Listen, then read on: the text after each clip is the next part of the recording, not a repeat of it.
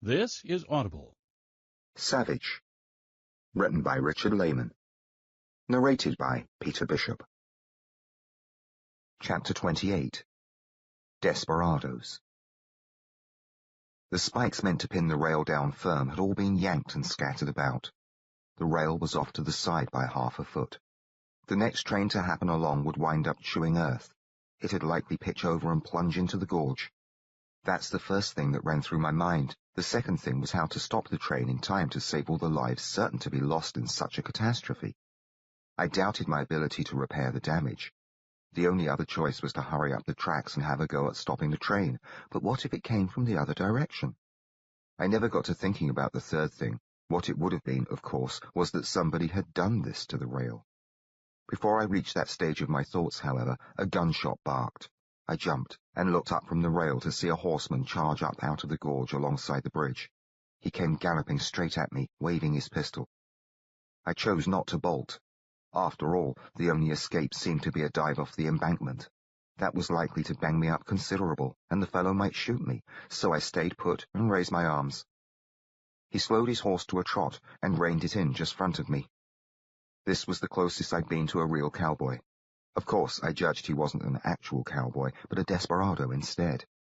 Not that he looked especially desperate, other than the revolver in his hand.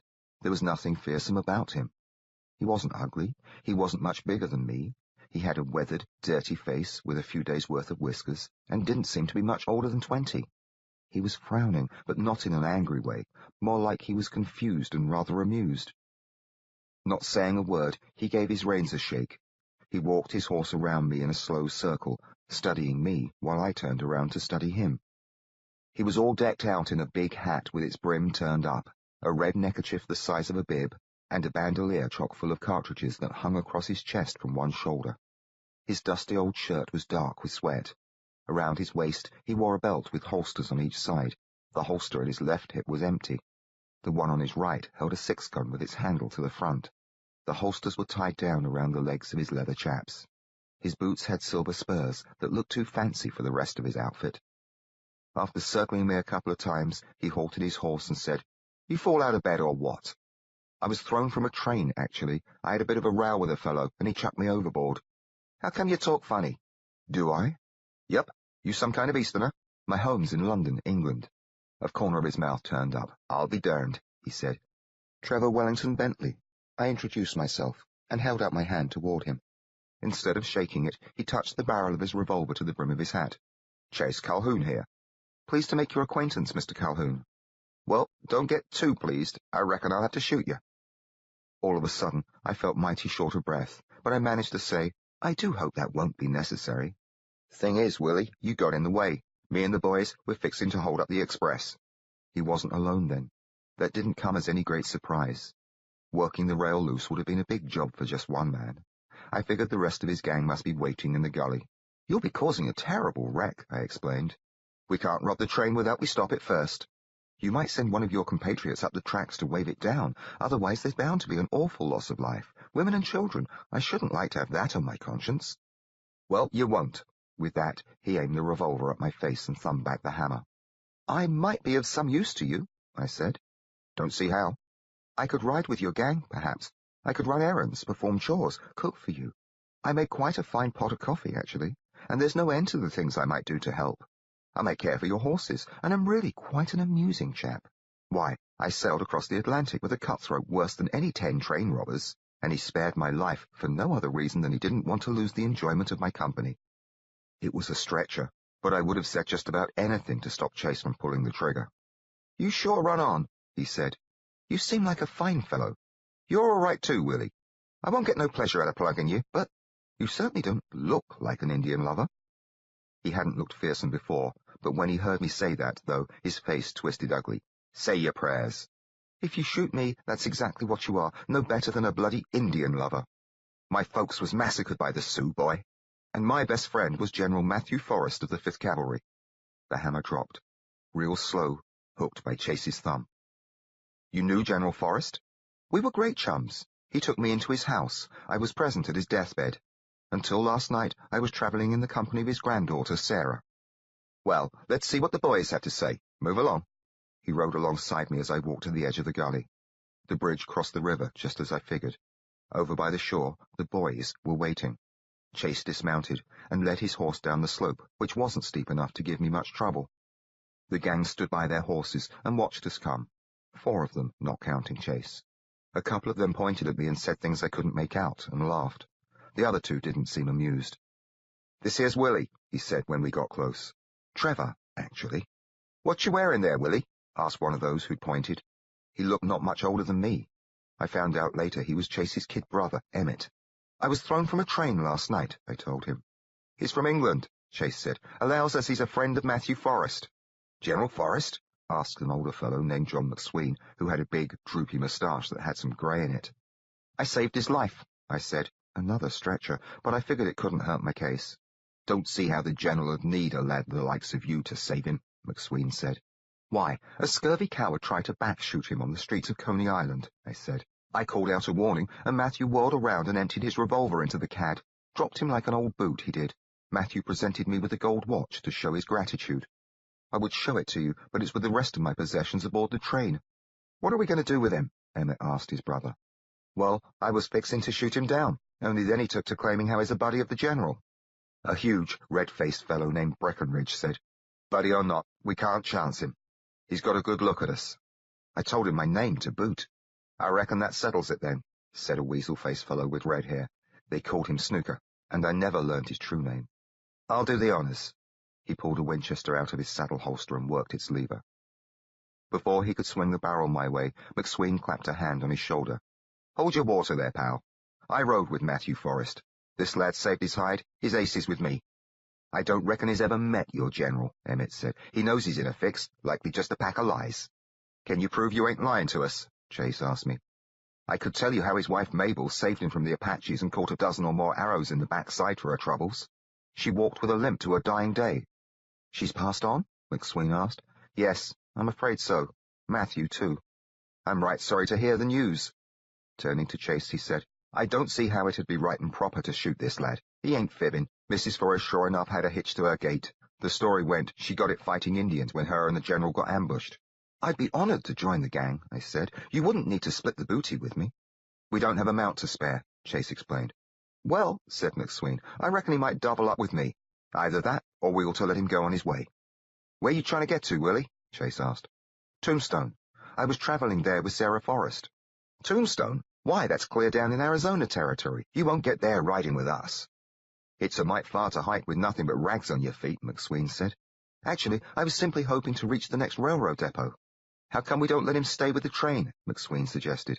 "They'll get it running again, by and by. He can ride along with it."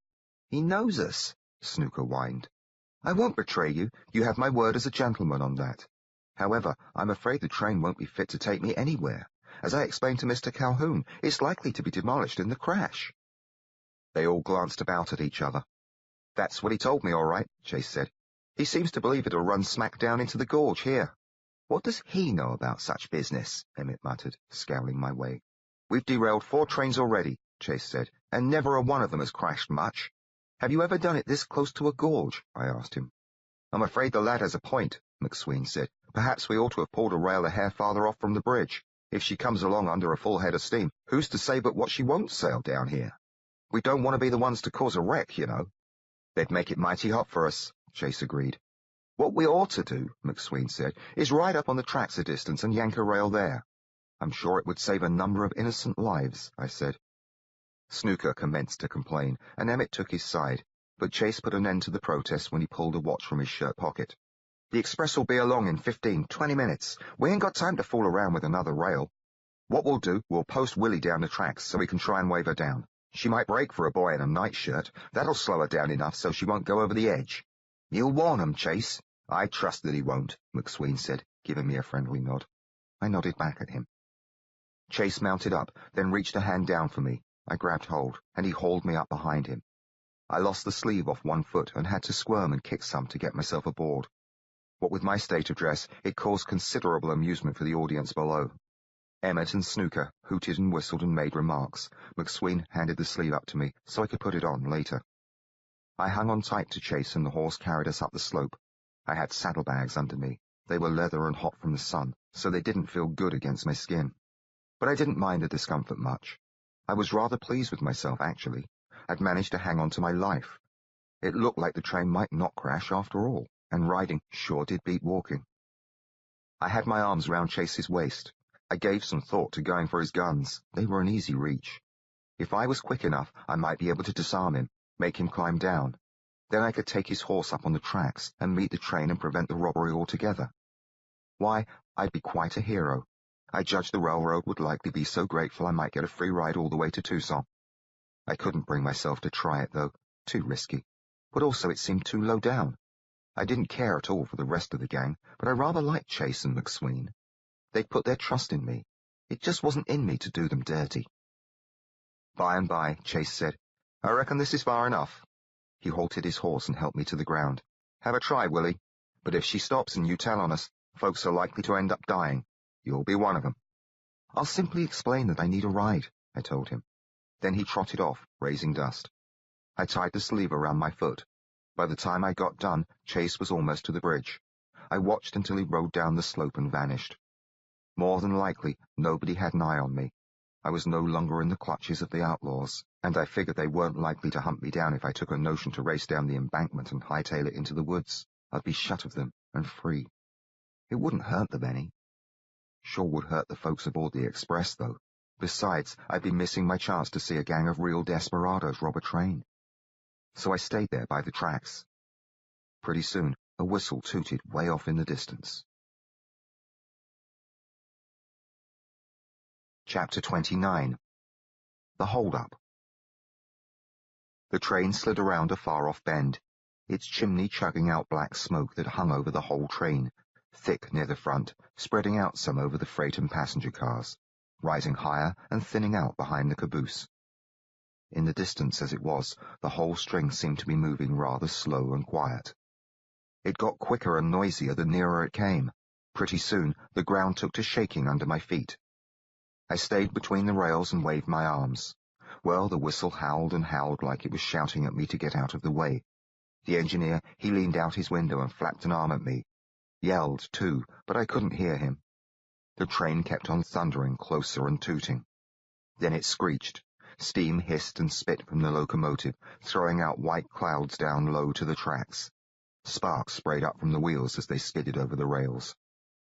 I could see it wouldn't stop in time to miss me, so I jumped clear.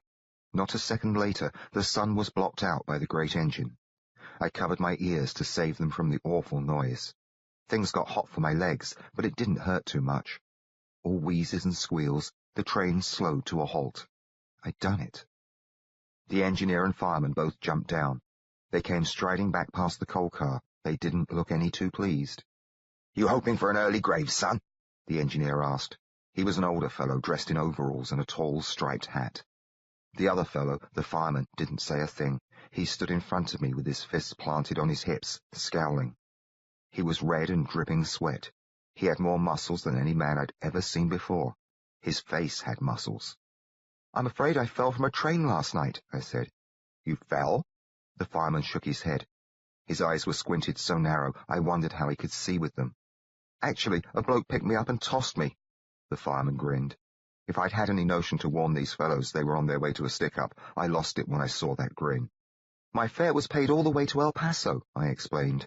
"I should be most grateful for a ride." The engineer rubbed his chin and looked at my feet. "Please, sir." After letting out a sigh, he said, "I suppose we can give you a ride to the next station, anyhow, seeing as how we've already gone and stopped. I had half a mind to keep moving, but you looked so set on flagging us down, I suspicion the bridge might be out." "How's the bridge?" "I shouldn't say that it's out. However, it did seem rather rickety. You'd be well advised to proceed with care." I heard somebody huffing up behind me and turned around. It was the conductor, a little fellow, holding his cap down tight, as if to keep the wind from stealing it. There wasn't any wind, but he didn't let the lack of it interfere. The gold chain of a watch swayed across the front of his waistcoat. One side of his jacket was swept back behind the revolver holstered on his right hip. "What have we here?" he asked, giving me the eye. "Take him on back with you," the engineer said. "He claims he got chucked from the southbound last night." "Natty attire," said the conductor. "Hurry," the engineer said. "We're losing time." With a crook of his finger, the conductor gestured for me to follow him. "I'm much obliged," I called to the other two, then hurried after the little man. We were still walking along the right-of-way when the whistle blasted. A wave of rattles and clanks came running down from the front. The passenger car beside us jumped forward with a lurch. The one behind it did the same. Pretty soon, the whole string was creeping along. The conductor stepped a bit closer to the tracks. We stopped and waited while the train picked up more and more speed. It still wasn't going particularly fast, though, when the caboose rolled by. The conductor almost let it pass, then caught a handle and hopped onto the steps of the rear platform. As he scooted up, I grabbed hold and swung myself aboard. We entered the caboose. "Take a seat," he said. I pulled a chair away from the cluttered desk, but he snapped, "Not there. What's the matter with you?" Then he pointed me to a bench across from a potbelly stove. I sat down on it. "I'm much obliged for the ride," I told him. "Ain't my doing. I got work to do, so keep your mouth shut." "Yes, sir," I said. He sat at the desk and started working on some papers, and near fell out of his chair when all of a sudden the train braked. "What in the nation?" Glaring at me like it was my fault, he popped to his feet. I shrugged, all innocent. "What's going on?" "I've no idea, really." Well, he rushed over to the window and poked his head out. Then he cried, "Damn!" He shoved back from the window, snatched out his six-gun, and pointed it at me. "You dirty bastard! You tricked us!" "Don't shoot, please! I'm not one of them!" Some guns went off. The conductor, his eyes almost jumped out of his head. I've never seen a fellow so red in the face. He thumbed back the hammer and let it drop. I judged I was dead. The hammer landed with just a clank, not a blast. I didn't wait for him to try again, but leapt off the bench and struck his gun hand. Not a moment too soon. I hadn't more than whacked it when he got off a shot. The noise slapped my ears, but the bullet missed me. I threw a punch into his belly. His air whooshed out, and he tumbled back against the wall, slammed it pretty hard. I twisted his hand till he dropped the gun, then used both my fists to lay into him. He didn't seem to have much fight left, but I was sore. I kept pounding him. "I'm not with them," I shouted while I punched. "I told you that. Damn your bloody eyes." Punch, punch, punch. "And yet you tried to shoot me." Punch, punch, punch. "You'd no reason to do that." I went on railing at him and hitting him, but pretty soon I realized he wasn't in any shape to appreciate my efforts. I stepped back away from him, and he slumped to the floor and didn't move. I picked up his revolver and aimed it at him. I had half a notion to shoot him. After all, he'd done his best to kill me, and it was only pure luck that he hadn't put a slug in my chest. But then I got hold of my temper. I was in enough trouble without plugging a railroad conductor. He'd mistaken me for one of the robbers, and I reckon I could expect the same judgment from the engineer and fireman, if I stuck around. He got stirred up some when I commenced to strip off his duds, so I laid the barrel across his head. After that, he didn't give me any more trouble. I shucked off my nightshirt and the ragged sleeves I'd been wearing on my feet. Then I got into his trousers, socks, boots, and shirt. They fit snug, but I reckon they would have to do for now. I buckled his belt around my waist and holstered the gun. He was moaning some by the time I'd finished. I restrained myself, however, and didn't clobber him again. I emptied out the pockets, not wanting to steal what I didn't need. He was still stretched out on the floor when I rushed out the rear of the caboose. I jumped to the ground. The gang was near the front of the train. They all had bandanas pulled up to hide their faces, but I could tell one from the next because of their sizes and duds and such. I just caught a glimpse of Chase and McSween and Breckenridge as they climbed into the side door of a car. Emmett, mounted, held the reins of all the horses. My friends, the engineer and fireman, were sprawled on the ground by the tracks. Snooker kept them covered with his Winchester. He and Emmett were both watching the passenger cars, likely prepared to shoot at anyone who tried to interfere. They saw me coming. I waved to show I didn't mean any harm. Between me and them were 4 passenger cars, most of the windows open. Nobody seemed foolish enough to poke his head out, but I heard a lot of commotion from inside when I hurried along. There were angry voices, scared voices, a few folks crying and taking on like they figured they'd be getting themselves massacred. I'd gotten past 3 of the cars when somebody stretched an arm out a window of the one ahead of me. The hand had a revolver in it. Snooker and Emmett were both looking the other way, trying to see what was happening in the express car. Ran through my head to shout a warning. Judged it wouldn't help much. I shouted anyhow, but didn't leave it at that. All Emmett and Snooker got time to do was glance in my direction. By then, the conductor's 6-gun was already in my hand. I let fly at the passenger's arm. This was my first try with a firearm. When it went off, it nearly jumped out of my grasp. Of course I missed the target. My bullet went high and knocked a hole through the upper part of the window. But I might as well have hit the arm, for it dropped the gun and jumped back out of sight, never firing a shot. Emmett? He gave me a curious look with his head tipped sideways. Snooker winked at me. I hurried along and picked up the passenger's revolver. It was a Colt .45 Peacemaker, the same as the conductor's. I holstered it and shoved the conductor's gun under my belt. Then I hurried on to join up with Snooker and Emmett. "Dang," Snooker said. "Ain't you the one?" "Yeah," Emmett said. "Thanks." Unlike Snooker, he didn't seem too friendly. I couldn't help but smile. In the course of a few minutes, I'd been shot at. I'd beaten the conductor senseless, robbed him, and fired at a passenger. All those things shook me up considerable. So did knowing I'd joined in on the side of the outlaws. But I felt mighty pleased with myself anyhow.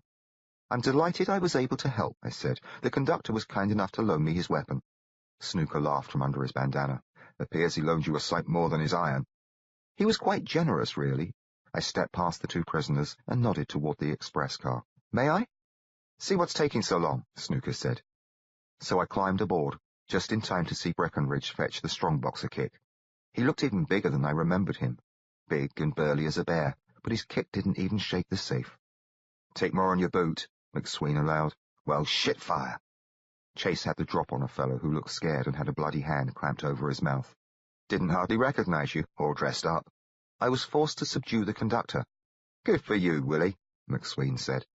"We've run into some trouble here," Chase explained. "The messenger, he won't open the box for us." "Can't," the fellow said from behind his bloody fingers.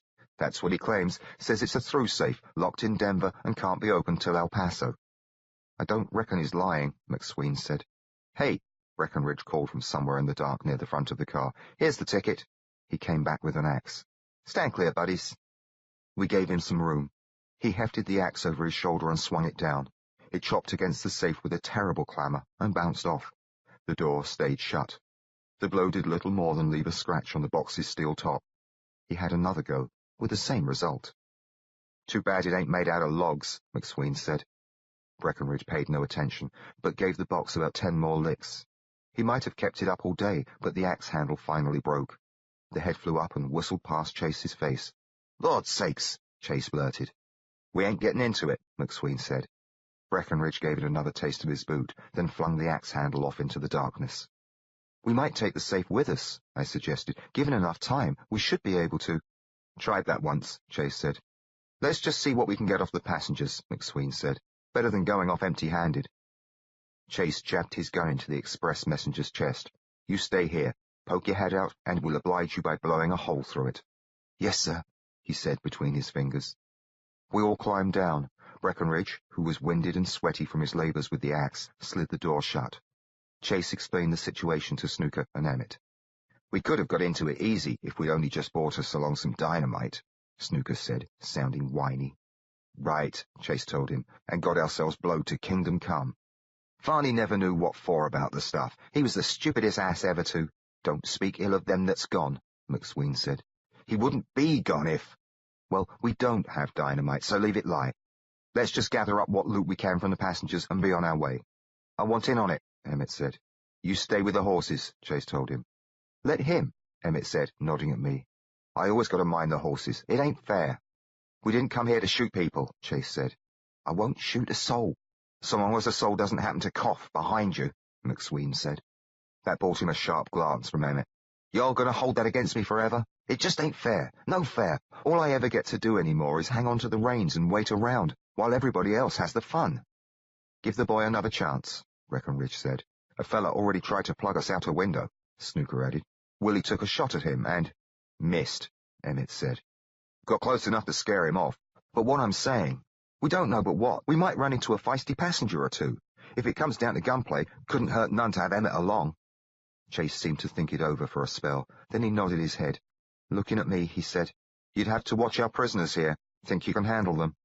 I managed the conductor, and he had the benefit of a firearm. I patted the handle of the revolver I'd taken off him.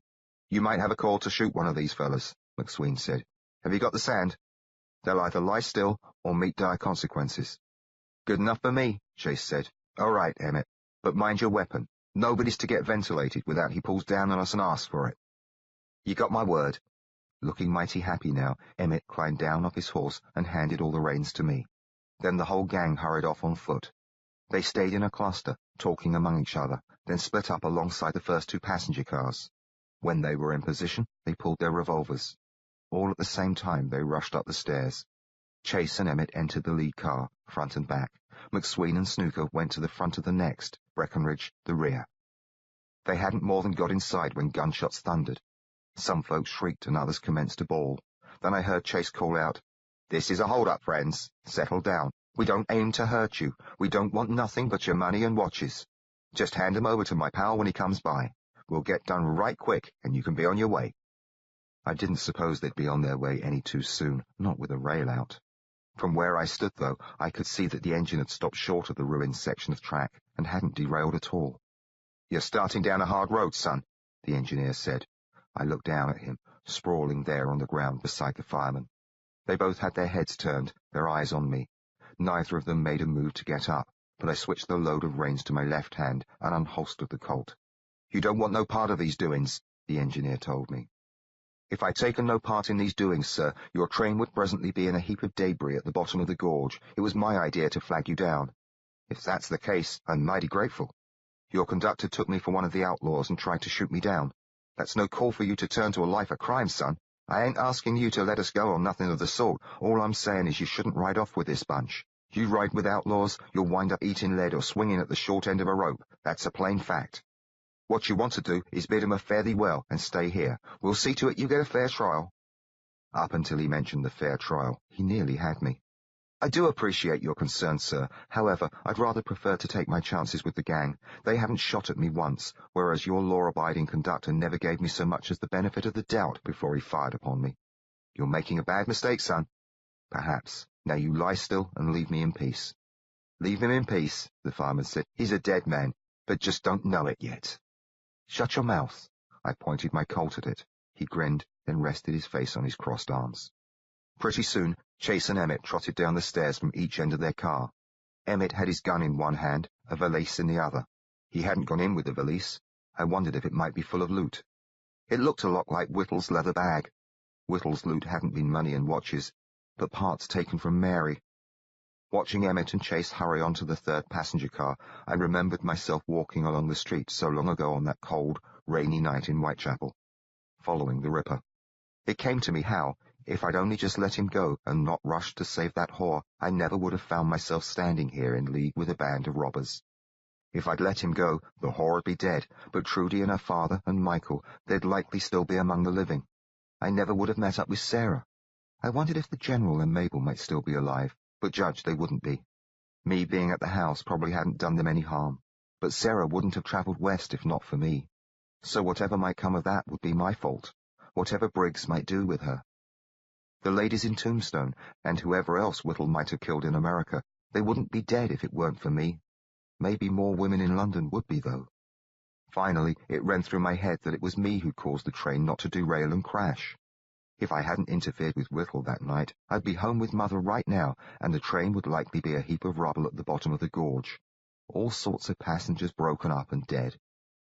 It was enough to make me dizzy, thinking about all the folks whose lives had either been saved or lost, or only just changed considerable, for no other reason than because I'd taken a notion to follow Whittle and stop him from butchering just one whore. It's mighty confounding, in life, how so much good and harm can get set in motion by just a single lad who only meant to do the proper thing. Now I'd thrown in with a gang of outlaws. I couldn't see much good coming of that, but it sure beat the notion of standing trial. Anyhow, I waited, bothering my head, but not completely lost in my thoughts. I stayed aware enough to make sure my prisoners behaved and the horses stayed put, and to kind of watch the train.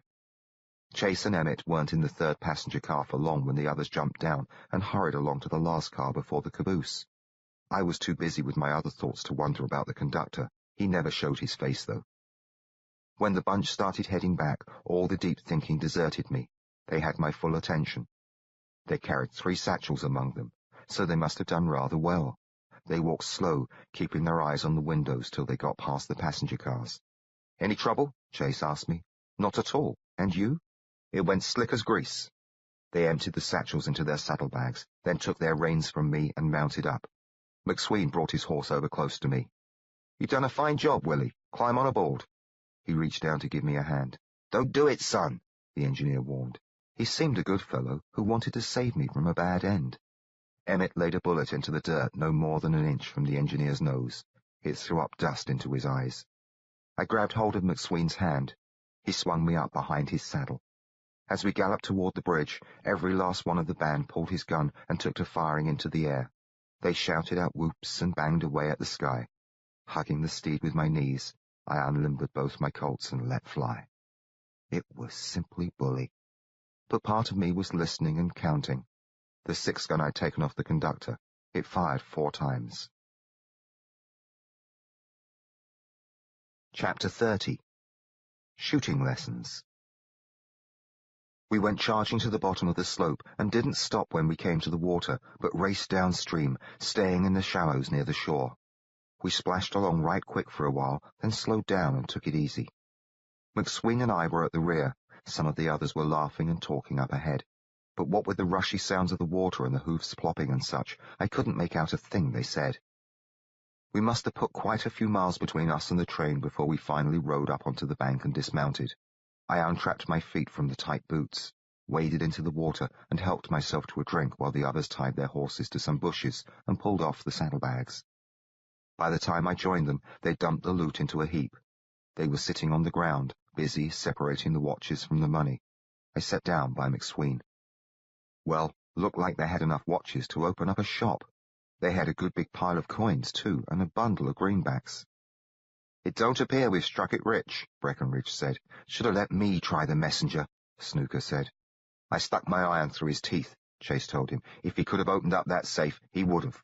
"Poor fellow wet himself," McSween said, and commenced to roll a smoke. After he got it fired, he offered his makings to me. I thanked him and took him up on the offer. The others got busy counting the money and didn't notice how I fumbled about with the tobacco pouch and paper. Otherwise, they'd have had a good laugh on my account. It required quite a bit of work, but I finally had myself a crooked cigarette with tobacco leaking out its tip. McSween, who'd been watching the count, looked over at me. He only glanced at my cigarette, then plucked it from my mouth. Just as nimble as you please, he flipped it open, took his pouch, and tapped in some more tobacco, then tongued the paper, rolled it, tightened it up, and smoothed it out. I was in the midst of saying, "I'm more accustomed to a pipe," when he poked the remade smoke between my lips. "There you go," was all he said, and then he lit it for me. "Thank you so much," I said. We sat there and smoked. By and by, the others finished counting. Altogether, they'd taken a total of $985.36 from the train passengers. "Well," McSween said, "it's better than we'd done last month at Pueblo." "Just by a hair," Chase said. "We had to divvy up that 8 ways," Breckenridge pointed out. "This time, we've only got the 5 of us." I wondered what had become of the other 3. Maybe they'd simply move on, but maybe they'd been shot or captured. Had Farney been one of them, the fellow who'd blown himself up with dynamite? I didn't think I ought to ask. 6, McSween said. Breckenridge gave me a surly look. "He ain't one of us." "I don't see it that way, Merriweather," McSween told him. Breckenridge bristled. It appeared he didn't care to hear what must have been his Christian name, but he kept his mouth shut. Big and powerful as he was, he apparently knew better than to tangle with McSween. "What do you say, Chase?" "You needn't give me any," I spoke up. "It's quite all right, really." "Seems to me," Chase said, "the kid deserves the cut. He handled the conductor for us, tended to the horses, kept the prisoners from acting up, and took a shot at that damn hothead passenger," Snooker added. "And missed," Emmett put in. He did like to remind everybody of my poor aim. "He done fine," Snooker said. "We'll cut it 6 ways," Chase said. And that's what they did. I ended up with $150. I did some calculating and judged I'd been shorted to the tune of about $14, but I didn't let on. This was far and away more wealth than I'd ever had in my whole life. McSween picked out a watch for me. It wasn't near as fine as the one Sarah given to me, but I accepted it. "What'll be done with the other watches?" I asked. "We'll sell 'em off when we get to Bailey's Corner," Chase explained. "We got a fella there that gives us a good price for 'em." "Bailey's Corner?" I asked. "That's about a week's ride from here," McSween told me. "We'll head on down there and kick up our heels." "Whee!" cried Snooker, who apparently fancied the notion of kicking up his heels. McSween slapped my shoulder. "We'll fix you up good, Willie. Get you outfitted proper." "Smashing," I said. After that, Chase dumped all the watches into a saddlebag. I got back into the tight boots, and we mounted up and rode across the river.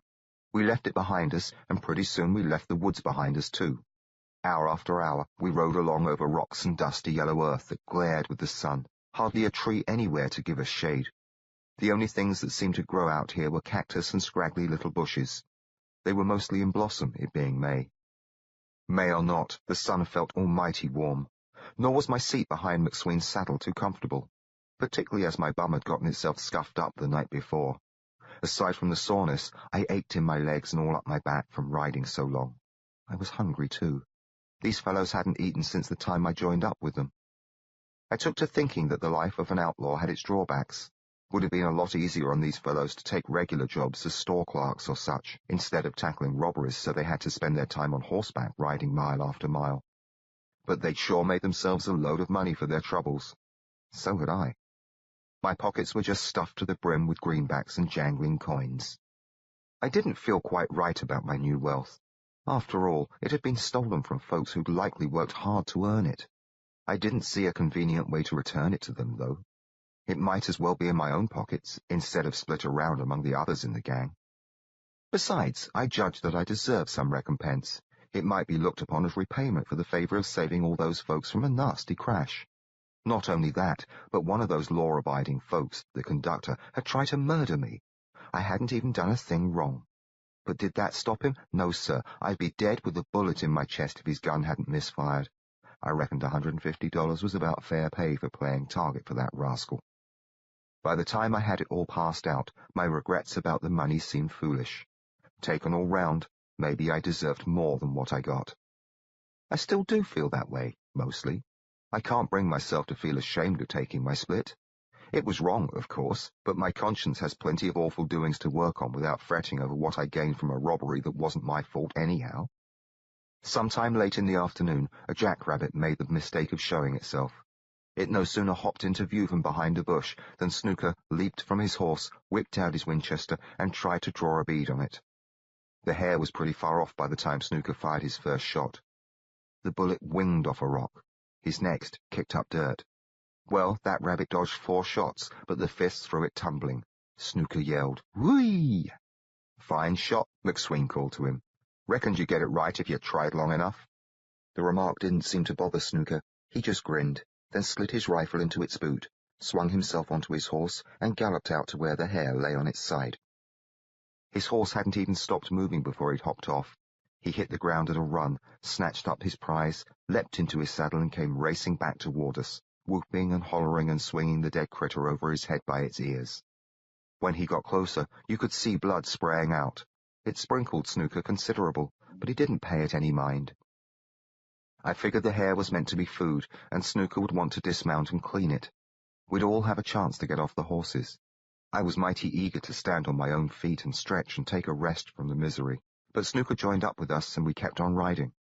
He cleaned his game, sure enough, but he stayed in his saddle to do it, holding the hare off to the side and carving away at it with a knife, watching the guts drop out and fall to the ground. I was put in mind of Whittle. I turned my head away and studied the back of McSween's shirt. By and by, Emmett shouted, "Mine! I got it!" He went racing after another rabbit, reins in his teeth, his hands full of iron. He blazed away just twice. His first slug tore off half the critter's head. His second, fired at near the same instant, took it in the rear and knocked it sideways. It was the most splendid bit of shooting I'd seen up to that time. "Astonishing," I muttered. "Seen worse," McSween said. "I certainly wish I could shoot in such a manner." "Well, ask him real sweet, and maybe he'll show you a thing or two." I decided to do precisely that. Later in the afternoon, we stopped near a creek where a stand of cottonwoods grew, and there was some grass. Chase sent me off to gather firewood, while the rest of them saw to their horses. When I returned with an armload, they were arranging their saddles and bedrolls under the trees. McSween said I could borrow his saddle blanket for the night, so I took that and spread it out to air. I hadn't more than laid it on the ground when McSween called to Emmett. "The lad here purely admires your talent with the colts. You ought to take him over yonder and learn him a few tricks." My face heated up, but I said, "I'd be quite grateful." "Emmett," he grinned, "you think I'm good, do you? Quite the best I've ever seen." "You're a regular John Wesley Harding," Snooker said. "I can sure outgun you any day of the week with both eyes shut. If you could slap leather as good as you flap your gums, you'd be a wonder to behold." At that, Emmett took the opportunity to slap leather. Both guns seemed to jump into his hands. They came up cocked and ready, but he didn't let the hammers drop. He just grinned at Snooker, who hadn't gone for his at all. Snooker's hand had darted to his face, not his holster.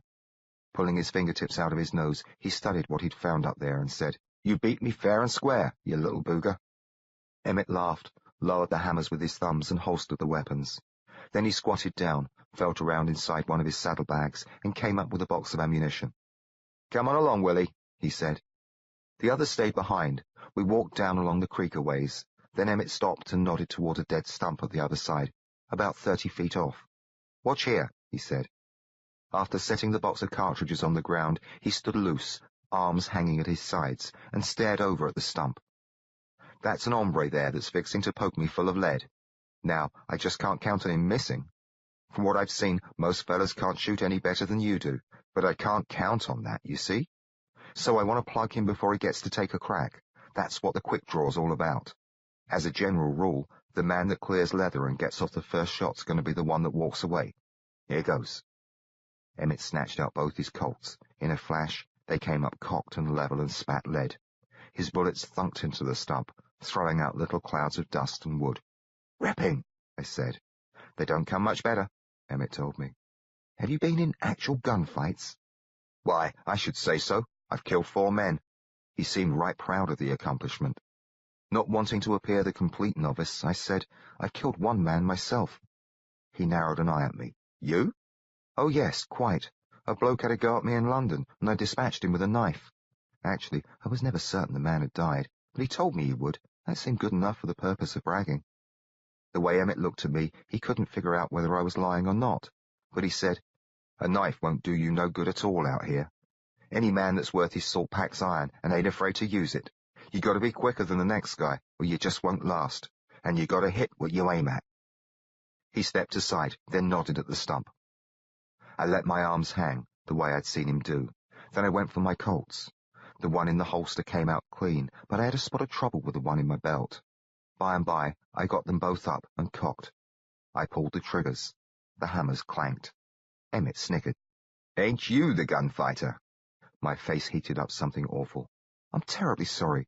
Terribly dead. That's what you'd be if that was more than an old dead tree over there. I'm afraid my irons are empty." "I noticed that." Laughing some, he picked up the box and opened it. "You don't hardly need 2 Colts just now. You'll be lucky to handle 1 good enough to count." "Yes, sir," I said. I jammed the conductor's pistol down my belt, then helped myself to some ammunition. Then stood there with my 6-gun in one hand and cartridges in the other. Stood there and stared at them and sweated. Emmett grinned at me. "What are you fixing to do with them?" he asked. "Slip them into the gun, is it?" "That's the idea." What I did, I took the cartridge between my thumb and finger and tipped the barrel up and puzzled over the matter. I'd handled the general's weapons, but I never had occasion to load them. I simply didn't have a clue as to how I might go about it. Sliding around down the muzzle didn't seem the proper way. The bullets had to get into the cylinder, somehow. I was still trying to figure it out when Emmett suddenly commenced to split his sides. He acted like he'd never seen anything funnier. He laughed so hard he couldn't stand up straight, and his eyes filled with tears. Every now and then he'd gasp out a word or so, and "Oh, Lord," or "Never in my born days," or "Wish the boys was here." The boys wasn't here, and mighty glad I was for that, though I suspected they'd be hearing about me. Emmett went on busting himself with gaiety and tears while I worked on my problem. He was still at it when I found a little door behind the Colt's cylinder. It opened sideways and showed me a used shell. I took that one out and replaced it with a fresh round. Then I turned the cylinder and repeated the trick. I put in 6 cartridges and shut the door. Emmett hadn't noticed at all. He'd worn himself out. He was bent over, holding his knees and gasping when I fired into the air. The noise jerked him up straight. He gazed at me, his red, wet face grinning. Then he applauded. "I'm not a total dunce, really," I said. Shaking his head, he rubbed his eyes and took some deep breaths. Finally, he said, "Now that you've got it loaded," and then wheezed and took on again. Finally, he got control of himself. Let's see if you can hit anything. Oh, they do work so much better, with bullets in them." Well, I stuck my arm out straight, pointed my Colt at the stump, and pulled the trigger. The gun blasted and jumped. Through the ringing in my ears, I heard a quiet thud A puff exploded off the stump. I'd hit it dead center. "I say," I blurted. Emmett looked at me and wiped one of his eyes. "Only thing is, you took all day to do it." I holstered the Colt, rubbed the sweat off my hand onto the leg of my trousers, then tried for a quick draw. I snatched the gun up quick. It no sooner cleared the leather than I thumbed back the hammer. I brought the barrel up fast, pointed it in the general direction of the stump, and let fly. My bullet sang off a rock just to the right of the stump. Emmett, he didn't laugh or say a word. I had another go. This time, I hit the stump. Twice more, I unlimbered the Colt with all the speed I could muster and got off my shots. Both of them poked holes in the target. Emmett looked at me, frowning some. I took a deep breath, feeling pleased with myself and more than a trifle surprised. The air smelled strong with gun smoke. It seemed a fine aroma. "I did rather well, wouldn't you say?"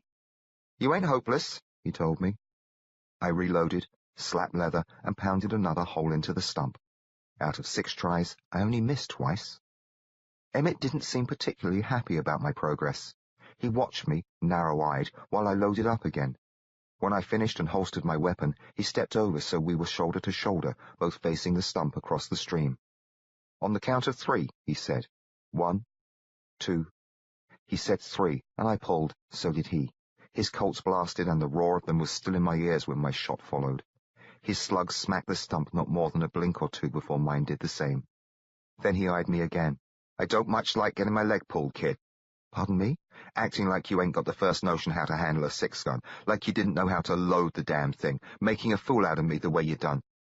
Seems like I was forever getting myself wrongly accused of this or that. "Why, I've never fired a weapon before today, much less had an occasion to fill one with bullets. Never." "Bull squat. It's the honest truth. You've had a laugh on me." He put away his Colts, then picked up the ammo box and headed back for camp. I caught up with him. Actually, I apprenticed in gunmanship under no less than Wild Bill Hickok. That got him to look at me. "There you go again. He's been sleeping in sod since '76. Some calculating showed me I was no more than about 2 when Hickok died. "I'm a spot older than I look," I told Emmett. That got him to laugh. "Who really showed you?" he asked. "No one but you. Actually, I've never in my life fired a shot until this very day when that fellow stuck his arm out of the train window." He gave me a puzzled look. There was some wariness to it, but not much anger. "I'm not having you on," I said. "Believe me, if I'd known what I was about, I most certainly wouldn't have humiliated myself in the matter of loading bullets." He took to smiling again when I reminded him of that. "Land, I've never seen such a thing." "I suppose you'll tell everyone. It's just a shame they wasn't there to see it for themselves." Chapter 31. My first night in the outlaw camp. Back at the camp, a big pot of stew was bubbling on the fire. The smell set my mouth to watering. McSween was busy stirring the mixture, Chase bringing in some more firewood, Snooker cleaning his Winchester, Breckenridge resting on the ground with his back propped up by his saddle, busy at nothing. "How'd it go?" McSween asked. "Well," Emmett said, "we had us quite a time." "Glad to see nobody's wounded," McSween said. "You all sure missed a show," Emmett announced. With everybody looking on, he drew one of his Colts and plucked a cartridge from his gun belt. "This right here's how Willie went to load up," he said, holding the pistol in front of his face, frowning and sticking his tongue out of a corner of his mouth, as if he were trying very hard to think. He poked his bullet into the muzzle. "I say," he said, mimicking the way I talk, "isn't this how it goes, really?" "No," Snooker squealed. "Did he?" "Well, I hadn't, and Emmett knew it, but I judged he might like me more if I didn't spoil his fun. Sure as I'm standing here." Snooker and Breckenridge both whooped it up considerable. Emmett too, though not as hard as he'd done in the first place. "Yep," he went on, "just what he did." Chase didn't laugh, but sort of grinned with one corner of his mouth and shook his head at me. McSween glanced my way, then looked around at the others. He didn't seem amused, but rubbed his whiskery chin.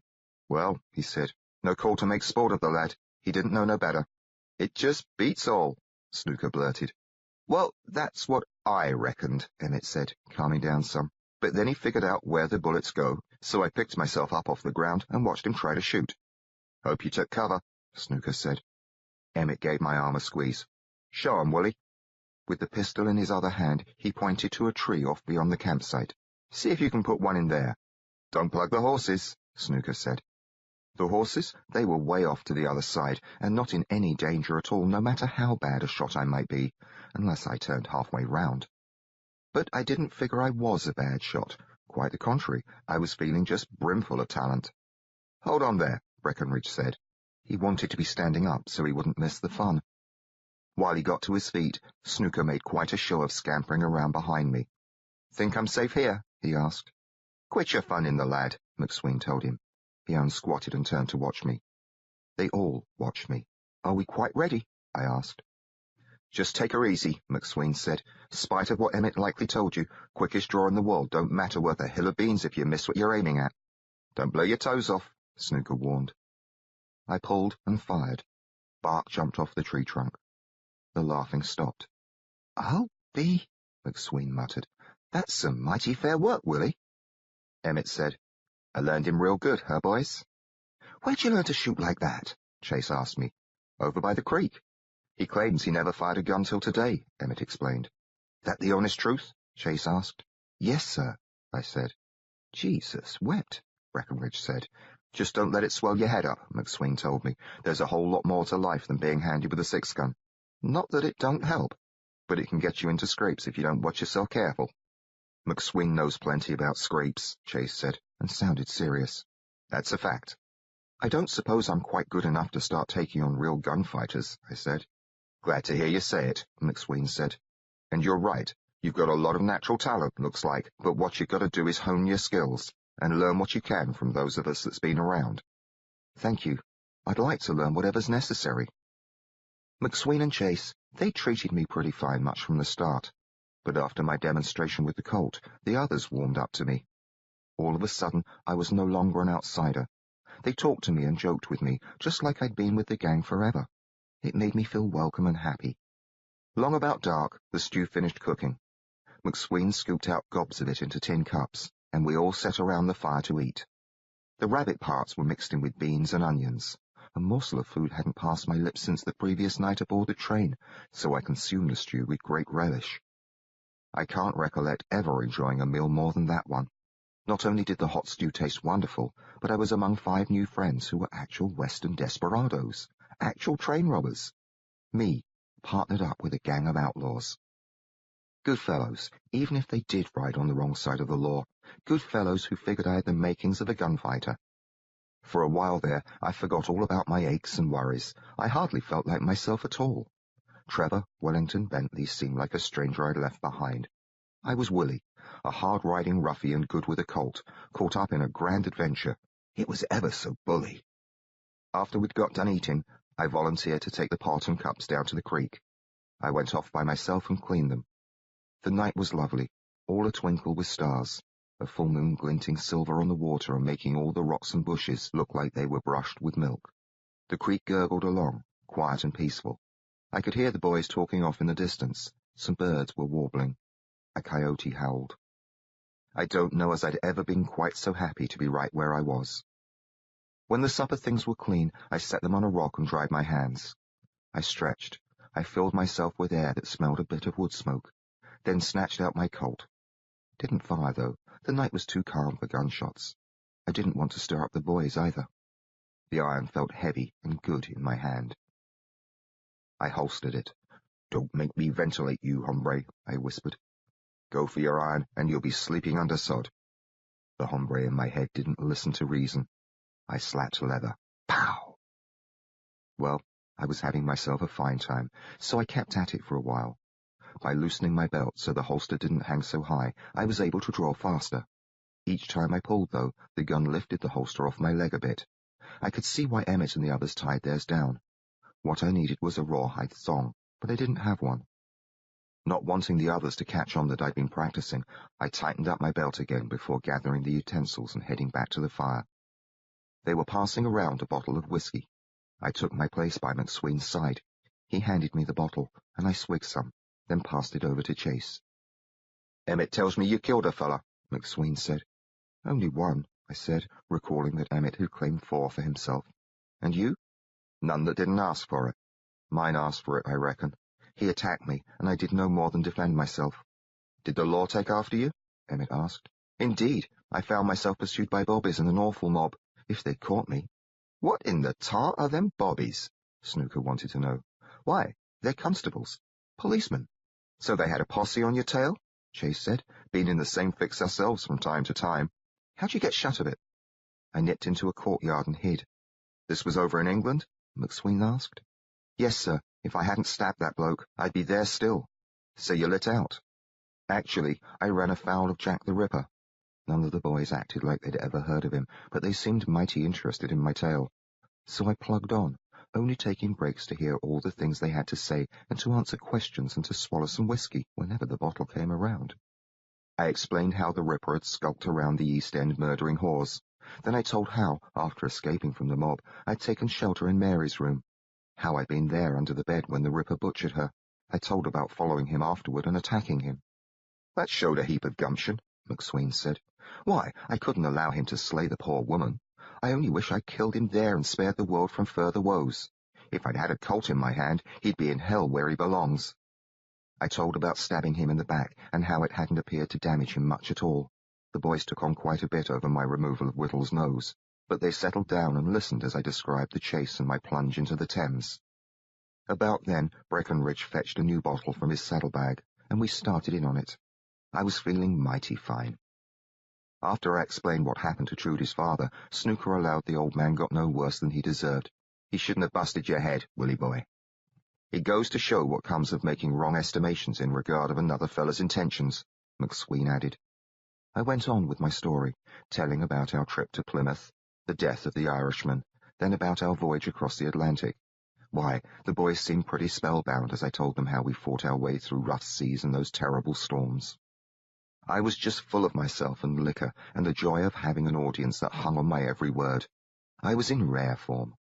But I got the yacht all the way to Gravesend Bay before I realized I hadn't mentioned much of anything about poor Trudy, only that she'd been aboard and cooked for us. Nothing about the ways Whittle had tormented her, or how she'd been the one to throw the Irishman's head overboard, or how I'd saved her those times from hanging and drowning. I hadn't left those things out of my story on purpose. They simply stayed inside me, and I was glad of that. Some of the fun leaked out of me when I recalled all that had happened with Trudy and how she'd ended.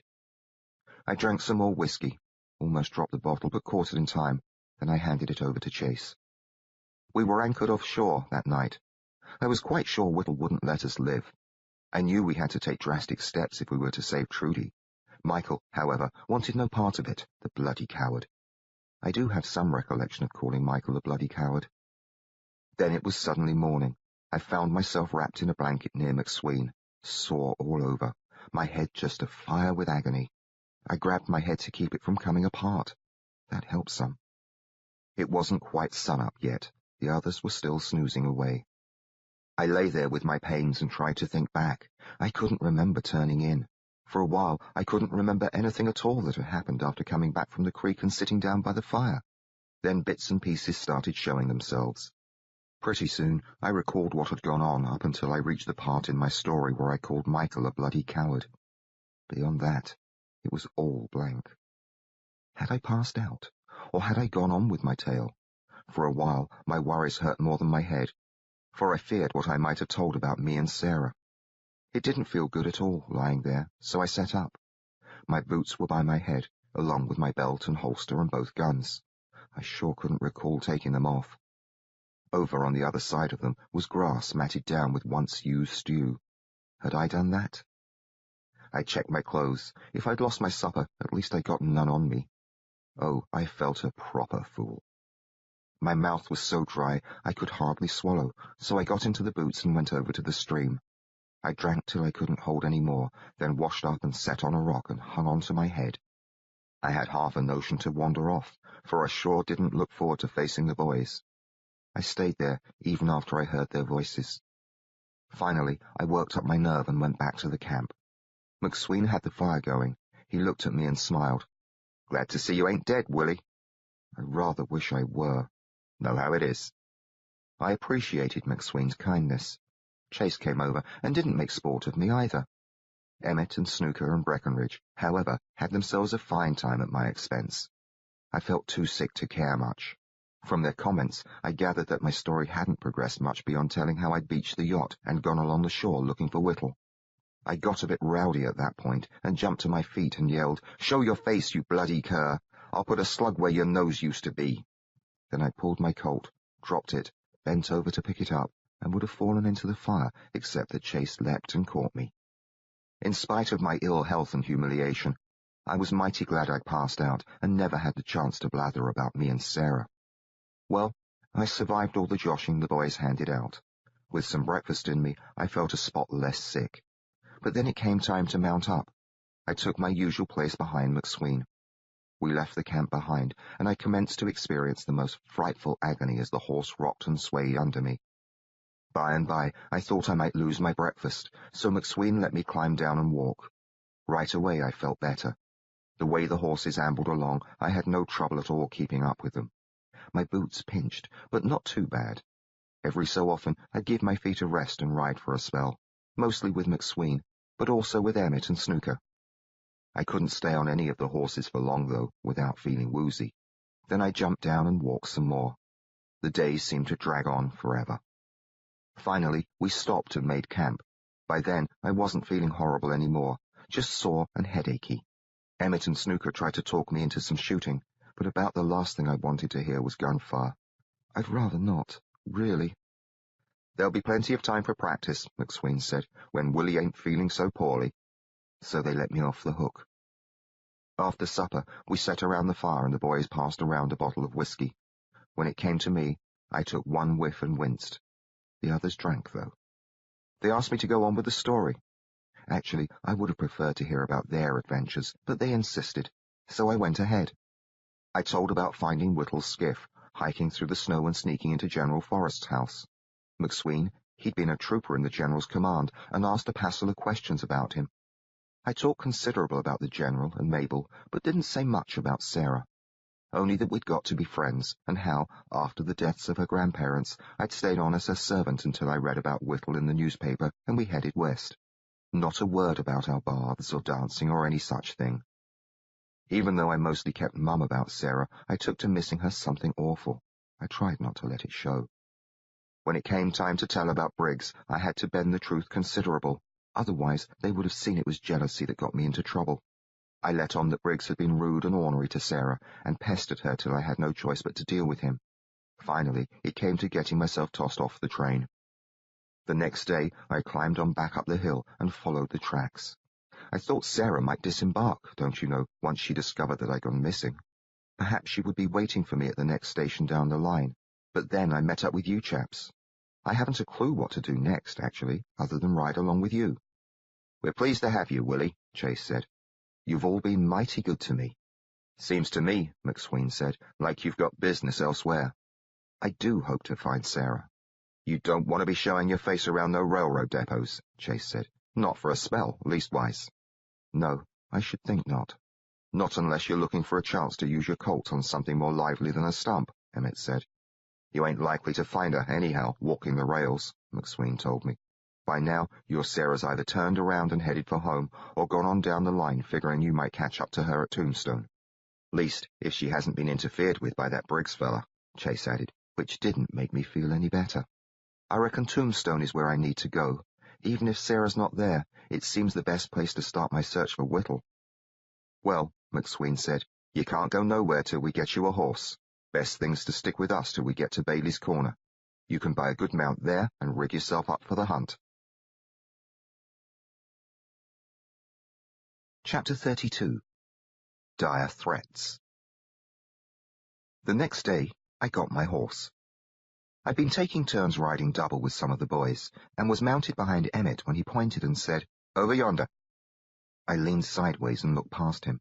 Off to the right, at some distance, a pair of horsemen were headed in our general direction. These were the first strangers we'd come across since lighting out from the train. Emmett reined in, and the rest of the boys caught up with us. "Not enough of 'em to be a posse," Breckenridge said. "If we had a posse after us," Chase said, "it would likely be coming from the east." The talk of posses unsettled me some. Nobody had mentioned until now that we had any reason to worry about such things. "Don't matter who they are," McSween said. "Thing is, there's only just the two of them." McSween took the lead, and we headed for the strangers. When we got within hailing distance, he waved his arm and called out, "Howdy, boys." One nodded, the other touched a finger to the brim of his hat.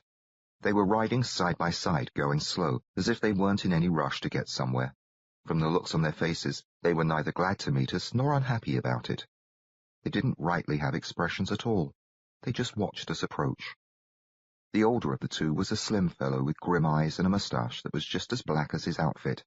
His hat was black, same as his string tie and frock coat, trousers, gun belt, and boots. I didn't care at all for the looks of him. The bloke he rode with wasn't just younger, but heavier. He looked as if the heat didn't agree with him. His face was red and sweaty, his shirt collar open, his tie hanging loose. He had a black coat like his friend, but it was tied down behind his saddle. I wondered if they might be a pair of preachers or undertakers dressed in black that way. If it had been up to me, I would have passed them by. But McSween rode straight toward them. "Hate to be a bother," he said, "but you boys look like you've got a horse to spare." The last word wasn't out of his mouth before a Colt was in his hand. Cocked and pointed at the skinny fellow. Emmett, Chase, and Breckenridge all pulled at once. On both sides of me, hammers went snick-clack. Snooker took a while to come out with his Winchester. He worked its lever and shouldered it. Both the strangers hoisted their arms. "Climb on down," McSween said. They dismounted and stood beside their horses. Each had one hand in the air, the other holding reins. "Willie, get on over here." I slid off the back of Emmett's horse and walked toward the two fellows. The way they glowered at me, I rather shriveled up inside. But then their eyes turned to McSween as he swung to the ground. He stepped in front of them, one at a time, and took their pistols. They never said a word to him. The fat one, his chin was trembling. The mean one looked like he wanted to bite McSween. After collecting their sidearms, McSween fetched their rifles out of the saddle scabbards. He handed one of the Winchesters to me, then toted the other weapons over to a thicket of prickly bush and tossed them in among the nettles. "Coming back," he said. "Let's have your boots off, friends." They sat on the ground and tugged their boots off. "Try 'em on there, Willie." "I'd rather not, actually." "Go on now. You need a pair what fits, don't you?" Well, this didn't seem a good time to argue the matter, so I gathered the boots. I sat down with my back to the fellows so I wouldn't have to look at them, then pulled off the boots I'd taken from the conductor. I tried on the new ones. The first set felt too tight, the second too loose. The loose boots belonged to the fat chap. They felt a sight better than what I'd been wearing, but I had no wish to keep them on. They were hot and juicy inside, so I felt like my feet were sliding about in swamp slime. So I yanked them off and shook my head.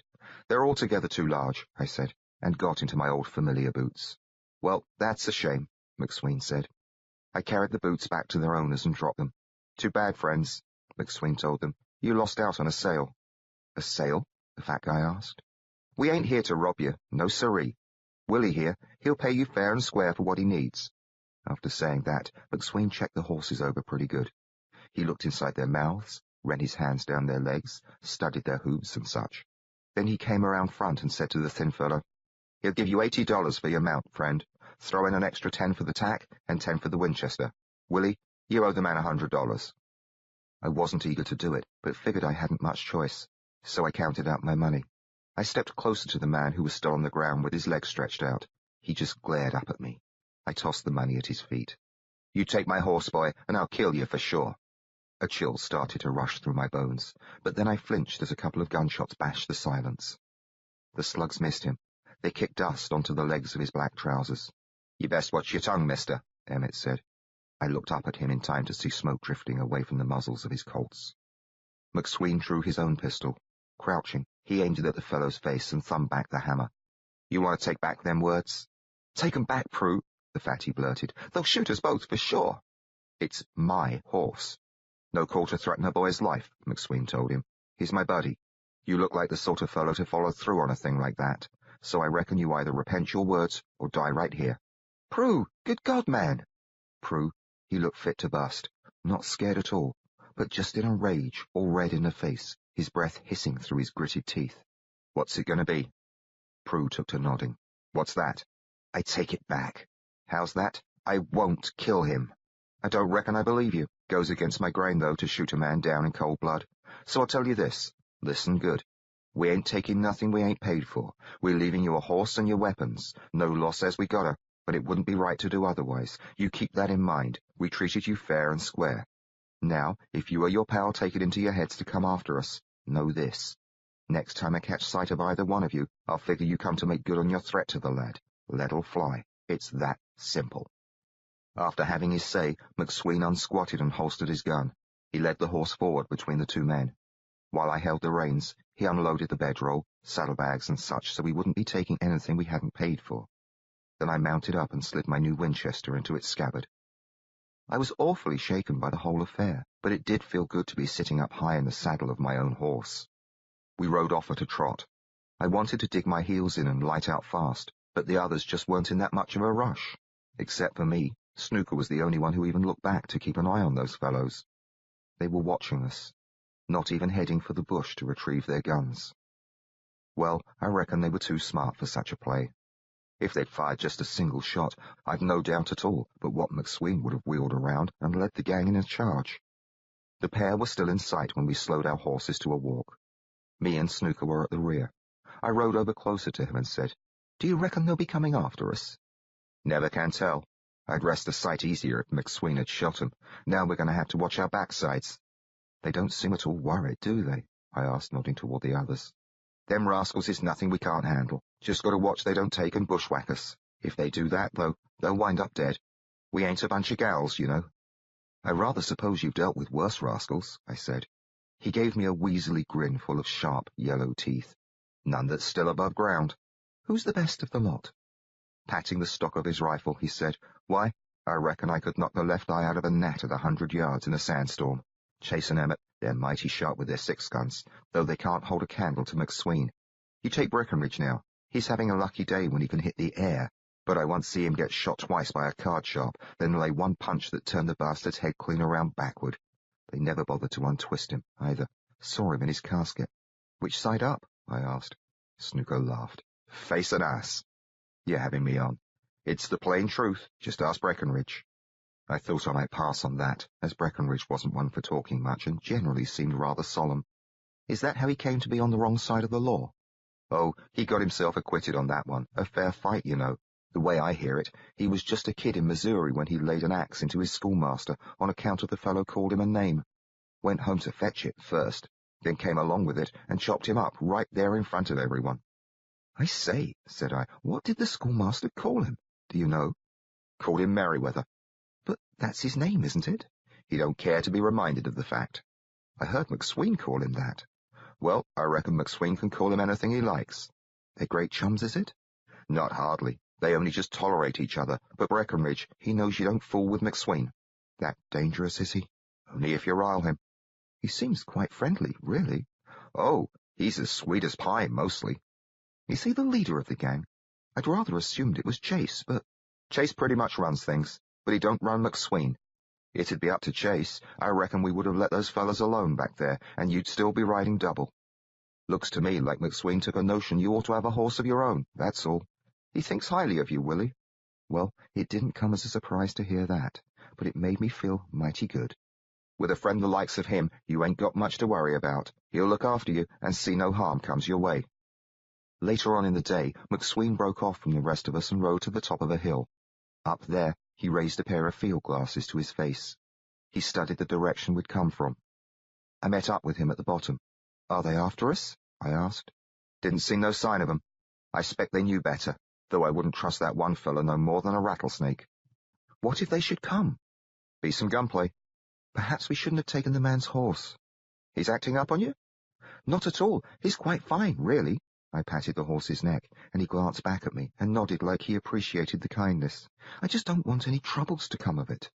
"Don't worry yourself about that, Willie." The rest of the boys had started moving again.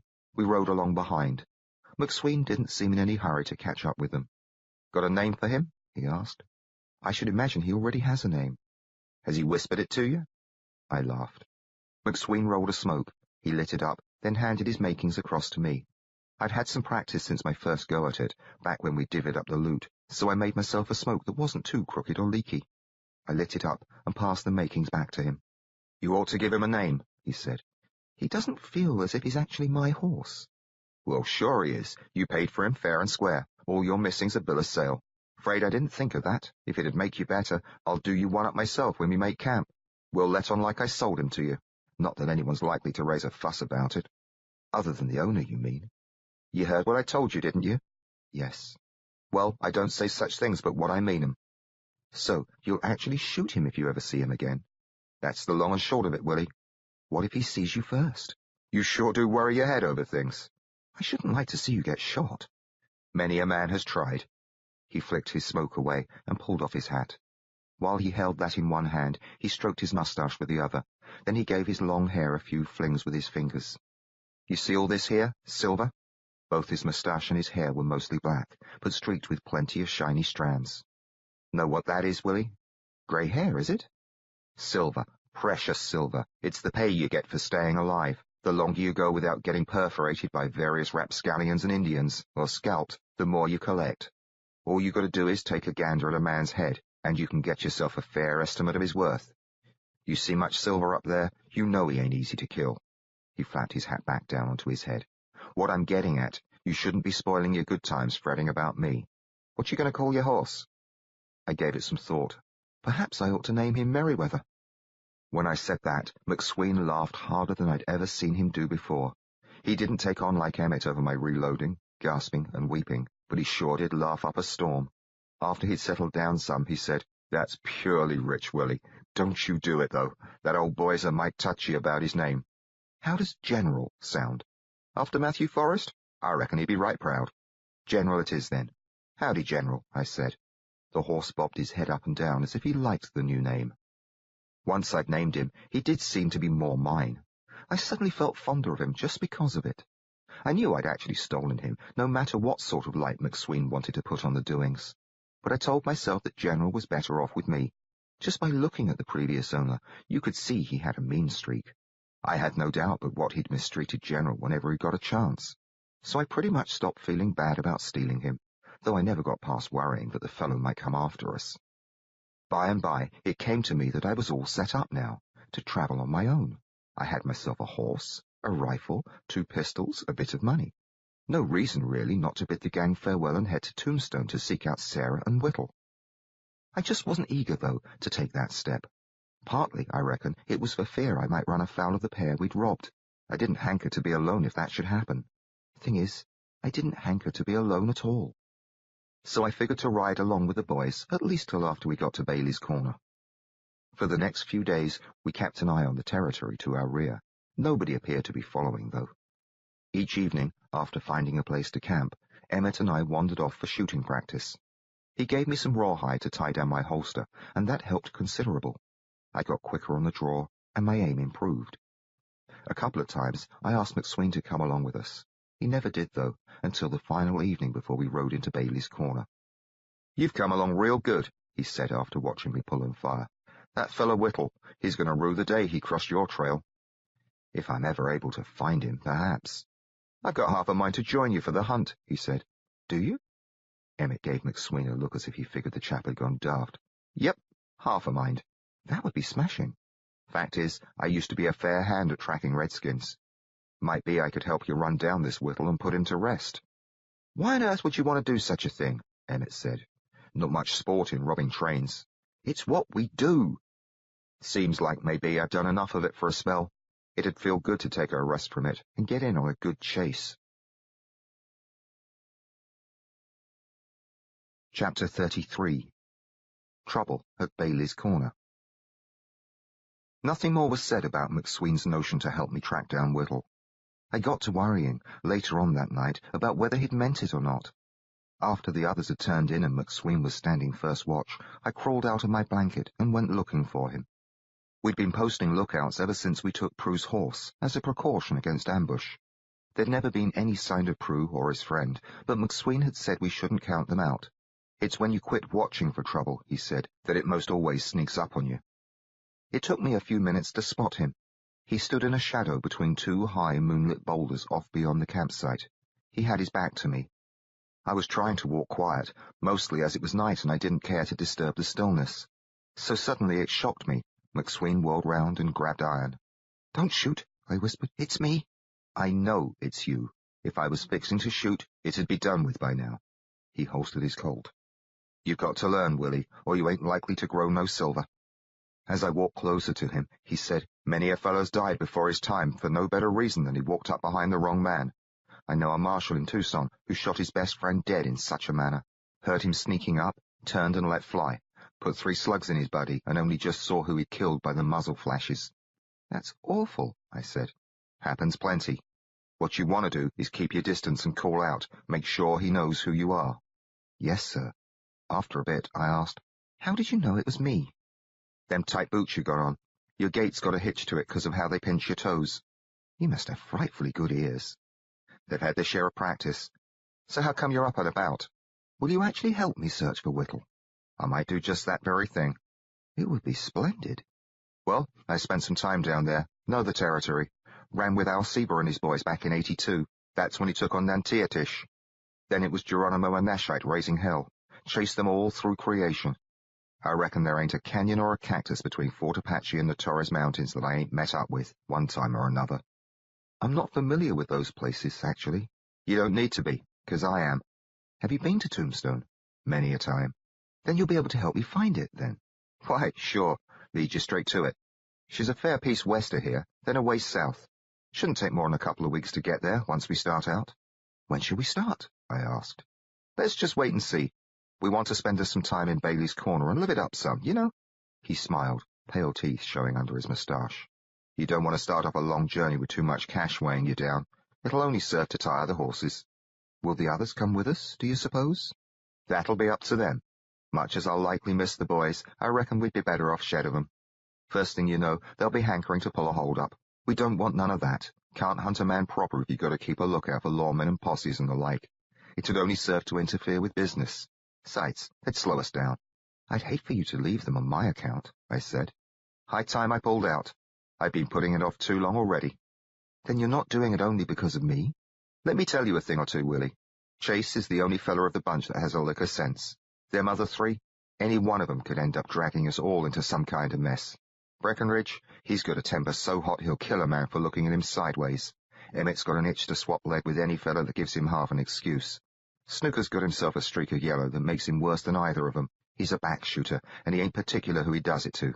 You ride with boys like that, you always got to watch 'em and try and keep a rein on 'em. But sooner or later, they're going to draw you into some mighty deep trouble. I've been with this bunch for a couple of years now, and we've been lucky. But luck has a way of petering out on you. Best to get shut of 'em. When I think about what happened later, it seems funny, in an awful sort of way, that McSween said such things just the night before we went into Bailey's Corner. He's sure been right about luck petering out, but he couldn't have been more wrong about Breckenridge or Emmett or Snooker being the cause of our trouble. McSween himself was the one who brought it all down on us. Because of me. Prue and his friend must have been tracking us the whole time after we'd bought the horse. They'd been smart enough to keep well out of sight, so we never saw hide nor hair of them, nor suspected they were on their way. They didn't show up until our second night in town, and they showed up with help. We were having us a farewell supper at the Silver Dollar Saloon, drinking beer and eating steaks, all sitting together around a corner table. I was feeling mighty fine. I'd had a good sleep the night before in a hotel bed. I'd had 2 baths and a haircut.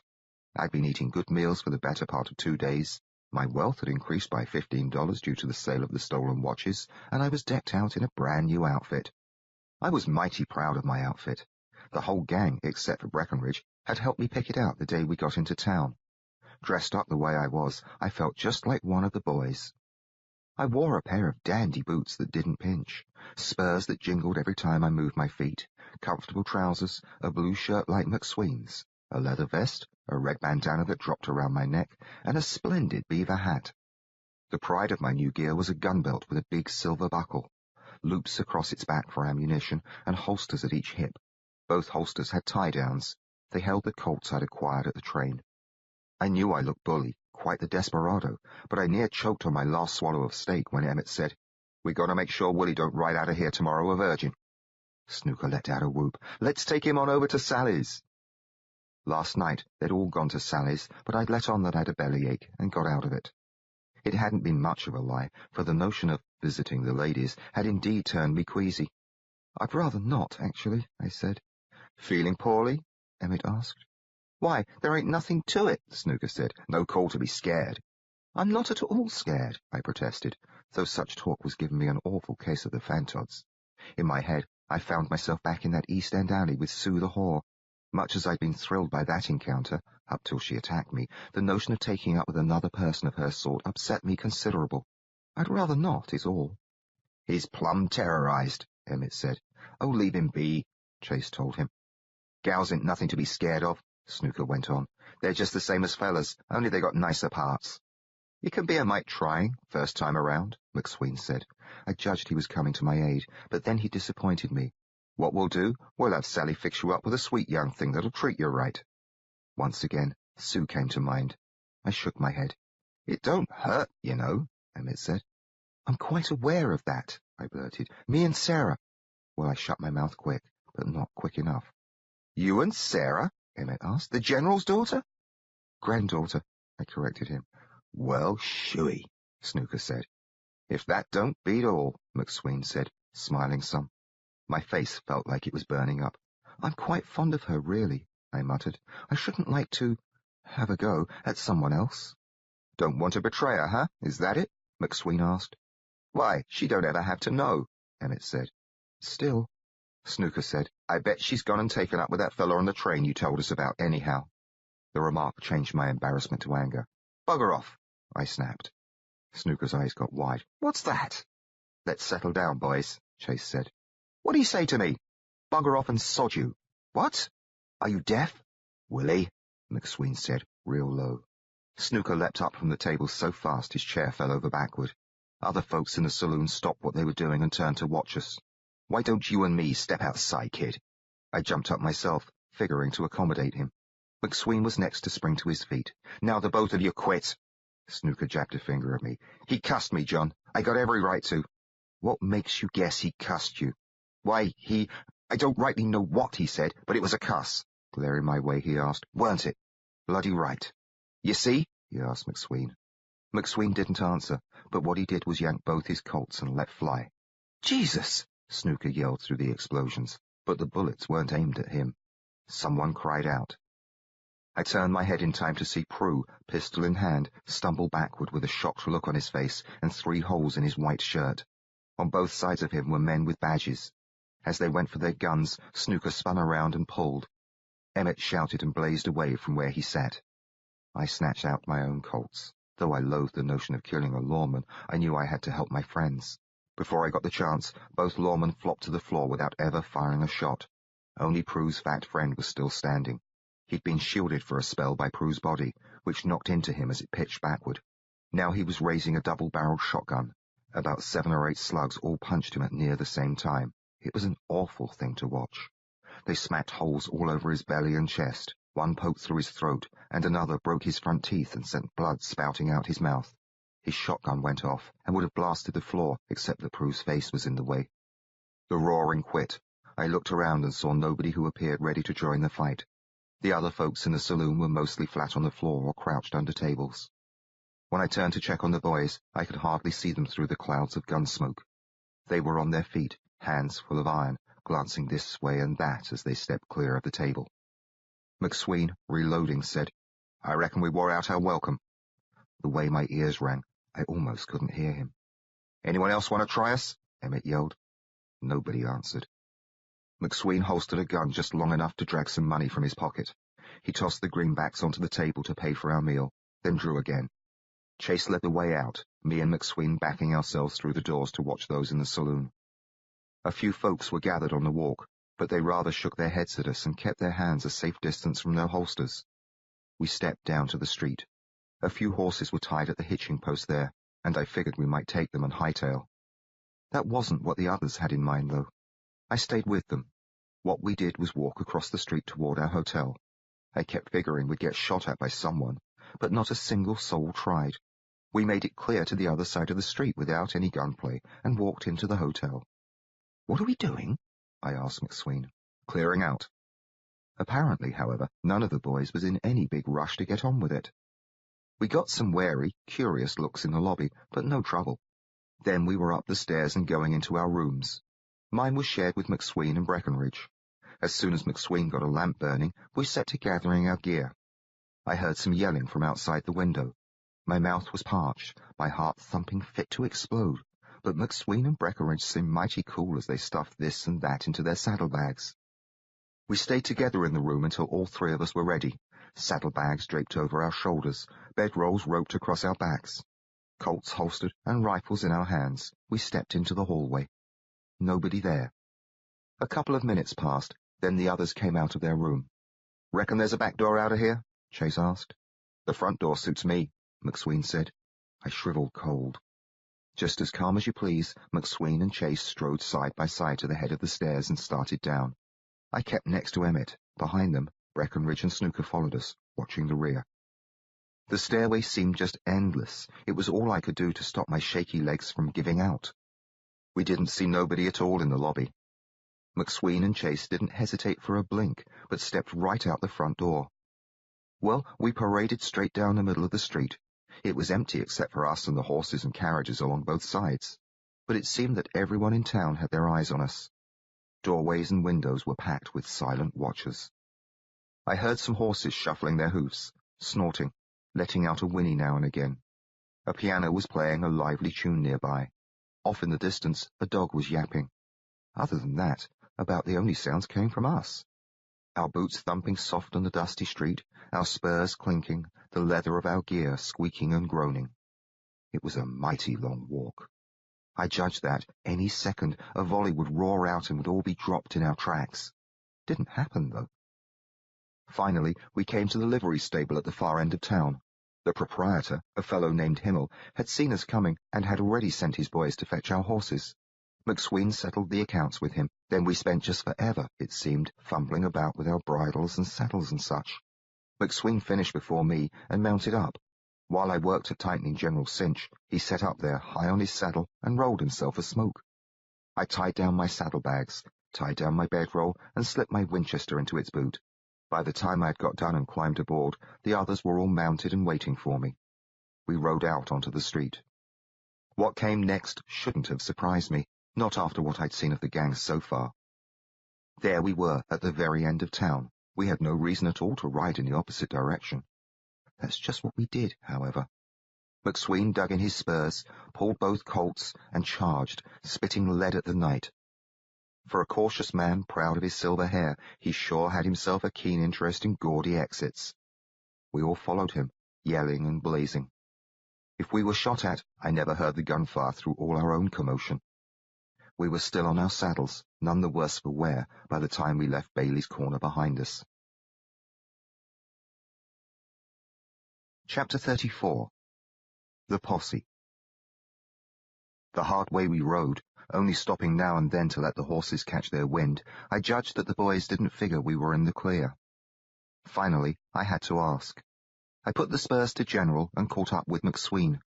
"Do you reckon they're coming after us?" "That's a good bet, Willie," he said, looking over at me. "You know them two lawmen that were fools enough to side with Prue? They was town deputies. I don't know the one, but the other was James Brewer, brother to the sheriff, Ike." "Well, where was he, then?" "Ike? Don't rightly know. Gave him all kinds of time to take a crack at us. Wanted him to try, but he never showed. Sure would have been a blessing to kill him then and there. Way matters stand, we got to figure he'll lead the posse after us." "What are we going to do?" "Whatever we gotta."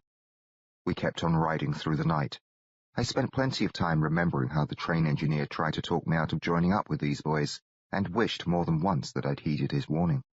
It was far too late for that, though. In the course of a week, I'd helped rob a train, I'd stolen a horse, and I'd stood with a gang in a shootout that left 4 men murdered. I was no better than an outlaw myself, and now McSween judged we had a posse coming for us, so I figured I might end my life just as the engineer had predicted, either shot or swinging from a rope. It made me feel plain sick to think about. I kept looking back over my shoulder. Behind us was nothing but moonlit desert. Maybe a posse won't come, I told myself. I couldn't take much comfort from hoping that, but I did finally calm down. What helped my nerves was knowing I was with the boys, and they weren't likely to let any posse have its way with them. No, sir. I wouldn't be getting myself shot or hanged so long as I stayed with McSween and Chase and Emmett and Snooker and Breckenridge, and the engineer be damned. My optimism lasted till just after dawn. That's when we halted near the top of a rise and spotted the cloud of dust a few miles to our rear. I couldn't see anyone back there, just dry washes and piles of rock, cacti and stunted trees, and all that blowing yellow dust. Ah, shit. Snooker said. Chase glanced at McSween. 15, 20 of them. Least 20, I'd say. Oh, shit, Snooker said again. Who'd think a town that size, McSween said, could come up with that many fellas eager to get their toes turned up? Reckon we ought to split up? Chase asked. Oh, I didn't care for that notion, not one whit. Goosebumps went scurrying up my back like a troop of spiders with icy feet. It'd thin 'em out, Breckenridge said. I'd sure rather have 4 or 5 on my tail than all of them. McSween commenced to roll a smoke. After giving it a lick, he said, We put our heads together. Maybe we can figure us a better way to thin 'em out. He lit up. Smoke curled away from under his moustache as he sniffed. Get my drift? He offered his makings to me. Dry as my mouth felt, it would have likely caught fire if I'd had a go at smoking. I shook my head. Are you saying we ought to attack them? I asked. Seems like a fine idea to me, he said. Jesus wept, said Breckenridge. Chase gazed off at the dust cloud, which seemed to be closer to us already, and rubbed his chin.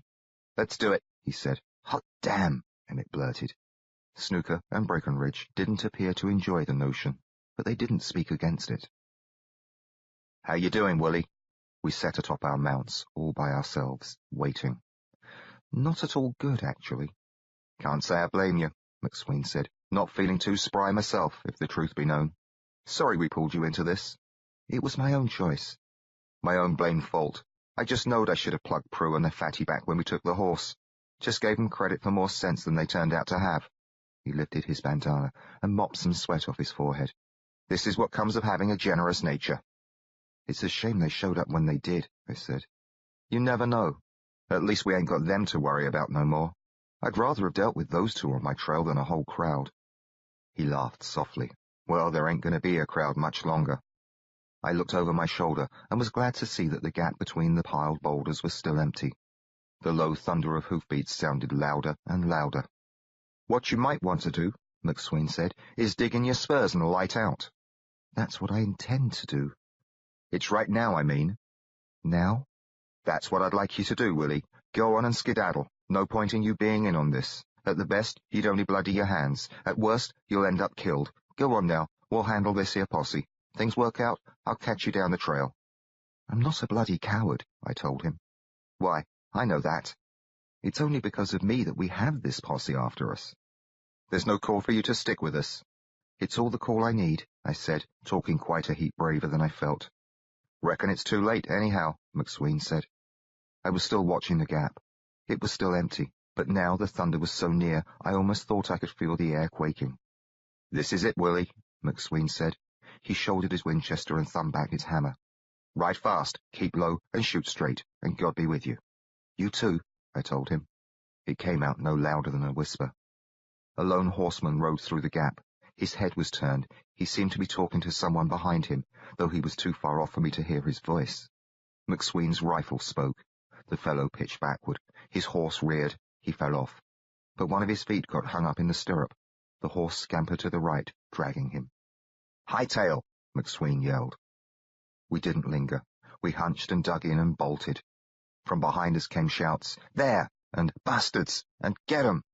It was Whitechapel all over again, a mob after my blood, only this time they had guns. They blasted away at us. Bullets winged off rocks, buzzed past my head. I kept an eye on McSween racing alongside me, low in his saddle, with the wind shoving his hat brim up. He didn't look like he'd been hit yet. So far, I'd been lucky too. I figured a slug was on its way toward my back. I waited for it to whack me, but all I could feel was General dashing like mad, the hot wind rushing into my face so quick it wanted to choke me.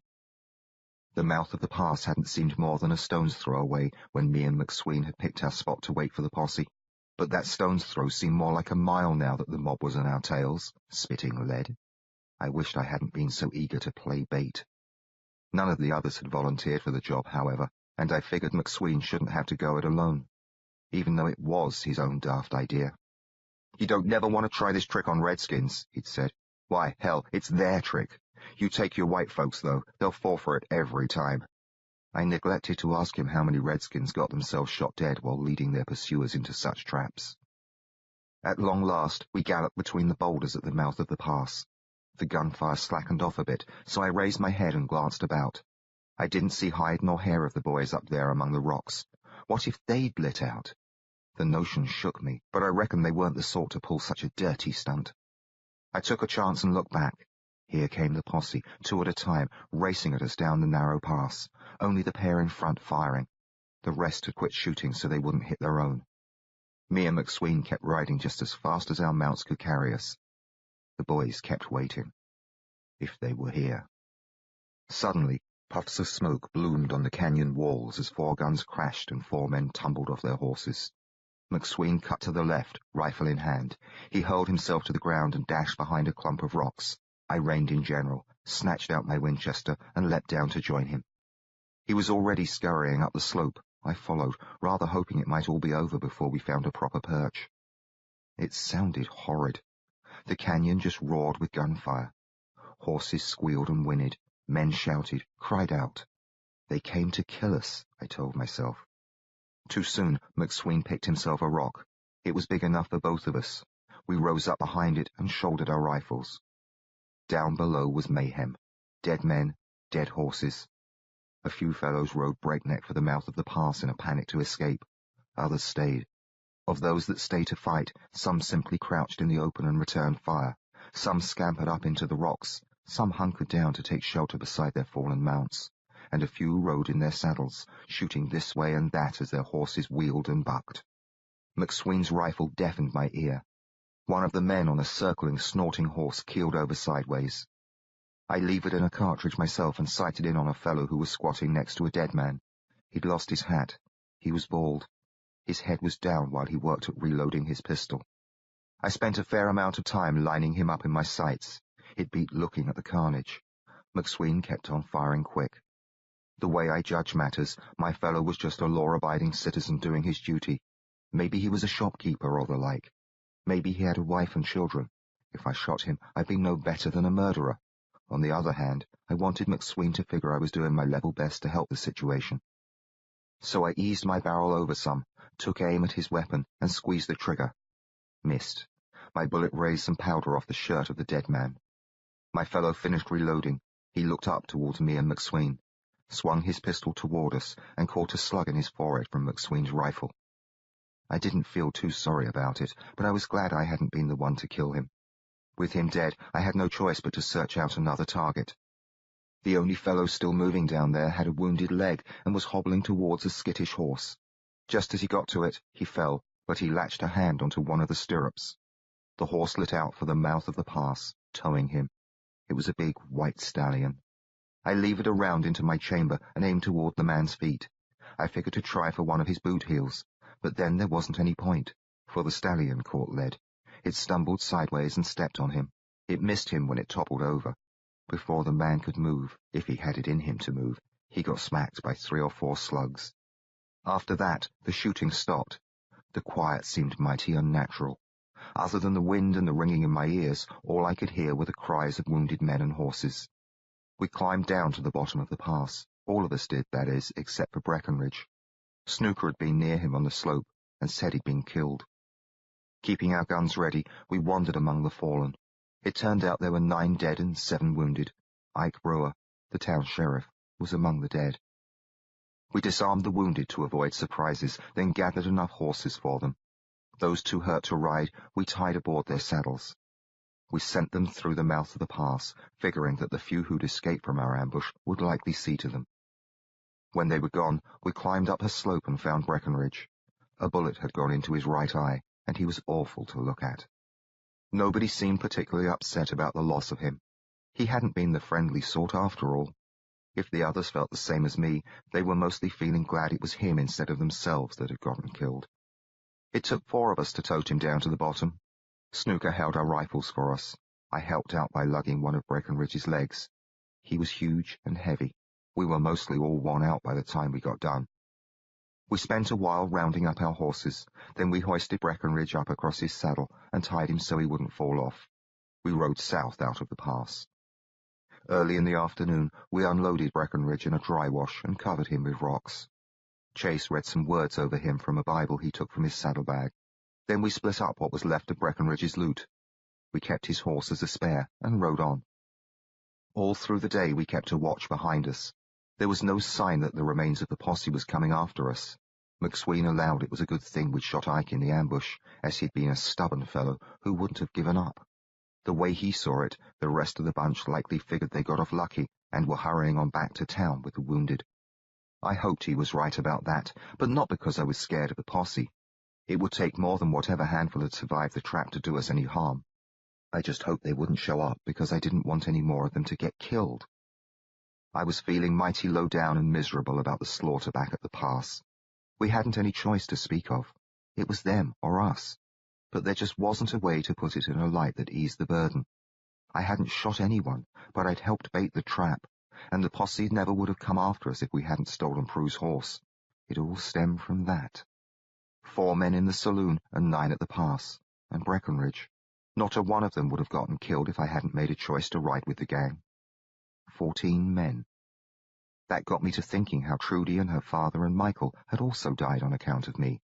No way I could blame myself for the General and Mabel. But they'd taken me into their home, and they'd ended up dead too. It seemed like nobody was safe around me, like I carried a curse that got folks killed. Just a matter of time, I judged, before my curse would wipe out McSween and Chase and Emmett and Snooker, if I stuck with them. Much as I wanted McSween to help me track Whittle, I finally made up my mind to ride out alone. I sure would miss him, but I'd miss him more and take on a new load of guilt if he came along and got killed for his troubles. I didn't let on about my plan. During supper that night, the boys discussed splitting up. Chase and Emmett figured they'd go east in the morning. Snooker said he thought he'd head up to Denver, and McSween allowed as how he and I would make for Tombstone. I acted as if that suited me.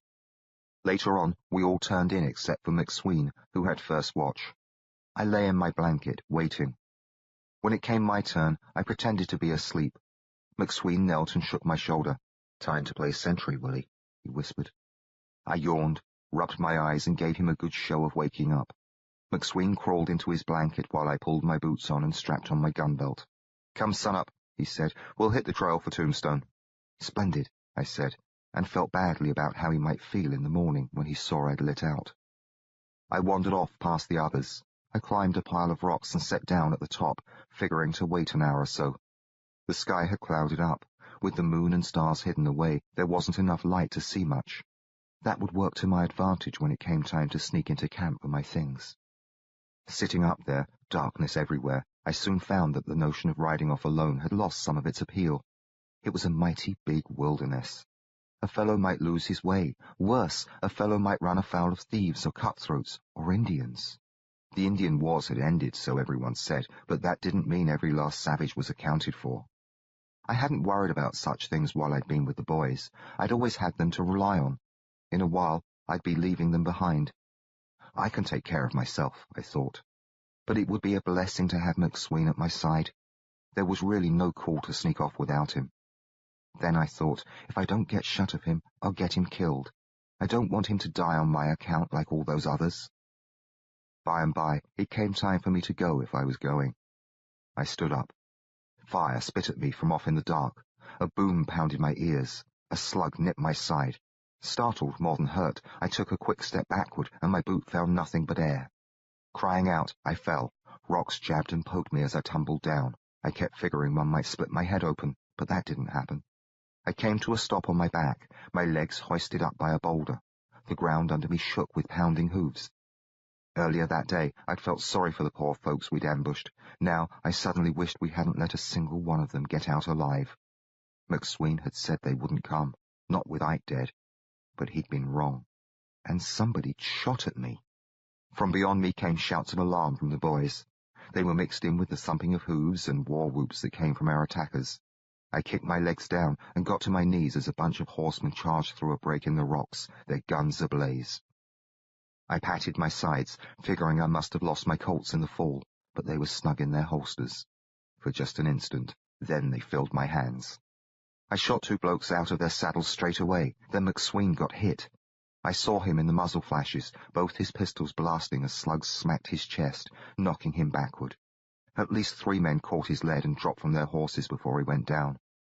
I don't believe I witnessed the ends of Chase or Emmett or Snooker. My eyes weren't watching for them. My eyes were on the horsemen as they dashed this way and that, yelling and firing, some riding at me with their guns a-roar. I used only my right hand, as I'd had a little practice with my left. I never moved my legs at all, but stood there at the edge of the campsite, aiming and firing.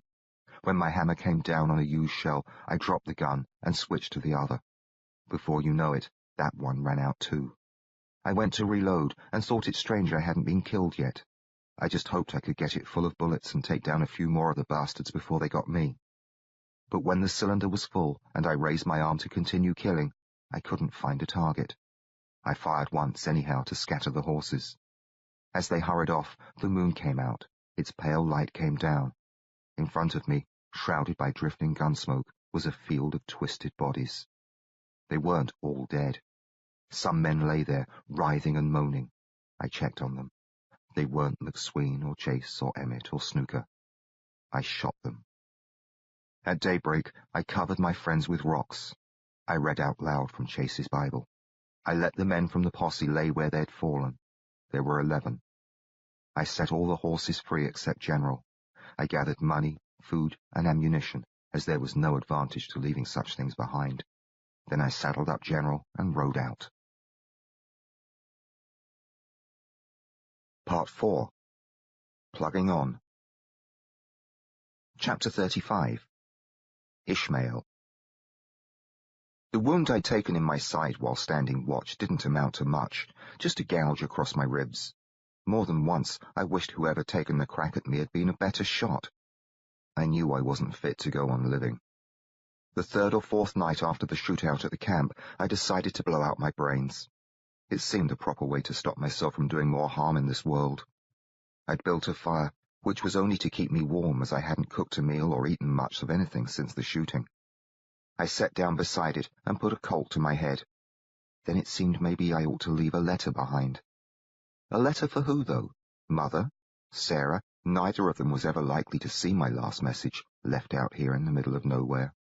Maybe somebody would find it, sooner or later, and send it along. I couldn't count on that, though. Every day I'd been riding west, putting my back to the sunrise and heading for the sunset, and not once had I met up with a human being. That suited me, but it didn't allow much hope of anyone finding my note. What would I write in it, anyhow? That I was the curse of death to everyone I met, that I turned bad and killed men? Wouldn't serve any purpose for Mother or Sarah to know such things. Better to let them go on wondering what had become of me than to weigh them down with the grim truth. So I gave up the notion of leaving a message. I thumbed back the hammer and was all set to squeeze the trigger when General gave a snort. The sound reminded me that he was hobbled for the night. He would die if I went and shot myself without releasing him first. I only aimed to kill myself, not General. So I holstered my gun and went to him. He looked over his shoulder. "You'll be quite better off without me, chum," I explained, and gave his neck a pat. Then I crouched down and untied the hobble. "Get on now," I smacked his bum. He trotted off a bit, stopped, and looked back at me. It was no concern of mine. He was free. He could stay or go as he chose. I judged he'd move on once I'd finished putting a slug into my brain pan. I walked back to the fire, sat down, and drew my Colt. As I pulled back the hammer, I remembered how the train conductor had tried to shoot me dead, only his gun had misfired. It hadn't been a bad round, as it had gone off just a while later when I was riding away with the boys, shooting at the sky. I'd counted the misfire to be a rare piece of luck. I didn't look at it that way now. It had been the worst kind of luck. Leastwise for the gang and the men who came after us in the saloon and the chaps of the posse. All those fellows were dead because of one misfire. Well, it wasn't likely to happen twice. And if it should, I had me 4 more chambers full of bullets in the one gun, 5 in the other. Emmett had taught me not to travel around with a round under the hammer, and only to load that chamber for target practice or troubles. There wasn't enough luck or magic or whatever in this world to stop them all from doing their job. A miracle wouldn't be saving me this time. I judged the misfire had been a miracle of sorts, pretty much as if I hadn't been meant to get killed. Pondering over that, I saw how I'd squeaked by and survived dicey situations over and over again ever since the night I set out for Whitechapel. There was the ocean, which should have either swallowed me up or froze me solid long before I ever reached the shore of America. There was Whittle, who'd butchered so many folks but not me. Getting chucked off the train by Briggs could have been fatal all by itself. Chase had threatened to shoot me. I gave that some thought, though, and allowed it shouldn't count. He'd likely be joshing, and never actually intended to do such a thing. The conductor, though, he certainly had a go at me and failed. Not a bullet had touched me during the gunfight at the saloon. Of course, I don't believe that Prue or the others got off a single shot, so maybe that shouldn't count either. But the posse men had taken a great many cracks at me, particularly when McSween and I were leading them into the ambush. Later on that night, a fellow had creased my side. If he'd been half good with his gun, he would have killed me, sure. All that made for quite a string of close shaves, but then I'd come through the massacre at the campsite without taking a hit. Mighty perplexing when you consider I only just stood there and didn't take cover, and the bullets flew so thick and everyone but me bit the dust. Just call me Ishmael. I lowered the Colt onto my lap and gazed at how its black steel gleamed in the firelight. And I only am escaped alone, I whispered. Had to be a reason. Had to be a reason I'd survived such a passel of narrow calls. The reason had to be Whittle. I was meant to live long enough, at least, to put him in the ground. That's how I figured it anyhow. And that's how come I decided not to shoot myself that night, after all. Chapter 36. Strangers on the Trail. Once I made up my mind to go on living, I still didn't feel any better about being the cause of so many deaths, but I did, all of a sudden, find myself hungry. General had wandered off, so I had to chase after him. I brought him back to the camp and hobbled him. Then I cooked myself up a pot of beans.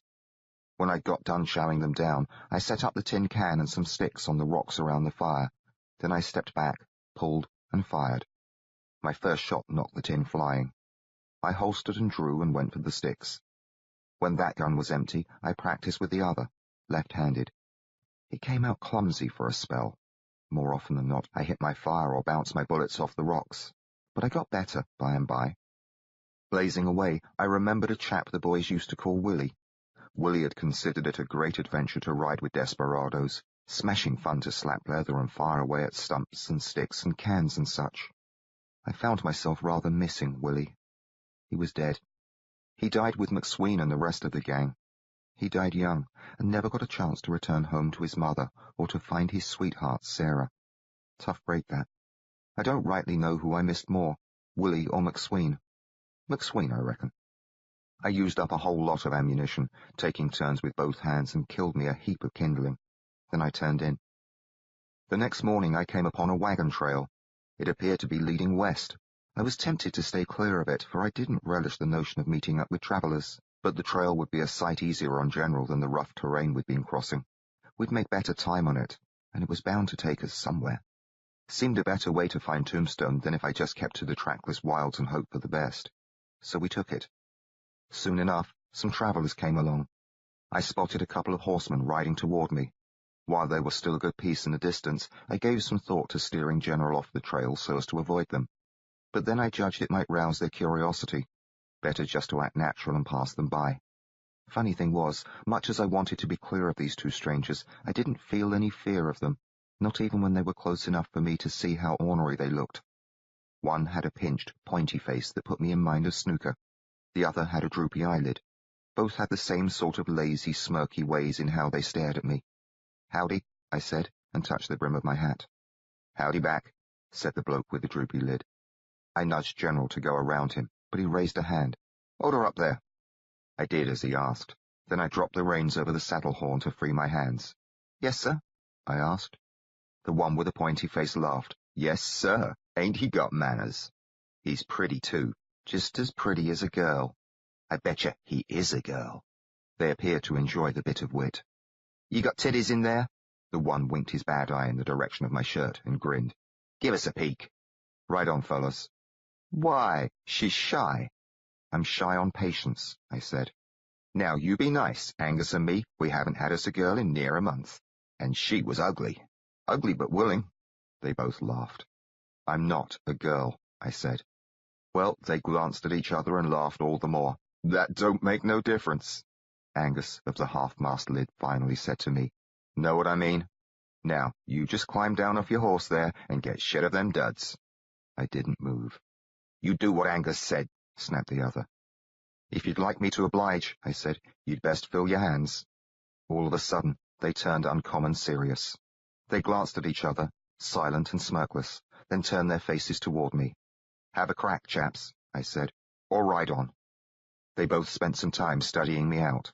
I saw their eyes flick about, taking in my holstered Colts, the torn and blood-stained side of my shirt, my hands resting atop my thighs and my face.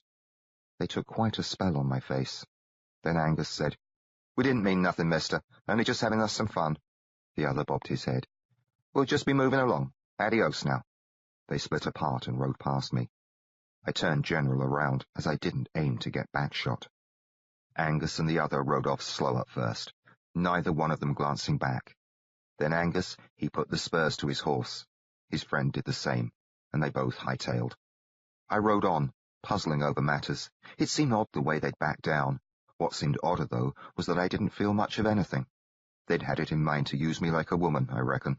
But I hadn't been scared the whole time, nor had I felt any relief when they'd given up the notion and gone away. Comes right down to it, I'd just as soon have shot them both. I didn't wish I'd shot them, though. I just didn't care, either way. Late in the afternoon, a covered wagon turned up. It was heading west, same as me, but going so slow that I was bound to overtake it. A blanket draped the rear opening, so I couldn't see how many or what manner of folks the wagon had in it. Whoever they may be, I wanted no truck with them. I figured to ride by quick and urged General to a trot. But when we came alongside the wagon, I saw how its canvas side was painted up with pictures of red bottles floating this way and that among words that said, "Dr. Jethro Lazarus, purveyor of the world-renowned Glory Elixir. Good for what ails you." There was plenty more to read, so I slowed General down to an easy walk. Toward the rear was a notice that said you could buy one bottle of Glory Elixir for a mere $1. Toward the front it said, "Glory Elixir, guaranteed to vanquish whooping cough, palsy, sour stomach, boils, feminine complaints, arthritis, runny bowels, gangrene, rattlesnake bite, gaseous embarrassments, dropsy, dizziness, death." The Glory Elixir's list of cures rather amused me till I saw the final one, death. That one took me by surprise and took the fun out. I put my spurs to General, figuring to get shut of such nonsense. As we hurried by, I took a gander sideways at the driver. He was all alone at the front. "Say there, young fella." "Good day," I said, and left him behind. "Cowards die many times," he called after me. Well, I didn't rightly know what he meant by that, and I judged he could call me a coward if he pleased. What got me to rein in General was that I recognized the words. As the wagon rattled closer, I met the old man's eyes and said, "The valiant never taste of death but once." He smiled real cheerful. "A man of learning. Delighted to make your acquaintance. Dr. Jethro Lazarus here. Trevor Bentley, who hails, no doubt, from the land of the bard." "Quite true," I said. "Would you care to join me at the helm?" He patted the seat beside him. Well, he looked peculiar but harmless, a heavy chap with a red nose and white beard, his head topped with a bowler hat that had 2 white feathers swooping up from its band, one at each side. Golden hoops hung from his ears. He wore a leather shirt that shivered all over with fringe. It was cinched in around his huge belly by a beaded belt. He didn't wear a pistol, but a rather large knife was sheathed at his hip. His trouser legs were tucked into high moccasins that nearly beat his shirt for all their fringe. I judged the sensible thing might be to stay out of his reach. Besides, a blanket draped the opening behind him, so I couldn't see into the wagon. No telling who might be back there, laying low. "I'll keep to my mount, but thank you for the offer." "I'm on the way to Tucson myself," he said. "What about you?" It didn't seem wise to tell him my plans. "Just touring about, I reckon." "Beware the heathen, barren places of lawless men and savage race." Not Shakespeare, is it? Lazarus. "You're a poet, then?" "Poet and purveyor of the Glory Elixir." I wanted no truck with his Glory Elixir, so I asked, "Did you encounter a pair of rascals earlier?" He let out a soft chuckle. "I do hope they did you no mischief. They beat a quick retreat at the sight of my friend Buster." He reached down by his feet and hoisted a shotgun. Its barrels were cut off short, just in front of the forestock. Buster. I half expected him to point it at me, but he stowed it away. "Buster's sent many a miscreant to glory," he said. "When he gets done with them, they're well beyond the aid of my elixir." I couldn't help but smile at that. "Doesn't it vanquish death, then, after all?" "Why, it most surely does, Trevor. However, the vital revivification of the deceased is greatly impeded by the destruction of his anatomy. That is to say, it don't work worth spit if I've blown off the bastard's head. Now that I'd been hauled into this talk of death and the merits of Lazarus's flim-flam elixir, it all didn't seem so grim. If a bloke's anatomy wasn't destroyed some, I allowed, he wouldn't likely be dead in the first place. All depends, my friend. Depends on how much is intact and how much is demolished. If a chap's dead, he's dead. This glory elixir of yours won't change that. There are more things in heaven and earth, Horatio. I might look like a fool, Dr. Lazarus, but I don't regularly think like one. Well, he pulled back on the reins and halted his team. I'll tell you what, Trevor, just suppose I give you proof, right before your very eyes, that my glory elixir has the power to raise the dead. Reckon I'd purchase a bottle, I said, shaking my head. He couldn't prove any such thing, and I knew it. Still and all, as he climbed down and I followed him toward the rear of the wagon, I found myself wondering whether I could backtrack to the place I'd buried McSween and the boys. And I wondered if they were shot up too much for the elixir to work on them. Then I wondered if I should buy enough to raise the other 11. That'd be the proper thing to do. But I judged they might try and shoot us all over again, and then I took a mind to kick myself for allowing such thick-headed notions. No amount of glory elixir could fix any one of those fellows. Be that as it was, I'd worked up a powerful curiosity to see the old fellow's proof. He let down the gate at the back of his wagon, then crawled in under the blanket. The wagon shook some as he scurried about inside.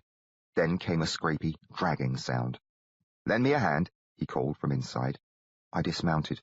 By the time I'd got done tying General to a bolt at the back of the wagon, the blanket was abulge with Lazarus. He jumped to the ground, hauling at the end of a wooden box. A pint bottle of elixir was standing atop the box, its red fluid sloshing about. He stopped pulling, grabbed the bottle, and tossed it to me. Then he went on dragging. More and more of the box slid into sight. "What have you there?" I asked, though I could sure see what it looked like. "A casket. Be a good lad and take the other end." Chapter 37. Lazarus and the Dead Man. My curiosity shrank some. I didn't hanker to see what might be inside the casket, but I slipped the bottle into my pocket and did as he asked. When I got close, I had to hold my breath so as to avoid the sickening aroma in the air. My end of the box was so heavy I nearly dropped it, but I managed to hang on until we got it lowered into the dust behind the wagon. Then I stepped back a few paces to get clear of the odor. The hard work must have tuckered out Lazarus, for he sat down on the casket. He plucked a kerchief out of his trouser pocket and mopped his brow. "You have a corpse in there, don't you?" I asked. He answered with a wink. "Be a good lad and pass me the elixir," he said. I handed over the bottle. He uncorked it, took a swig, and sighed. "Good for what ails you." "Have a drop yourself," he said, and held it toward me. I shook my head. "I reckon I'll move on. I've seen my share of dead folks." "Nothing to fret yourself over. He's in passable shape. He don't even stink much, long as you stand upwind. It was only 2 days ago I cut him down." "Cut him down?" "He's a fellow who threw a long rope and wound up at the end of a short one." "Threw a long rope?" "A rustler. Cattle. Only his luck ran dry, and he was strung up by the ranch hands that nabbed him. I arrived upon the scene purely by happenstance, in the very nick of time to watch him swing. It was a stroke of wonderful good fortune. Very difficult, you see, to find a healthy subject for revivication." He took a few more swallows of the elixir. "A lynching's just the thing. If a fellow's hanged proper from a gallows, you see, his neck gets itself snapped. Stretched considerable, too. That's if he don't drop too far and get his head popped off altogether. Either way, the fellow ain't fit. I've brought back a few that have had their necks busted, and they pretty much put off my customers. How they stumbled about with their heads all wobbly. But you take a fellow that's gotten lynched. He's generally been choked to death, so his neck's in fine shape. That's how it went with this one. Choked. Strangulated." He rapped his bottle against the top of the casket. "Right off, I knew I'd have to have him. The ranch boys didn't want me to take him, as they preferred to let him dangle as a lesson for others of his ilk. But I paid them $1, and they allowed me to cut him down." Lazarus raised the bottle again, took one more sip, then corked it. Smiling at me, he said, "This fellow here, he'll be dandy once he gets a taste of the glory elixir." "I shouldn't think so." "Shall we give it a try?" Lazarus stood up. He handed the bottle to me. The lid was only just laid across the top of the casket, not nailed down. The old man bent over it and took hold of the edges. I figured if I aimed to skedaddle, now was the time. I just stood there, though. He had me hooked. I knew he couldn't bring a corpse back to life, but I sure wanted to see how he played out his bluff. Then he frowned at me and straightened up again. "Only one problem," he said. "Indeed, I should think there might be at least one." "I've been fixing to save this fellow for demonstration purposes after I got him to Tucson. Can't lose him now for just one sale." "Then you wish me to buy more than one?" "A revivification ought to be worth 5 bottles. I'll purchase 10 if he's truly dead and he comes back to life." "That'll cost you $10. Are you traveling with enough?" His question put me off even more than the prospect of seeing a dead man inside the casket. I suddenly knew the name of his game. He had no intention of revivifying the corpse. He hadn't been inside the wagon for long, but long enough to slip Buster into the box alongside the body. "I have $10 to spare," I said. "You sure?" "Open it up." "By and by," he said. "We have one other small matter requiring discussion." "Yes?" He towed the casket. "Like I said, I aim to use him at Tucson. He won't do me no good at all, alive and kicking, so I don't want you causing a fuss when it comes to re-killing him." "Certainly not," I said. "I'll need to strangulate him, you see. It won't be a pretty sight." "It's quite all right with me," I said, knowing it wouldn't come to that. "What I'm saying, Trevor, don't get overly fond of him." "Not likely," I said. He bent down over the casket again. As he shoved the lid off, I switched the elixir to my left hand, dropped my right to my 6-gun. Lazarus didn't reach inside, so I didn't pull. I stepped closer, holding my breath to keep out the awful stench. No sign of Buster. Just a dead man. A skinny chap who didn't look to be much older than 30, wearing boots, dungarees, a dirty plaid shirt, and a noose. The noose was loose around his neck, the looped bundle of the hangman's knot resting atop his chest, and the cut end of the rope dangling off to the side. His neck looked as if it had been polished with bootblack. His tongue was black, too. It stuck out from between his teeth. His face had a nasty greyish colour. There were pennies on his eyes to hold the lid shut. I was relieved to find his eyes covered, but thought it a spot peculiar that the pennies hadn't fallen off, what with how the casket had gotten jostled about. Lazarus gave each penny a flick. They skittered away and rolled about the bottom of the box. The eyes stayed shut. "Would you care to do the honours?" he asked. I shook my head and handed him the bottle of elixir. Lazarus uncorked it with his teeth. He spat out the cork. It missed the dead man's face. "You might prefer to stand back, Trevor. These fellows can get awful frisky." I was happy to oblige. I stood back and breathed again. The stink was still there, sour and sweet at the same time, but if I moved any farther off, I wouldn't be able to keep a close watch. I stayed ready, just in case Lazarus had tucked Buster out of sight underneath the corpse. The first thing he did, he tucked the black tongue inside the fellow's mouth where it belonged. He pulled down on the jaw to make a bigger target, then commenced to pour elixir out of the bottle. Some of it missed, splashing the grey lips and running down the whiskery cheeks, but some found its way into the mouth. I saw that his teeth were grey, which seemed a mite peculiar, but then the elixir dyed them red. Lazarus quit pouring. The dead fellow just laid there. I took myself a deep breath, then held it and stepped up close. Standing directly above the corpse, I could see a little pool of elixir down there inside his mouth. It didn't appear to be going anywhere. He gulped. I flinched and jumped back. With a whiny noise, he sucked in air, then let it out with a loud sigh. He licked his lips, then opened up as if he hankered for another dose. Lazarus obliged him. The fellow's Adam's apple bobbed up and down. He swallowed just as fast as Lazarus could dump elixir in. "That should do him." Lazarus uncrouched himself and rushed backward. I moved away some and breathed again. I didn't rightly know what to make of all this, but I was sure keen to see what would happen next. What happened next was the fellow let out a squeal that made my hair rise. Then he bolted up, buggy-eyed and wheezing, grabbing the edges of his box, and leapt to his feet. He looked down at himself. He glanced at Lazarus, then at me. Then he cried out, "Whee!" and commenced to clap his hands and prance about on the floor of his casket. "I'm saved!" he yelled. "Lordy, lordy, I'm saved!" Well, he hopped over the side and bounded toward me, weeping and laughing. I was just too shocked and perplexed to get clear of him in time. He grabbed me and hugged me and kissed my cheek. And didn't he stink? I shoved him off, and he went skipping over to Lazarus and gave him a slew of hugs and kisses. Lazarus acted more friendly toward him than I'd done. I reckon he was used to such doings. Instead of trying to free himself from the creature, he hugged him and patted his head. "No call to take on," he said. "You're fine. You're just fine, young man." "I was hung. I was dead and gone." "You've been revivified," Lazarus explained, giving him another hug. "You've been returned to the land of the living with the aid of my patented glory elixir." Glory elixir? Good for what ails you. Glory, glory, hallelujah! He broke away from Lazarus, and I feared he might come after me again. But instead, he dropped to his knees and hoisted his arms into the air. He gloried and hallelujahed for quite a spell. He was still at it when Lazarus stepped around him. He walked toward me, looking solemn and thoughtful. You've witnessed a miracle, he said. Witnessed something? He laid an arm across my shoulders and led me toward the wagon. It's truly a wondrous thing to behold, the restorative power of the glory elixir. It revives the dead. Just imagine the curative miracles that such a fluid works on the living, such as yourself. Why, with 10 bottles at your disposal, I've no doubt but you'll find yourself fit as a fiddle for a century at the very least. We stopped at the rear of the wagon, and he climbed in. While Lazarus was out of sight, I turned my attention to the other fellow. He was still on his knees, but he'd quit acting strange. His face was the same dingy grey hue as when he'd been dead, which was odd. Now that he was breathing again, seemed like his skin should have taken on a healthier colour. When he saw me looking at him, he smiled. "How do you like being dead?" I asked. "Not much," he said. "If you don't care for it, you'd best hurry off. Lazarus aims to re-kill you." "Trevor!" Lazarus shouted from inside the wagon. "I thought he ought to know, actually." The revived fellow wasn't smiling anymore, but he wasn't lighting out either. "You'd best skedaddle," I warned him. He just stayed, kneeling there.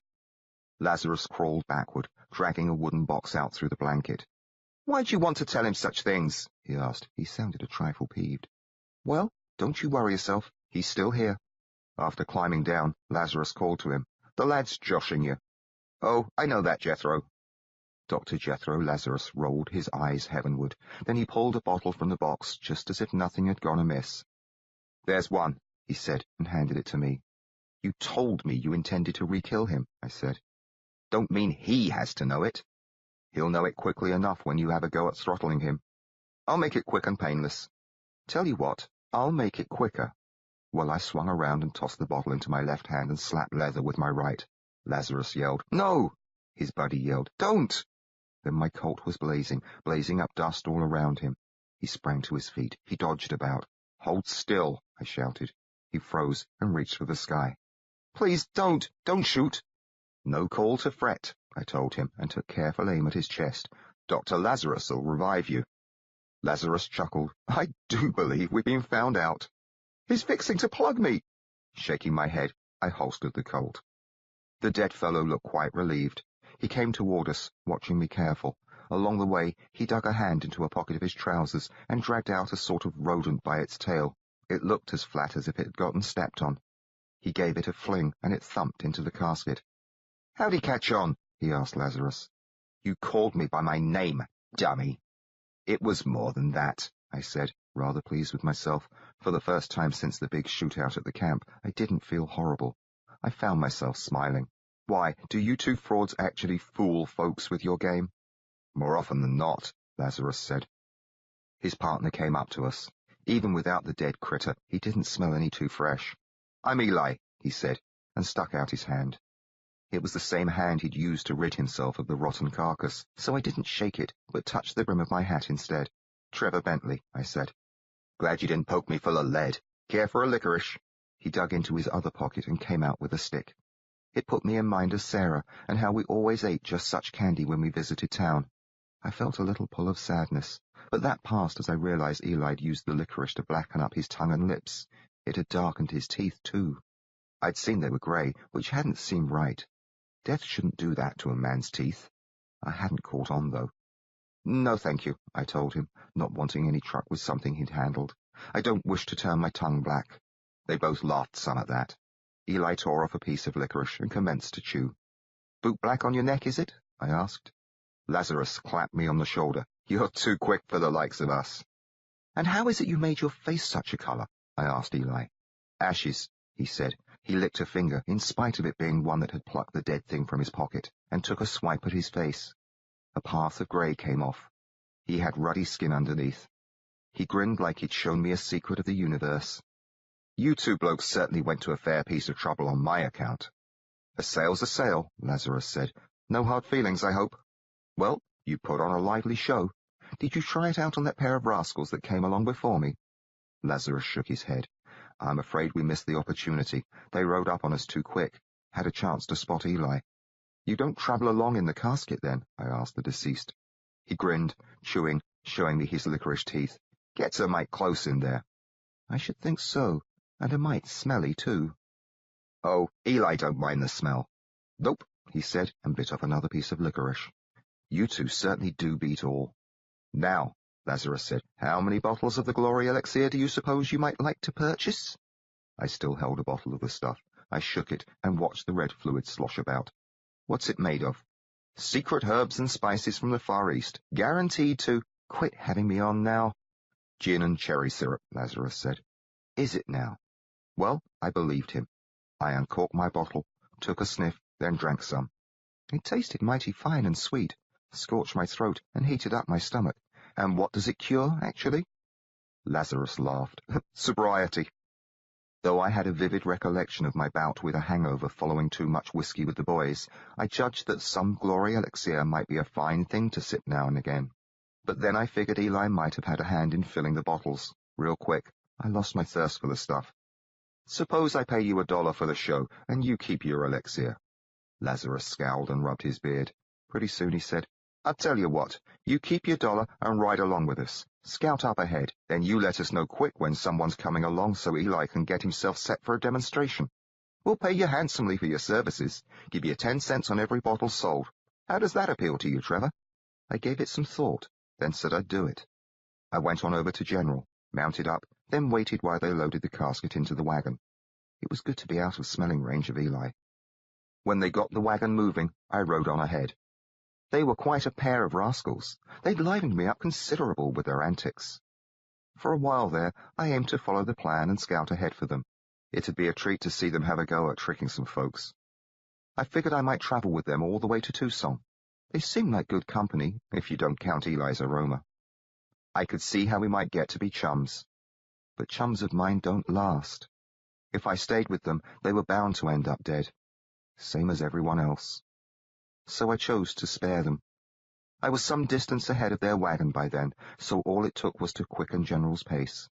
By the time I looked back, they were out of sight. Chapter 38. I Get Jumped. Later on that same day, another wagon came along. This one had a man and woman up front and a boy about my own age riding a mare alongside. I considered warning them not to be fooled by Lazarus and Eli, but chose to let them look out for themselves. If they were fools enough to fall for such a swindle, they deserved it. Besides, I judged it would be low down of me to ruin business for those two chaps. All I did was say, "Howdy," as I rode by. The woman acted like I wasn't there at all, but the man and boy watched me close as if they feared I might be a desperado looking for a chance to gun them down. Lazarus and Eli weren't likely to have much chance with this crowd. Nobody else came along. When the sun got low, I put some distance between me and the trail. I found a sheltered place in a dry wash. After seeing to General, I did some shooting practice. Then I made myself a fire and cooked up a can of beans. Now that I'd regained my appetite, the beans didn't seem altogether satisfying. They filled me up, but I had an awful hankering for fresh meat. After supper, I felt like having a smoke. Didn't have any makings, though. They were back at the old campsite with the rest of McSween's things. I turned gloomy, remembering McSween. So I pulled a whiskey bottle out of my saddlebag. It had belonged to Breckenridge. I'd taken it, along with the gang's ammunition and money and some supplies, even though I hadn't the heart to take McSween's tobacco and paper. I uncorked the bottle and worked on it.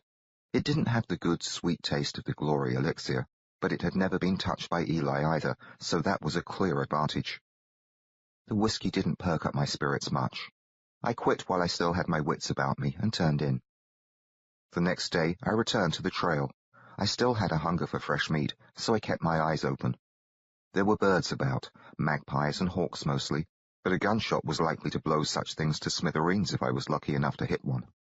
McSween had told me once that rattlers make good eating, but not a one showed itself. I figured that was for the best, as I wasn't keen on the notion of chowing down a snake. I did spot a few gophers or prairie dogs. They'd poke their little heads up out of holes. I'd dismount and have a crack at them with my Winchester, miss, and go on my way again. It was starting to look like I'd be eating beans from here to the next town, but then, long about noon, I caught sight of a jackrabbit as it hopped off from behind a boulder about 50 yards off. I lit out after it. The critter led me a merry chase, but I closed in, slapped leather, and shot from the saddle. My first bullet knocked its brains out. Feeling mighty pleased with myself, I dismounted and fetched my knife. It had been Snooker's knife, which he'd always worn on his belt. I carried it in one of my saddlebags as I hadn't figured out a good way to wear it, what with having holsters at both hips.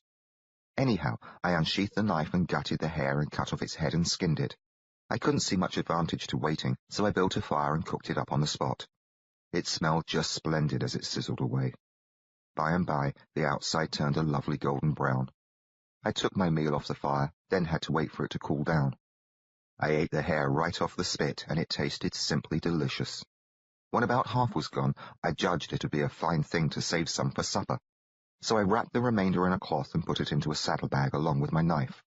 Then I climbed onto General, and we headed back for the trail. We were almost there, passing through a gap between some boulders, when my head got clobbered. Whatever it was thumped me solid through the crown of my hat and shook my brains. I couldn't see anything but red as I tumbled sideways and bounced off some rocks. After I hit the ground, my vision came around in time to let me watch General prance so as not to step on me. I tried to sit up, wondering what had struck me. Just then, someone leaped off the top of a boulder and landed in my saddle. General, spooked, reared up on his hind legs. The stranger yelped and pitched backward, boots kicking at the sky, then came crashing down on top of me. My air blew out. The wound in my side felt like it burst open. The rascal set up quick, so I snatched a handful of shaggy hair and tugged. Out popped a grunt that sounded like it came from a boy no more than 7 or 8 years old. I'd been attacked by an urchin? It crossed my mind that he seemed mighty big for his age, more my own size, but I had no doubt he was a child, so I figured I shouldn't shoot him unless I had to. Instead of going for my gun, I kept him held down atop me by the hair and used my right hand to punch him in the side. He grunted and flinched every time I struck a blow, but that didn't slow him down. He squirmed and twisted and finally sailed an elbow into my side. It found my wound. The pain turned me weak, so I lost grip on his hair and he went to sit up.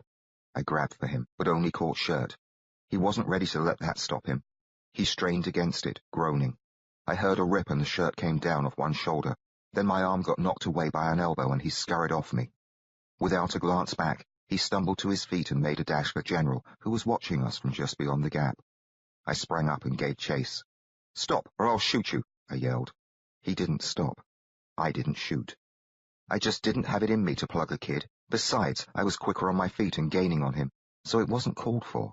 He was still a few strides short of General, yellow hair all a-bounce, shirt flapping behind like a cape when I dived and caught him around the legs. He went down hard. Breath whumped out. We both skidded through the dust. General scampered clear. But the kid wasn't done yet. He squirmed and kicked, got his legs free, and smacked a boot heel into my head. Well, that pretty much shredded my temper.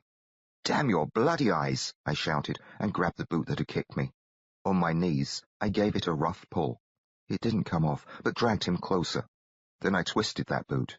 Crying out, the kid flipped over onto his back. If you're a sharp reader, it won't come as any surprise to find out that the kid was no boy at all. I wasn't reading about the situation, though. I was living it, and let me tell you, I couldn't have been any more surprised if he turned out to be a circus monkey. For a while yet, I still thought I'd caught a boy. He no sooner rolled onto his back than I dropped his boot and charged ahead on my knees, all set to pulverize this kid who'd attacked me and obviously aimed to steal my horse. But the way the shirt was sprawled open, I couldn't help but see he had what appeared to be a pair of smallish bosoms. I'm not always a quick study. What I thought, just for a bit, was that the lad had a deformity. Maybe he was some brand of freak, or had himself a disease that made him swell up in such a fashion. I'd once read in a book about the bubonic plague, which caused people to grow lumps on their bodies. Maybe what this kid had were buboes. The notion gave me pause, for I didn't relish catching a dose of the plague. My pause was all she needed. She couldn't go anywhere, as her legs were trapped under me, but she bolted upright and swung a fist into my face. It knocked me off to the side. We tussled in the dust, me too stunned to put up much fight. The next thing you know, she was on top of me. She sat across my hips, unleashing a flurry of blows that battered my face considerable. She had a savage look on her face. It was a pretty face, though, and I decided she likely was a girl, after all. So those were breasts, after all, not deformities or buboes. They were sweaty and bouncing about as she lit into me, but I couldn't work up much interest in them. Girl or not, she had to be stopped. I tried to go for my guns, but her legs were in the way. Finally, I managed to catch her wrists. They were slippery, but I held on. She jerked her arms in a frenzy, huffing and grunting. "Quit it!" I shouted. "Stop! I'll have to hurt you." "Hurt me?" She rather sneered it out, then pulled her wrist up and bit my knuckles. I yelped and let go. Before she could take another swing at me, though, I threw my fist at her chin and got lucky. As her head snapped sideways, I bucked and shoved her. She tumbled off me. I scrambled to my knees and pulled a Colt and pointed it at her face. "Don't you move," I gasped. She was propped up on her elbows, ready to have another go at me, but when she saw the gun, she sank back onto the ground and lay there, panting for breath. Blood trickled from a corner of her mouth. Her shirt hung wide open. Her tawny skin glistened in the sunlight. I could see reddish smudges on her side where my punches had landed. Her blue dungarees had gotten pulled clear down past her hips during the fight. Some gold hair curled out over where they buttoned shut. I reckon she saw how I was studying her, for she hiked up the trousers to her waist and shut her shirt. "You think you're going to meddle with me? You better think again. You'd have to shoot me first." "I've every right to shoot you," I said. "You tried to nick my horse." "Well, he's all yours." She propped herself back up again with her elbows. Her shirt slipped open some. She checked to see how much. It left a bare strip down the middle of her chest and hung off the sides of her belly, but it kept her breasts covered, so she didn't fool with it. She was still breathing hard. She blinked sweat out of her eyes and stared at me. "You don't need to go on lying there," I told her. "It gives me less room to fall if you kill me." I couldn't help but let out a laugh when she said that. The laugh made my head hurt worse. I felt around up there and found quite a bump above my right ear. My whole face felt tight and sore from the drubbing she'd given me. I checked my right hand. It had a passel of dents from her teeth, but she hadn't broken the skin. "You sure did me some damage," I said, "but I don't suppose I'll kill you." I holstered my weapon, then added, "Just leave my horse be." "You aim to let me go?" she asked. I didn't know rightly what to do with her. While I gave it some thought, she sat up. Didn't get off the ground, though. She crossed her legs and watched me. "Can't let you go," I said. "You're no better than a horse thief." I couldn't help but recollect that I was the same. Besides, you bashed me about quite a bit. "No more than what you bashed me." With that, the back of her hand rubbed a dribble of blood off her chin. She frowned at it, then showed it to me. "You see?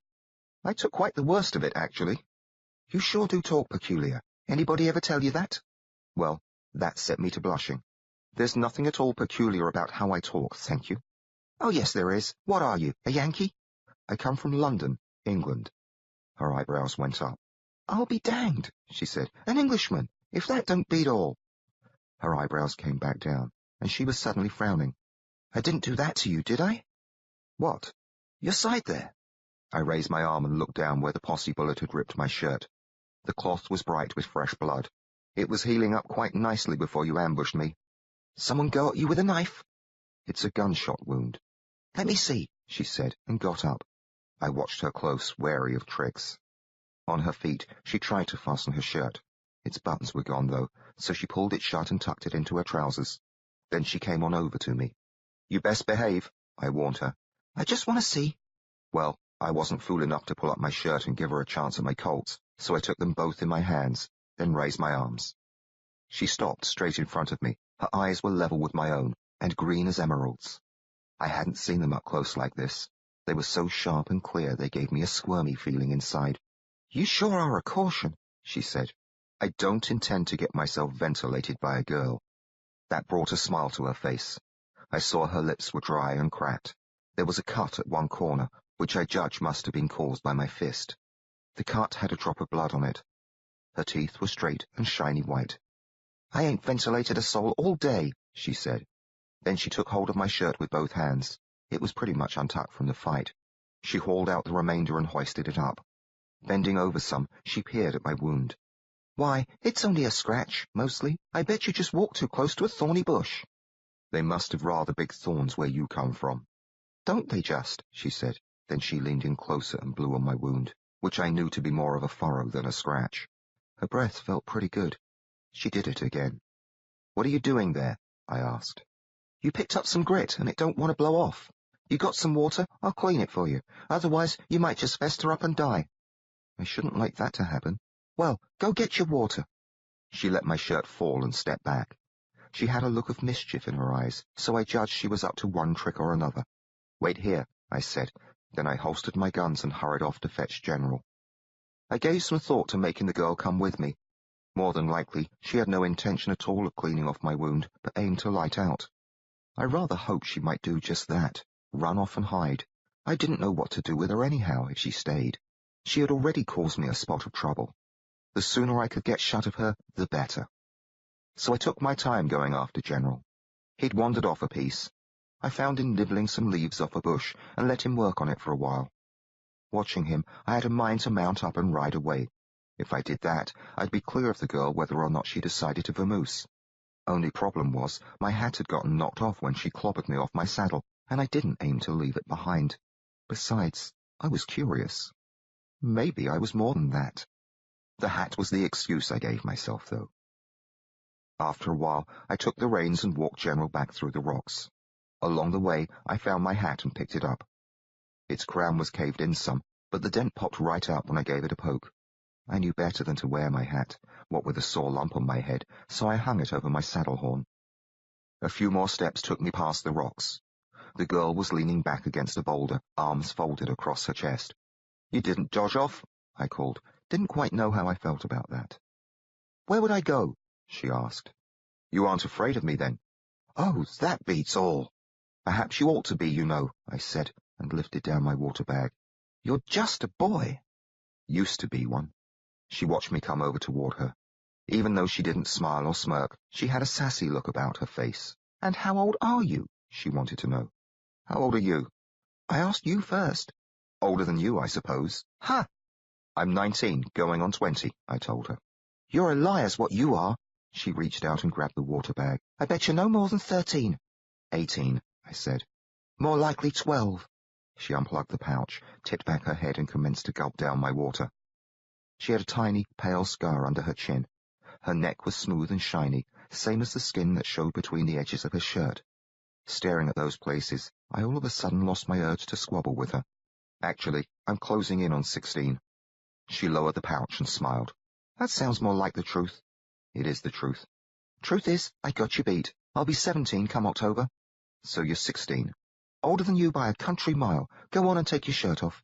She helped herself to another swig while I started to work on the buttons. "What's your name?" I asked. "What's yours?" "Trevor. Trevor Bentley." "Mighty highfalutin." I finished with the buttons and pulled my shirt off. "I told you mine," I reminded her. "Give." She wiggled her fingers at my shirt. I handed it to her. She bunched up the tail and soaked it with water. "What sort of name should I have?" she asked. She pushed herself off the rock, stepped closer to me, and reached the wet cloth toward my wound. "Pick up your arm." I raised my arm, forgetting to take my Colt with it.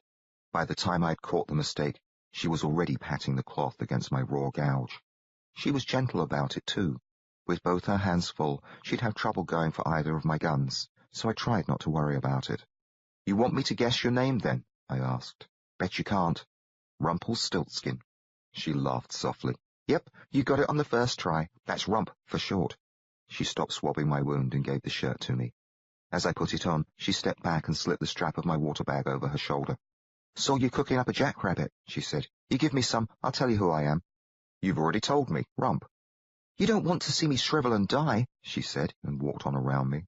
Here we go again, I thought, figuring I might have to throw her down. But she didn't try to mount General. Instead, she gave my horse a few pats, then opened the saddlebag and pulled out the remains of my hair. Turning around, she smiled and said, "Much obliged. That's my supper." "Not any more, I reckon." She unwound the cloth I'd wrapped it in. "Or are you going to shoot me?" "Do you always do just as you please?"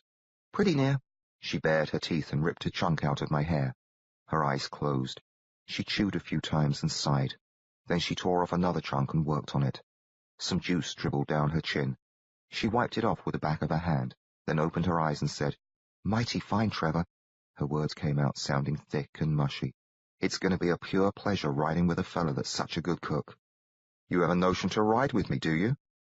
"Name's Jessie. Jessie Sue Longley." Chapter 39. Partners. "Which direction are you traveling?" I asked, figuring this might let me off the hook. None in particular, said Jessie sulongly. Why, you must be going to somewhere. Ain't going to any place, just away from where I've been. Where's that, then? That's my never mind. It's my never mind if you aim to ride with me. What is it you're running away from? Have you got someone after you? Her eyes narrowed. Nobody's after me. What about you? How'd you get yourself shot? That's my never mind, I said. She smiled. Looks like we're even, huh? Looks that way. Far as I know, though, I'm in the clear. Those who cause my troubles aren't looking for me. I can say the same, she said. Mine were all dead. From Jessie's manner, I couldn't help but wonder if maybe hers were dead too. Instead of putting me off, the notion made me feel like we had more in common. Where is it that you don't want to go? I asked.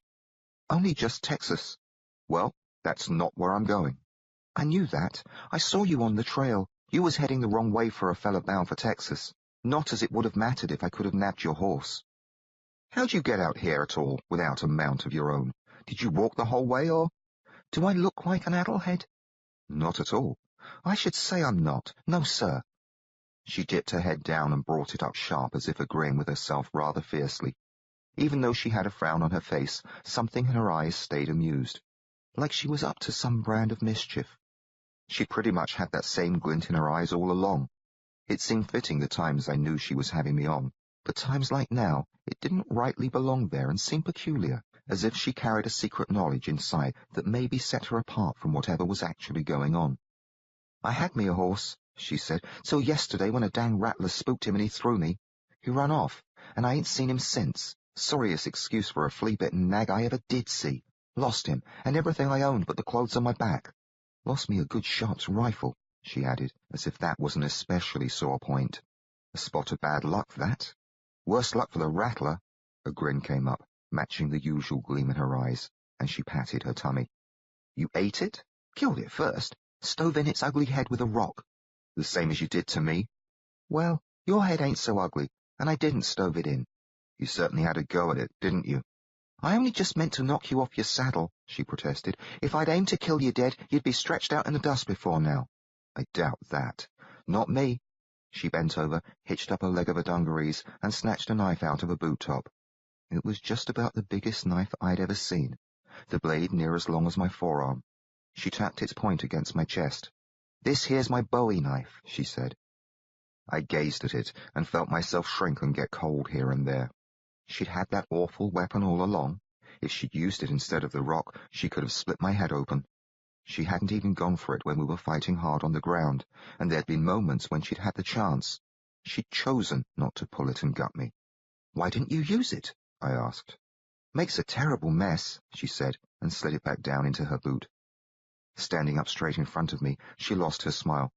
I didn't have any call to kill you. I just needed a horse to ride on. I'd be pleased to have you ride along double with me, I told her. Much obliged, she said. She gave me the water pouch. I took my hat off the saddle horn and hung the pouch there by its strap. I needed both hands to mount General, so I put my hat on and winced as it squeezed the lump on my head. Then I reached down. Jessie took hold of my hand, and I gave her a tow as she swung up behind me. Mind? She asked. Before I could inquire what she meant by that, she plucked the hat off my head. Lost mine down a canyon 2 days back, she explained. It seems you've lost a great deal. She slapped my shoulder. Gained more than I lost, partner. I let her wear my hat. She slipped an arm around my waist, and we rode on over to the trail. It was strange having a girl behind me, hanging onto me, sometimes brushing up against my back. I rather enjoyed it, actually. After I'd seen that Bowie knife, I couldn't help but trust her. I couldn't help but like her, too. She was tough and had more gumption than any girl I'd ever run across. Even though she tried to steal General and she'd hurt me some, I judged she must have a good heart, or she would have cut me open. She was awful pretty, too. I took to feeling glad she'd jumped me. Maybe we'd stay together all the way to Tombstone. But by and by she said, I sure could do with a smoke. The words were rocks that crushed my joy. I haven't any makings, I'm afraid. Too bad. Too bad. Quite. She's bound to end up as dead as McSween, I thought, dead as everybody else who's crossed my trail. There was only one way to save Jessie. I had to get clear of her, and soon. But I told her she could ride with me, and the notion of going against my word didn't set well. Besides, it wouldn't be right to leave her alone in the wilderness without a horse and supplies. So I was stuck with her, at least for now. Glad to be stuck with her, too, though it worried me.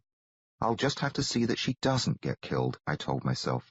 The trick was to keep her alive, and to let her stay with me till we came to a town or met up with some folks who might be willing to take her off my hands. We rode on and on. Sometime late in the afternoon we came up behind a buckboard pulled by a pair of mules. It was still a ways off when I saw it had a boy in the back, a man and a woman in the driver's box. This looked like an outfit that might not mind an extra passenger. The kid was maybe 8 or 9 years old. He said he'd missed a jungle of luggage and supplies, so I judged the family likely had food to spare. I couldn't see how they might object to taking Jessie along if I paid them for their troubles. But it didn't seem right to foist her off on these folks without warning, so I said, I should think this family might be pleased to have your company.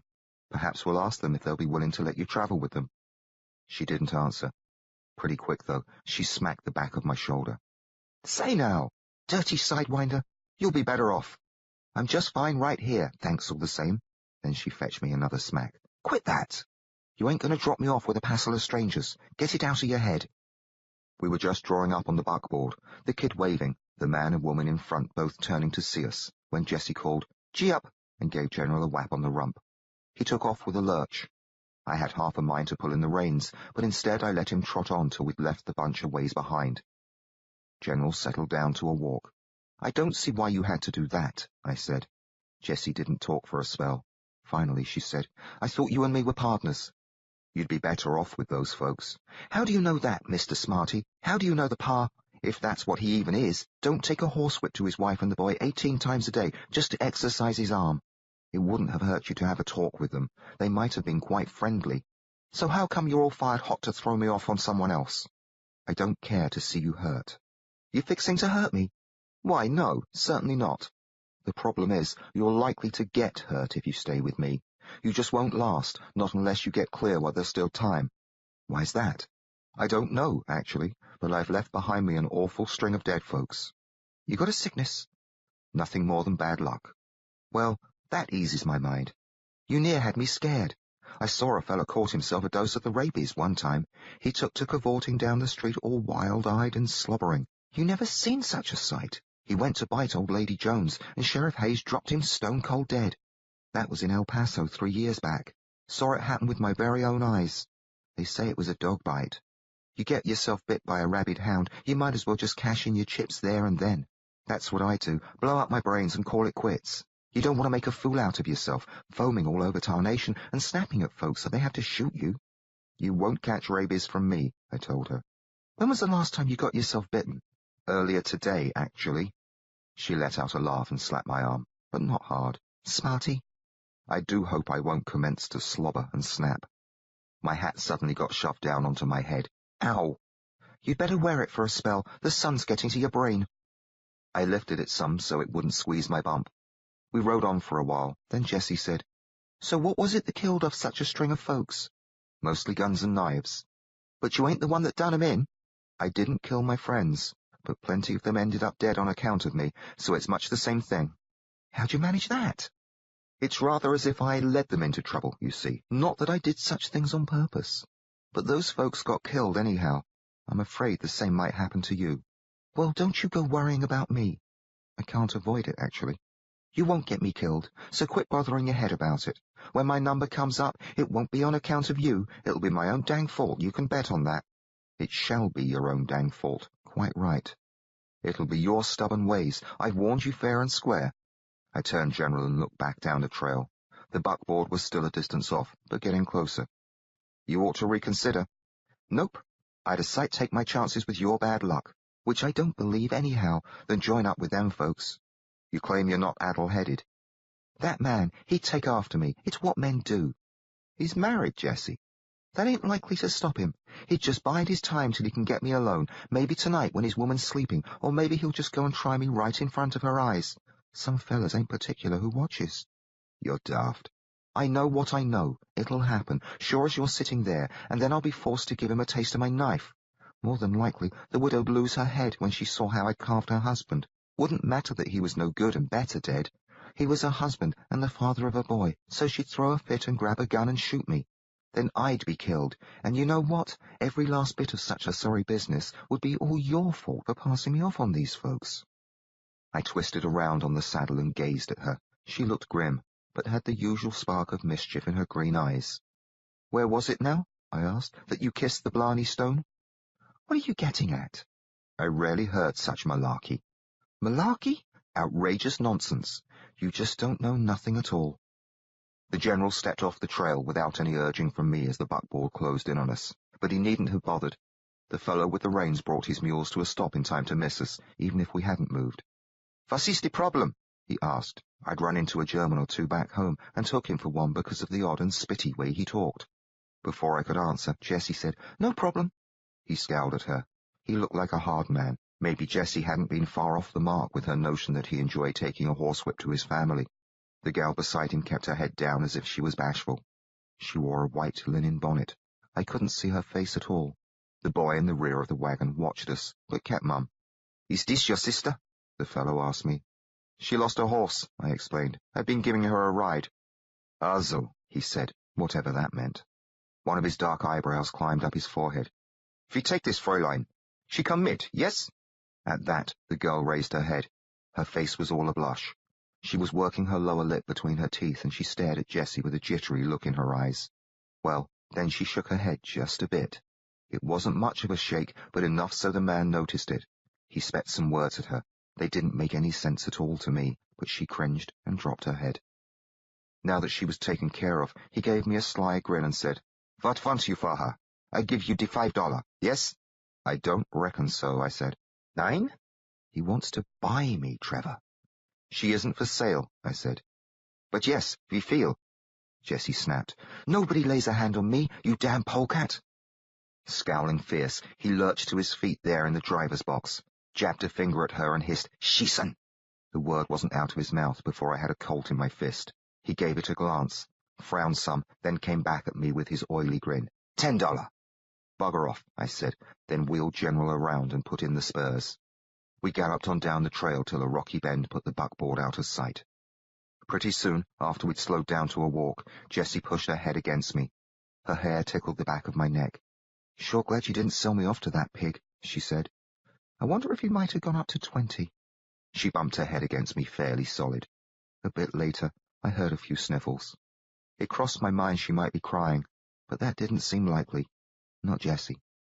Just in case she might still be worried, though, I said, "You can ride with me for just as long as you like. I won't try to give you away again, or sell you either."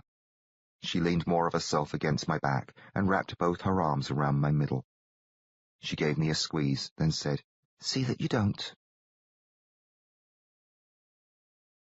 Chapter 40. The Damsel in Distress. Later on, we came to a shallow creek that crossed the trail. Even though we still had some daylight left and could have gone on, it usually doesn't hurt to camp by water. I'd had no trouble yet with running low. It was a dry country, though. If we moved on, no telling when we might run into another place with good water. Other folks were likely to have the same notion. I didn't want company, and figured Jessie felt that way too.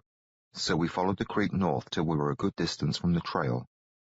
We found a fine spot that had high piles of rock on two sides, and even a few scrawny trees. They'd give us shade till the sun went down, and block out some of the wind that usually stirred up cold at night.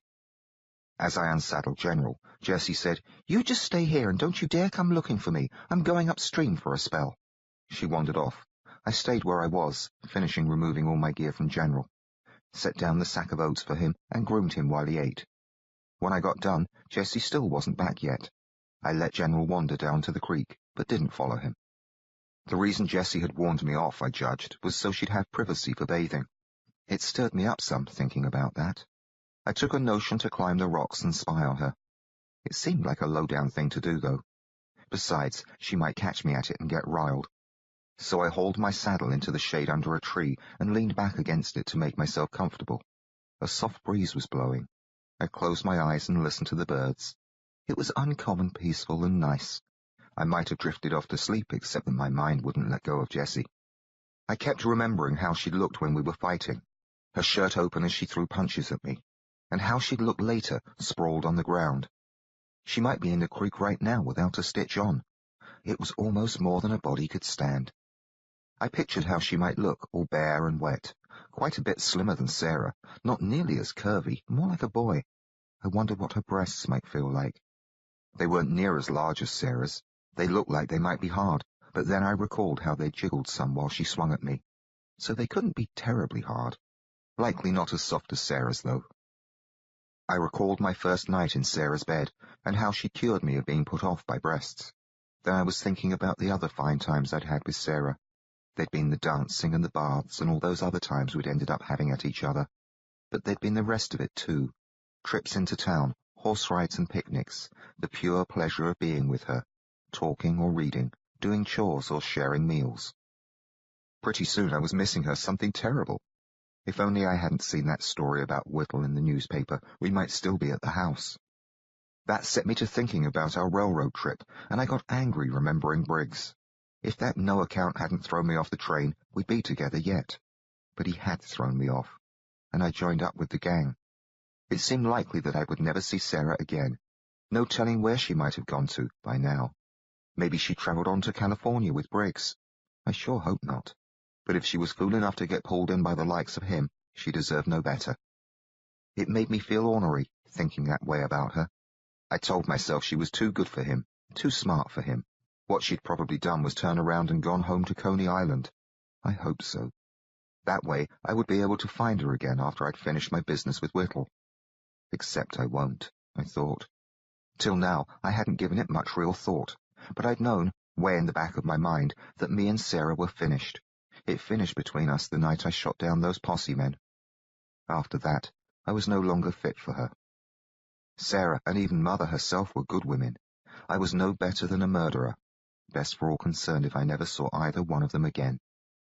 I judged they'd be better off without me anyway, on account of how they'd likely end up killed. The same went for Jessie, but I was stuck with her.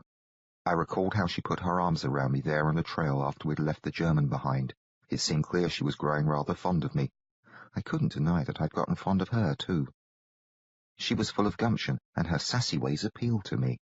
Even if she'd been an ugly thing, I would have enjoyed her company, but she was awfully pretty. Too pretty. If I didn't watch out, I might find myself purely infatuated with her. That wouldn't do at all. I won't allow it, I told myself. I'll only take her as far as the next town. I won't spy on her. I won't touch her. I won't even think about her being a girl. She's just someone who needs a ride. My job's keeping her alive long enough to leave her behind. After making up my mind about that, I felt somewhat better about the situation. I felt pretty near gallant. Jessie was a damsel in distress, me a knight determined not to lose my heart to her and only fulfill my mission of delivering her to a safe haven. With that settled, I figured it might be time to rouse my bones and start a fire. So I opened my eyes, and there was Jessie watching me. She sat nearby in a patch of sunlight, barefoot, arms resting across her upraised knees. Her ankles were wet. Water dripped off the cuffs of her dungarees. Her blue shirt was damp and clinging to her. It wasn't tucked in, but she'd used her belt to hold it shut around her waist. Her face glistened with specks of water. Her short hair wasn't fluffy anymore, but lay against her head in thick, golden loops. A few of those hung across her brow. 2 on the sides curled down in front of her ears and came to points. In short, she looked wet and fresh and altogether splendid. She looked so fine it put a lump in my throat. I could see it wouldn't be an easy task to keep my wits and not take a powerful liking to her. The gleam in her green eyes and how she smiled didn't help at all. Sitting up, I said, "You could get yourself shot, you know, sneaking about in such a manner." "Bunkum," she said. "There was a lawman I heard about. He ventilated his best friend when the bloke walked up behind him unannounced. It happens all the time, actually. This must be my lucky day. I'm quite serious. Well, next time I find you sleeping, I'll be sure and pelt you with a stone." I wasn't asleep. "Then you should have heard me coming. Ears no better than that? It's a wonder you've lasted." A drop of water slid off one of her curls. It trickled down her eyebrow, so she wiped it away with the back of her hand. "So then, you were playing possum?" "Not at all," I protested. She narrowed her eyes. "You were up in them rocks having a gander at me, saw me coming back, so you scampered on down and let on like you'd spent your time dozing." A blush heated my face. "Aha!" She didn't seem angry, but pleased with herself for finding me out. "I did no such thing," I said.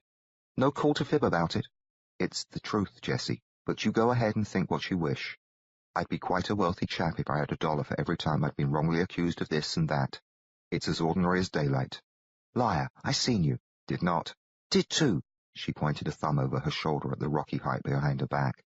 Right up there, so you might just as well fess up. All of a sudden, the bottom seemed to drop out of my stomach. I jumped to my feet, pulled a Colt, rushed past Jessie, and went charging up the slope. What in tarnation? She called after me. I paid her no heed, but raced upward, leaping higher and higher, my mouth gone dry, my heart thudding fit to burst. I wasn't so much scared as outraged. Some bloody scoundrel had gone and spied on Jessie. He'd watched her bathe in the creek. No telling why he hadn't gone down and attacked her. Maybe he aimed to bide his time and take us by surprise later on. Well, he wouldn't get the chance.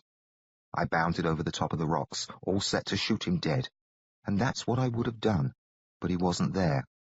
I wandered about, searching behind every rock, peering into crevices, circling around the few tangles of mesquite thick enough to hide a man.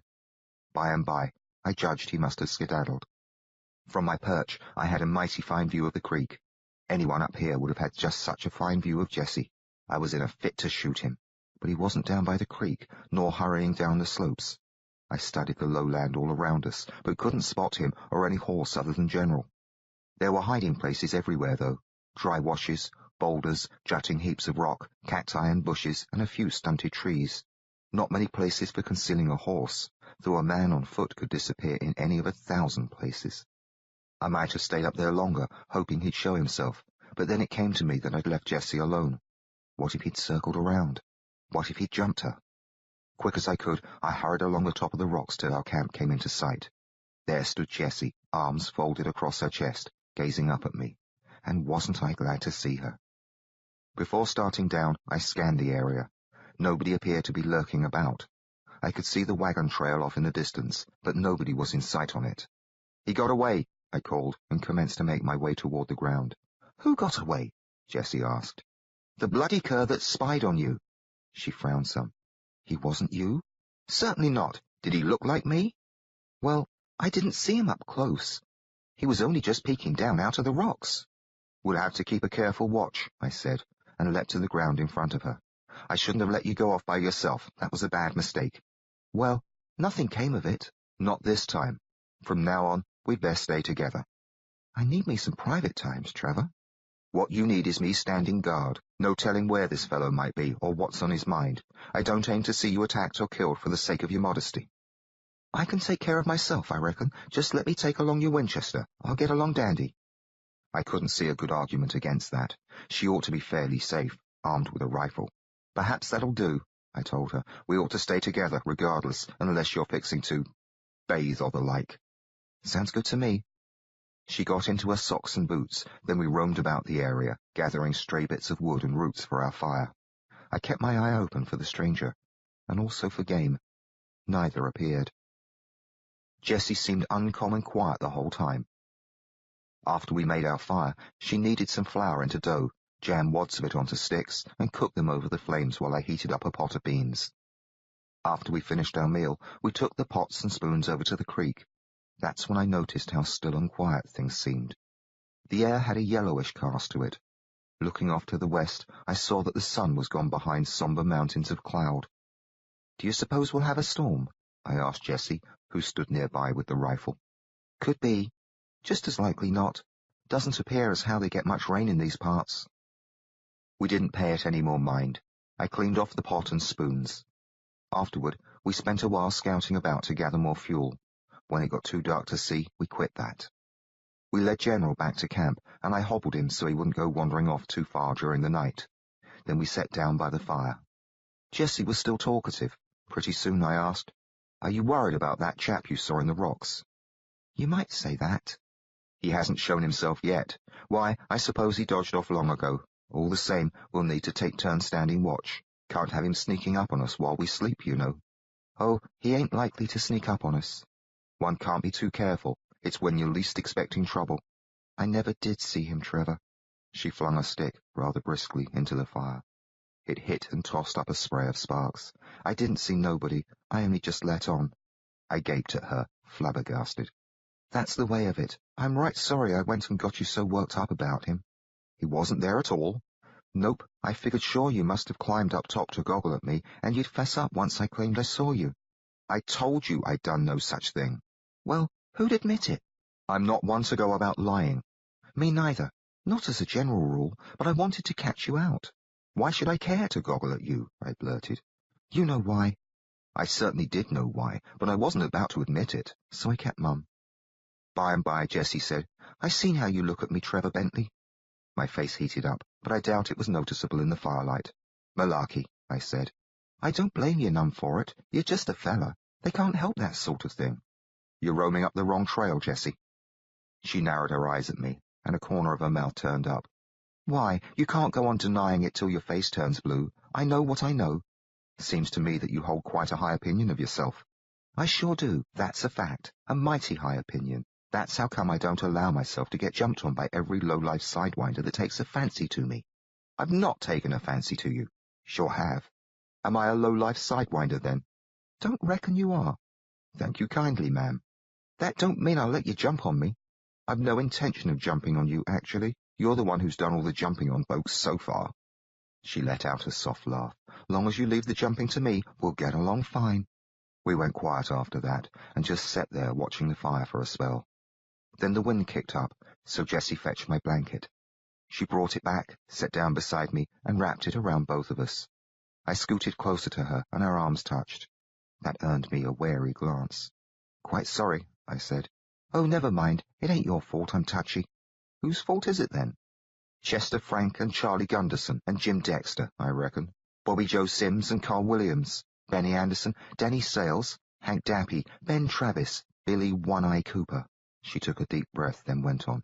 Randy Jones, Ephraim and Silas Henry, Reverend Haymarket, Jack Quincy. Did I mention Farley Honecker? I don't believe so. Well then, Farley too, and Gary Hobbs, Dix Tallman, Robert E. Lee Smith, a dimwit named Grunt, I never caught his real name. Then there was Sweet Sam Bigelow, and, by Jove, said I, how can you recall such a string of names? You ain't likely to forget the names of such swine. What did they do to you? It ain't what they did, it's what they tried to do. Every one of those chaps? There's more, you didn't let me finish. They all tried to? Have a go at you? One way or another, see, I didn't have no one to look out for me. I reckon that was partly the trouble. My ma, she passed on when she gave birth to me, and my pa was a damn drunk. He tried me a few times himself, but I learned him better. Your own father? He was just as low as the rest of 'em, lower than most, but it was Clem Catlow that was the last straw. Clem was big as a tree, a boxer. He rode into town to fight Irish Johnny O'Rourke, one of our local boys, and KO'd Johnny in the first round. Same night, he followed me when I went to walk home. I worked in the kitchen there at the Lone Star Steak Emporium on 3rd Street. Anyhow, he stumbled along after me and sweet-talked me some. I gave him a piece of my mind, but he wasn't one to be put off. Finally, he took hold and hauled me into an alley. I says to myself, it's him or me. I'm a mighty tough scrapper.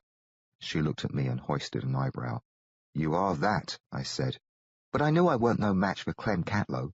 One good whack and he'd likely knock my head crooked. I yelled and begged, but it weren't no use. He threw me down and took to ripping off my duds, so I had no choice but to kill him. Just when she said that, thunder rumbled through the night. It sounded some ways off, but we frowned at each other. You killed him? I asked, whispering as if to keep the storm from hearing my voice and coming after us. Tore him up with my Bowie knife. Let me tell you, it was no easy job squeezing out from under him afterward either, but I managed it. Then I ran on home and got my things together and saddled up Pa's horse and lit out. Chapter 41. The Gully Washer. I stabbed a man myself, I told her. It was in an alley, too. Jessie looked at me. No, she said. Yes, indeed. He and others had a go at robbing me. Then I was pursued by a mob and, why, I would be in England yet if not for all that. Ain't it strange? I'd still be in El Paso, I reckon, except for taking my knife to Clem in that there alley. Looks like you and me are two of a kind. I suppose we are. Smiling, she bumped her shoulder against me. Along came another grumble of thunder. It sounded closer than the last. Tell me more, Jessie said. I should hardly know where to start. Start at the start. We got all night. I gave it some thought, then commenced my story where it rightly began, with Mother bringing the drunken Rolf Barnes into our flat. When I told her about him laying into her with his belt, Jessie let out a hissing noise. "I know just his kind," she said. She seemed quite pleased about the way I'd bashed him with the fireplace poker, but allowed us how I should have finished the job. I plugged along with my tale. Jessie seemed mighty interested and asked questions about this and that and made comments. All the while, the thunder got noisier and closer, and lightning sometimes brightened up the sky. Still, the rain stayed away. I came to the part about Sue, but didn't let on she was a whore. According to me, she was simply a stranger who offered to guide me to Laymon Street. I told her how she'd led me into the alley. "And you went along with her?" "I hadn't any choice, actually." "What do you suppose she aimed to do in there?" "It might have been a shortcut, you know." "Sounds to me like you were looking to have yourself some good times." "Not at all." "You got no call to lie, Trevor." Right then, the sky lit up bright as noon. Thunder crashed. Rain came pouring down on us. We leapt to our feet, hoisted the blanket over our head to keep us dry, and rushed over toward the rocks. Along the way, I snatched up my saddlebags and Winchester. Earlier, I'd spotted a place where a big flat slab jutted out. We raced up a bit of a slope to get there, ducked against the overhang, and huddled down with our backs against a rock wall. I propped up the rifle by my side, hugging the saddlebags to my chest. I was wearing my 6-guns. Jessie was wearing my hat. What we'd left out in the weather was my saddle, bridle, bedroll, water pouch, and some other odds and ends that we shouldn't be needing till after the storm. With our feet pulled in, we were out of the rain, but it gushed down on both sides of us and in front. Our campfire flickered a few times, then the last of the flames were pounded out, and all I could see were a few pale wisps getting whipped away by the wind. After that, there was nothing to see except shades of darkness. There sure was plenty to hear, though. Water splashed down from the overhang so loud we might have been hunkered behind a cataract. The wind wailed and howled like a banshee coming for the dead. Somewhere out in the darkness, General was stomping the ground and letting out frightful squeals and whinnies. I purely ached to help him. There was no place to give him shelter, though. He just had to get by the best he could. The rain was only water, after all, and not likely to hurt him any. He ought to survive if he didn't get struck by lightning or panic so bad as to hurt himself. Still, it pained me to hear him carrying on. He was mighty spooked. In a lightning flash, so bright it stung my eyes, I saw General rear up on his hind legs. The way I'd left him hobbled, I feared he might pitch over, but he came down safe just as the blackness shut him off from sight. A roar of thunder came next, so heavy and loud it shook the air. I gave some thought to rushing out and cutting General loose. I could borrow Jessie's knife or dig my own out of the saddlebag, but then I judged he would run off and we might never see him again. Jessie stirred beside me.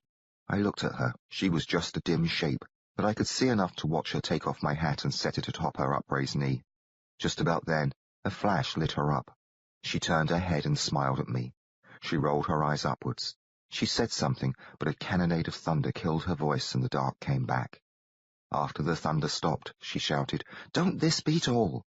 "I do hope it doesn't last," I yelled back at her, but it wasn't much use trying to talk. By and by, she snuggled closer against my side and slipped an arm down low across my back. She rested her head on my shoulder. If it hadn't been for the horrid noises of the storm and knowing General was out there scared half-witless, I might have found myself rather pleased to be huddled with Jessie in such a fashion. As it was, I couldn't work up much interest. I was just too nervous about the chaos raging around us. But she did feel good and warm when she pressed against me. I put an arm around her, and that felt even better. As bad as the storm was, we were safe and mostly dry. Lightning couldn't hit us. Nothing at all could hurt us, I judged. Except for what might happen to General, there was no call to be fidgety about our predicament. Much as I tried to tell myself that, however, I couldn't get shut of a nasty feeling of dread that had me cold and shaky inside. "Are you scared, Trevor?" Jessie asked. Her face was near enough to mine that I could hear her playing in spite of the noise. "Are you?" "I asked you first." "What's there to be frightened of?" "You are all a-tremble," she said. "Not at all." "Too. Is it the storm?" "I'm not afraid of any old storm." "You ain't scared of me, are you?" She reached over and patted my stomach. "What are you doing?" I asked. "Not a thing. Don't get worked up." All of a sudden, my bum was wet. A chill scurried up my spine. Jessie and I gazed at each other in the darkness. "Uh-oh," she said. I slapped my hand down at the ground beside me. It splashed up water. This didn't make a lick of sense. We were on a slope, not much of a slope to be sure, but enough of one so we shouldn't have water rising around us. "It's me for the high ground," Jessie said, jamming my hat onto her head. As she scurried out from under the shelter, dragging the blanket after her, I grabbed hold of my Winchester and saddlebags. Then I plunged through the curtain of water spilling off the ledge and was drenched in a blink. On my feet, I swung around and spotted Jessie. She was already in the clear, perched on a boulder off to the right. I waded toward her, water sucking at my boots, and climbed up some rocks till I got up there beside her. "A real gully washer," she yelled. "We ought to—" My voice went dead as an awful roar filled my ears. The roar wasn't thunder. I didn't know what it might be, but I didn't like it. "What's that?" I shouted. "Flash flood? We'd best—" "What about General?" she yelled. Before I could think to answer, Jessie threw down the blanket, slipped the bowie knife out of her boot, and leapt off the boulder. I knew what she aimed to do, cut the hobble so General could make his escape. It was what I should have done myself, but she'd beaten me to it. Now she was gone, I couldn't see or hear her. There was just the darkness and the downpour and the awful noise roaring closer. I dashed up to some higher rocks, threw down my rifle and saddlebags, dropped my gun belt, and hurried back to where Jessie jumped from. Just as I got there, lightning ripped across the sky. In its jittery glare, I spotted General a few yards off. He was up to his elbows in the swirling dark flood. The flash lasted just long enough to let me see Jessie burst up out of the water beside him, raising her bowie knife. Well, I leapt as the dark came back, landed on my feet, and commenced to trudge through the currents, reaching out for Jessie and shouting her name. Not that she could hear my puny voice through the bedlam of thunder and that other noise which sounded like a locomotive barreling toward us. Just when I wondered if I could ever reach her, the water suddenly went down. Splendid, I thought, feeling it slip away till it wasn't more than ankle deep. I splashed on ahead, got brushed by General as he bolted past, and then collided with Jessie. We both went down splashing, her on top. She pushed herself off me. I sat up. Another flash of lightning came along just then. I saw her bending over, hair in her face, shirt drooping open. She reached for me with one hand, and the other pushed the knife into her boot. And then the wall of water loomed up behind her. "No!" I yelled. I didn't see it smash Jessie, for the lightning quit. I darted my hand toward where she had been, touched something that might have been her hand, then got myself slammed down by the monster wave. It shoved me along the ground, picked me up, tumbled me head over heels, scraped me against the rocks, bounced me off this and that. Fearing my brains might be dashed out, I hugged my head with both arms. Not a bit too soon, either. I'd no quicker covered up than a blow numbed my elbows, and jammed my arms together so tight I thought they might crush my head. I didn't know it just then, but the mighty wave had hammered me into the rocks not very far from our shelter, head first into a narrow gap. It was a nice bit of luck, though I hardly considered it so at the time. I figured my arms were busted, and I knew I was trapped. My arms and head were wedged in tight. The water piling over me, pushing at me, twisting my legs and shoving me up as if it aimed to snap my spine. Of course, I couldn't breathe, but that seemed like a minor problem, as I judged the wave would likely break me into pieces before I could ever find the opportunity to drown. Then it quit trying to kill me. Like a grizzly deciding to chase after tastier prey, it let go and raced off. As the water receded, I sucked in a chest full of air. My knees came down on something solid. Without the wave ramming at my back, it didn't take much work to squirm myself free. That's when I saw the blocks of stone with the gap between them, and realized how lucky I'd been. If the gap hadn't caught me, no telling where I might have been swept off to. It didn't seem likely that Jessie had met with the same brand of luck. The moment she entered my head, I forgot all about my hurts. I got to my feet, rather unsteady, and turned around to look for her. The rain was still coming down in a deluge. What with that and the dark, I couldn't see a thing below me. Pretty soon, though, the sky lit up. Where we'd been camping was a wild, surging river. All but one of the trees was gone. I caught a glimpse of the rocky slopes just before the lightning blinked out. No sign of Jessie. The thunder took a while in coming, so the storm seemed to be moving on. Off in the distance was the freight train noise, same as I'd heard when the bloody wave was approaching. I was all set to scamper for higher ground, but then noticed that the roar was fading, so stayed where I was and waited for another lightning flash. When it came, I looked again for Jessie on the rocks. If she was there, the short burst of brightness didn't give me enough time to spot her, so I took to searching. I was none too steady on my legs. They didn't hurt as much as my arms, but they were awful sore and wobbly. The rocks were slick, and, except when lightning came, I couldn't see where I was going. I fell a few times, and once even tumbled down into the water. Didn't quite, though. Kept at it, searching low and high, crisscrossing the slope time and time again. Finally, there was no more point. Jessie was gone. That huge damn wave had carried her off. I climbed on top where I dropped my guns and saddlebags. They were high enough that they hadn't gotten swept away. I strapped on my belt, then just sat there in the rain. Jessie hadn't been with me even one full day. Chapter 42. The Body. Sometime during the night, the rain stopped. I didn't notice when it happened, though I never did fall asleep. Just sat there, mulling over Jessie, hating it that I hadn't grabbed her before she could jump down to cut General free, remembering how she'd looked just before the wave took us, remembering everything about the hours she'd been with me, and all the while missing her, aching for her to be alive and come back. Over and over again I pictured Jessie underwater, trying to fight her way back to the surface, but always being towed down deeper by the rough current, running out of breath so her lungs burned, getting hurled along, tumbled, smashed against rocks, torn asunder until she was dead. Even after she was dead, the flood wouldn't leave her be, but rushed her limp and broken body down through the endless desert beyond where I could ever find it. A few times that night I heard Jessie call out my name, but I knew it was only the wind howling its agony through the night, and not Jessie at all. Once she came to me. She sauntered out of the dark, hair shaking in the wind, shirt flapping behind her, a smile on her face and a merry spark in her eyes. "Can't get rid of me that easy," she said, and my heart swelled up with joy. Then a bolt of lightning ripped through the clouds, and I saw she wasn't there at all, and I wept. That wasn't the only vision I had that night. In the other, I was carrying her dead body in my arms. All the region's kites were swooping down on us. They were going for her eyes. Her lovely green eyes, no longer alight with mischief, but flat and dull. As my arms were full, I couldn't fight off the buzzards. One of the big, stinky things finally perched on her chest, so I bit off its head. I left the carcass in a heap on top of Jessie as a warning to the others. They stayed away, and finally Jethro Lazarus came down the trail in his wagon. He was just the man I'd been looking for. I hailed him and said I needed to buy a bottle of the Glory Elixir. "Sold my last bottle no more than an hour ago," he explained. I cried out, "No," and Lazarus grinned and shook his head.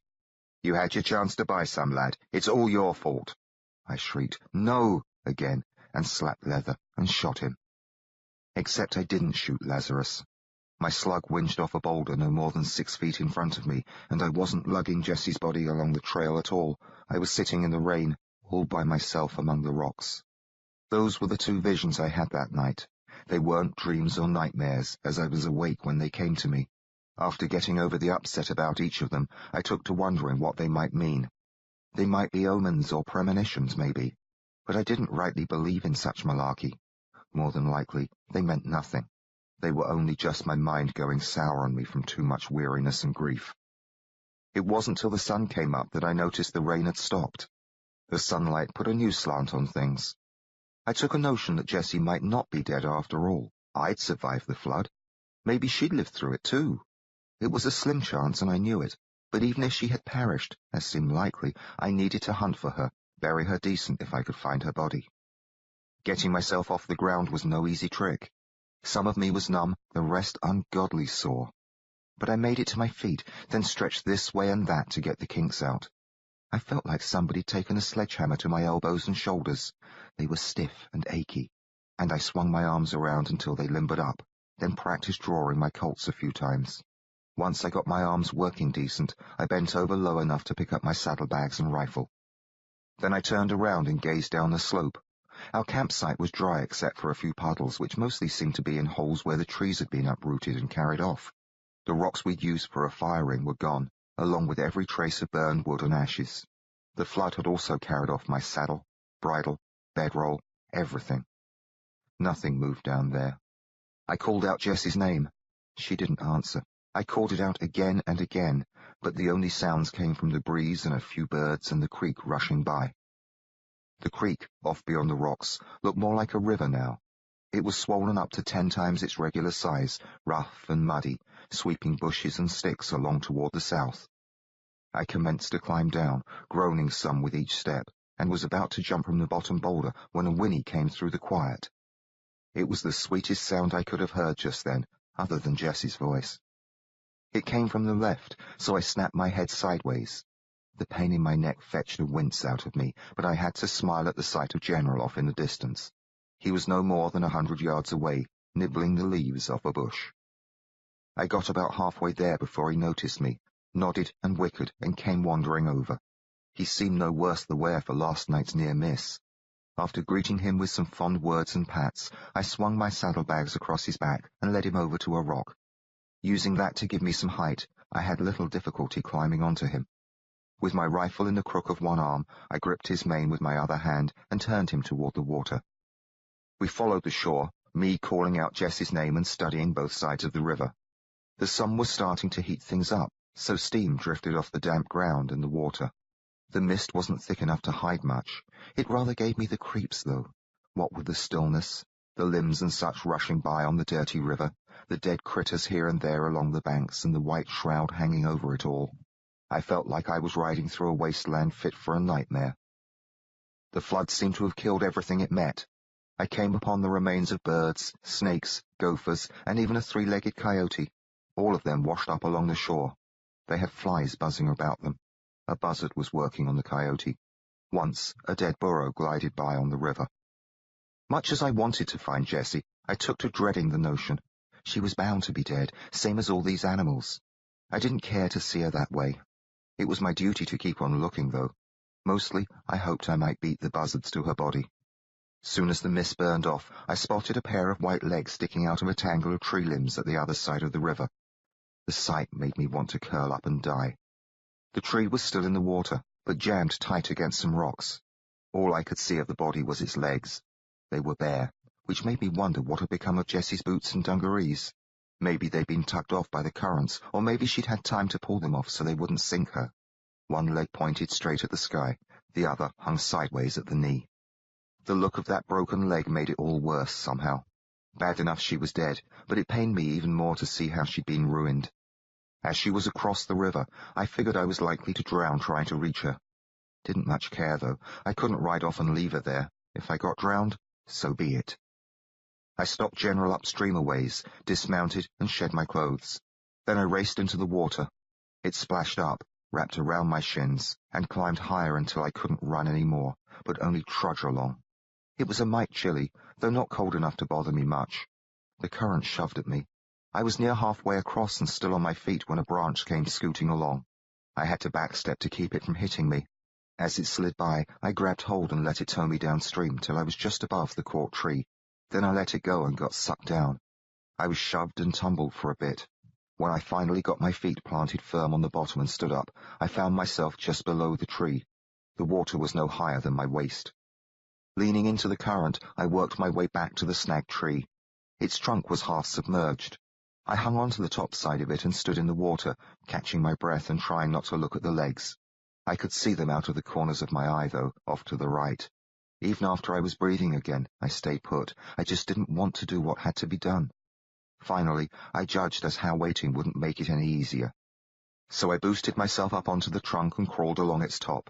Crawled straight for the legs and couldn't help but look at them. They were scratched and bruised. They had an awfully bluish-grey colour. The leg that dangled sideways from its knee was the closer of the two, and made me wish I could have come from the other side. The body was stuck in the fork where the trunk branched out. It was caught at the waist, actually. More than just her legs were out of the water. Those parts had been out of sight, hidden by some branches, until I climbed onto the trunk. I wished I couldn't see them now, but there was no way around it. They put me in mind of the time I'd walked in on old Mabel about to climb into the bathtub. I was seeing what I shouldn't. Shame got mixed in with all the other miseries I was feeling. Jessie had been mighty riled yesterday about the notion that I might have spied on her at the creek. I'd hankered to do just that. Now, here I was, and here she was. The sight of her private areas made me feel sick and sad and guilty. The tuft of hair down between her legs was dark, not shiny gold the way I'd imagined it might be. Her rump was heavier than it had seemed when I'd watched it through the seat of her dungarees. Close up, she didn't look near as good as I'd supposed. All at once, I caught on how I was studying her and how I was disappointed she didn't look good. If I'd felt low down before, now I was no better than a snake. A sidewinder, that's what Jessie would have called me. I got to my feet so quick I almost fell on her, but found my balance in the nick of time. Standing, with one foot on each side of the fork, I bent over, picked up the broken part of her leg. It felt wobbly, the skin tight and cool. Holding that leg by its ankle, I reached out and caught hold of her other ankle. I brought her legs together and gave them a pull, but she was still wedged in tight. I had to move in closer, stepping out along the branches. I had to hug the legs against my chest and push with my body. It was horrible. I was naked. I couldn't keep my own legs together and still keep my footing, so I had to shove at her with my chest and belly, and couldn't help but rub her with my lower parts. I sure did wish I kept my trousers on. I shoved and tugged upward, and finally she came unstuck, so quick I wasn't ready for it. All of a sudden, she jumped upward. I yelped and let go of her legs and waved my arms and pranced, but it was no good.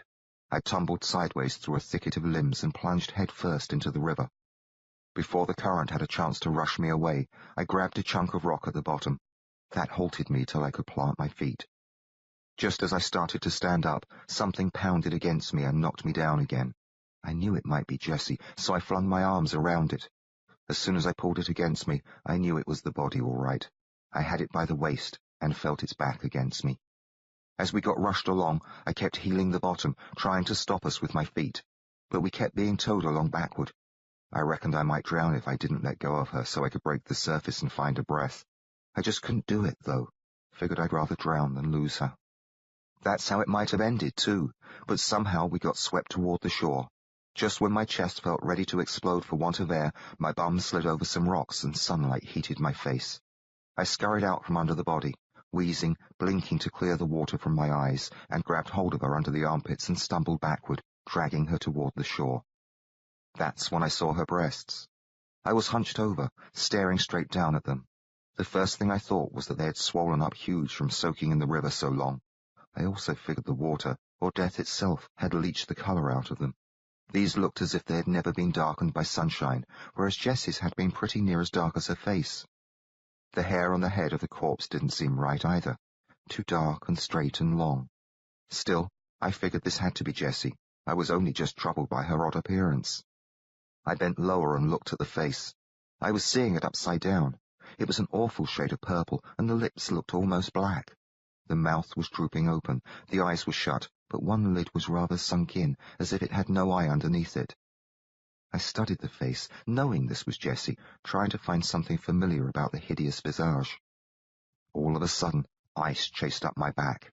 I cried out, "Yeah!" I dropped her and staggered back a few steps, shocked, appalled. I'd been hauling at a stranger. Not a stranger exactly, but not Jessie. The German's wife. The river started to swing her away. I sure didn't want to touch her again, not this awful dead thing that wasn't Jessie. I wished I'd never handled her at all. But I brought her along this far, and it didn't seem right just to let her go. So I splashed after her and grabbed an arm and commenced to pull her toward shore. It gave me an awful case of the phantods touching her, now that she wasn't Jessie. When I almost had her ashore, I squealed out another yell, for she wasn't alone. In her hand, she held the hand of a boy, the kid who'd been riding along behind her in the buckboard, her son more than likely. She'd had him all along, must have, even when she was pinned, legs up, in the fork of the tree. He'd been under there, clutching at his mother's dead hand. It was purely amazing and awful. I dragged the woman, and she kept her grip on the boy. They both came out of the river and onto the dry rocks. Neither of them wore a stitch of clothes. Neither did I, for all of that, but I knew how come I was naked. I sat nearby, gazing at them, wondering, trying to figure out what had happened to their clothes, but mostly imagining how their final moments must have been, the mother clinging to the boy's hand as they both got carried to their deaths by the monster wave. I wondered what had happened to her eye. A stick had likely poked it in. I hoped she was already dead when that happened. The boy didn't appear to be banged up or maimed, but I didn't get near enough to study him. I wished I'd never seen him or the woman. I gave some thought to burying them. It seemed the decent thing to do. Pile some rocks atop them, maybe. If I went to do that, though, it'd mean getting close and seeing more of them. I'd already seen more of these two than I could hardly stand. Besides, there was no telling where the man might be. He was probably dead as this pair. I scanned about. There was no sign of him or his wagon or his team. They'd likely been swept far off downriver. But suppose he'd lived through it. He might come wandering along and find me, naked as the day I was born, mucking about with his woman and boy, and me with my guns across the river. Wasn't worth the risk. He'd seemed like a mean sort of bloke, and I didn't hardly know these people anyhow. They'd meant nothing to me, and they weren't likely to notice one way or another whether I covered them over or not. I got to my feet and brushed the grit off my bum. Then I bent over and took a stone in each hand and walked over and set them down on either side of the woman's head. Much as I wanted shut of these two, I just couldn't leave them sprawled out bare and dead for the vultures that were sure to come. I roamed about the shore, gathering more stones and hauling them back and setting them down beside the woman. I figured I would start with her and get to the boy afterward. I hadn't been at it more than a few minutes, though, when I happened upon my own beaver hat. The sight of it, resting atop a boulder off in the distance, just about knocked my breath out. I rushed over and picked it up, then searched around for Jessie and called her name. She didn't answer. Alive or dead, she was nowhere to be seen.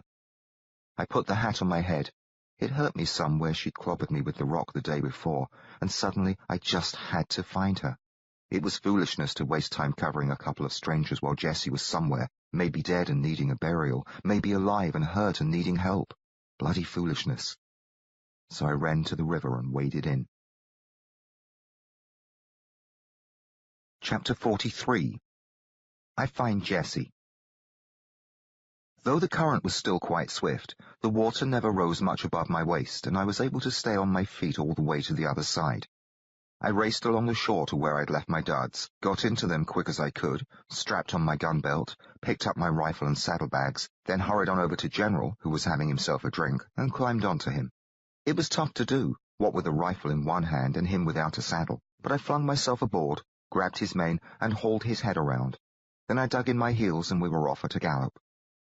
Why the all-fired rush, I'm not quite sure. Somehow it was on account of me finding my hat. It had been on Jessie's head last time I'd seen her. It made me reckon she might be nearby, though there really wasn't a good reason for believing any such thing. Nearby and needing me. I had to find her straight away. Every second mattered, or so it seemed to me, though I'd be blamed if I know why. General fairly dashed along the riverbank, hooves thundering, mane afly. We hadn't made such speed since the time we were with McSween, the posse giving chase. That time, though, I'd had a saddle under me. Now, all I could do was hang on to his mane one-handed and grip his sides with my legs and hope for the best. What with the rush and the way it all jarred me, I couldn't get much of a look at the shores. It crossed my mind that we might race past Jessie and leave her behind. The notion didn't worry me, though. I simply knew we'd find her, and soon. And it happened just that way. The river took a turn to the east, and we no sooner galloped around a bluff near the bend than straight in front of us was a buckboard overturned with its wheels in the air, and Jessie sitting on the ground, leaning back against it, alive and watching me come. Golden hair, golden skin agleam in the sunlight, wearing her boots and dungarees, and no shirt.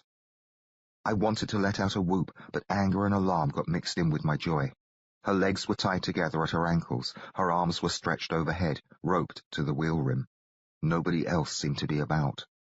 I pulled General to a halt, leapt down and rushed for Jessie. "Where is he?" I asked. "Went off to hunt for his family." "Keep a lookout." Crouching, I propped the rifle up against the buckboard. Then I reached for the top of Jessie's boot, figuring to use her knife on the ropes. "He took it off me. Don't reckon I'd be in this fix if I still had my Bowie knife." With a glance over my shoulder, I saw that General had wandered off a piece. My knife was still in the saddlebags across his back. Not wanting to waste time, I commenced to pluck at the bundle of knots by Jessie's wrists. "Figured you was drowned," she said. "I thought the same of you." "Came right close to it, grabbed a hold of a tree and rode it like a raft." "Was it the German who got you?" "Varmint found me sleeping. He's got himself a Henry, poked me awake with it. Figured I'd slice him anyhow, so I went for my knife and he jammed the damn muzzle halfway through to my backbone." "Bloody swine," I muttered. The last of the knots came loose. Jessie squirmed her hands out of the coils while I backed away toward her feet. Smack in the center of her belly, just under her rib cage, her skin was bruised bright red and purple from the muzzle of the Henry rifle. She lowered her arms. She rubbed her wrists. "How long has he been gone?" I asked, and started on the knots between her boots. "I ain't been keeping track of time, Trevor." "What did he do to you?" sprung me here. What do you think? Did he hurt you? Oh, he was as gentle as a lamb on Easter Sunday. What's the matter with you? Sure he hurt me. He took off your shirt. The flood got that off me. If it hadn't, he would have. Put his hands all over me, the dirty snake. The last bit of knot was too tight. I couldn't work it loose with my fingers, so I hunched down low and went at it with my teeth. The feel and taste of the rope put me in mind of when I chewed Trudy's knots aboard the yacht. I suddenly remembered all that had happened to that poor woman, and how useless I'd been when it came to saving her.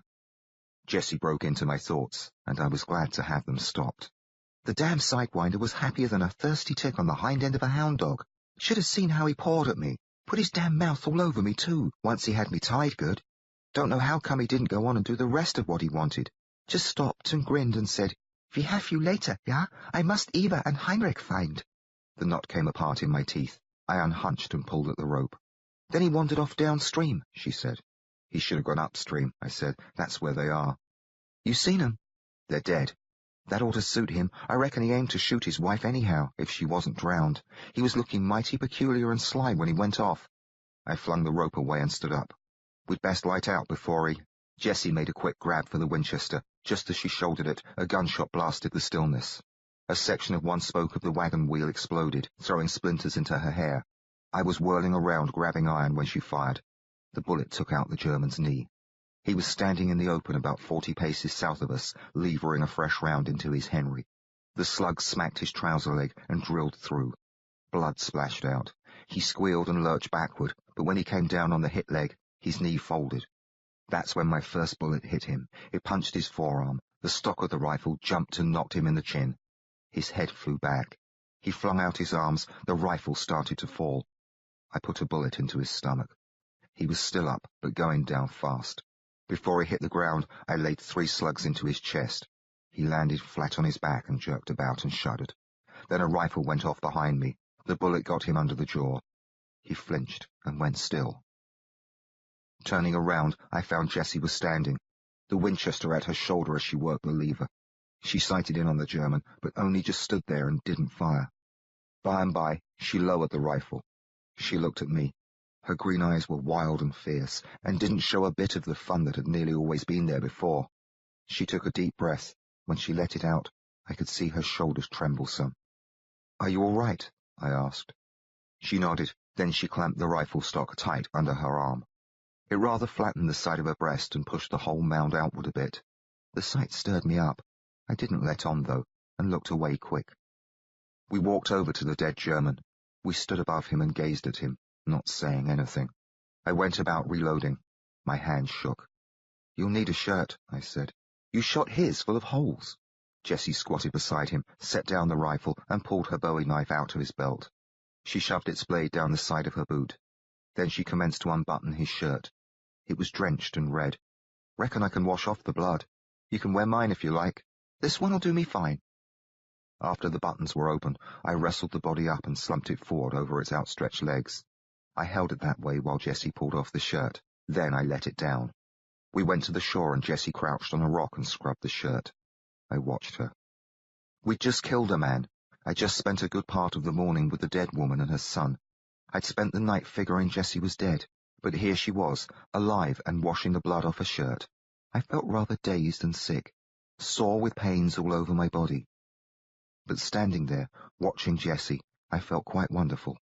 Her dungarees hung low on her hips. Her moist back glistened in the sunlight.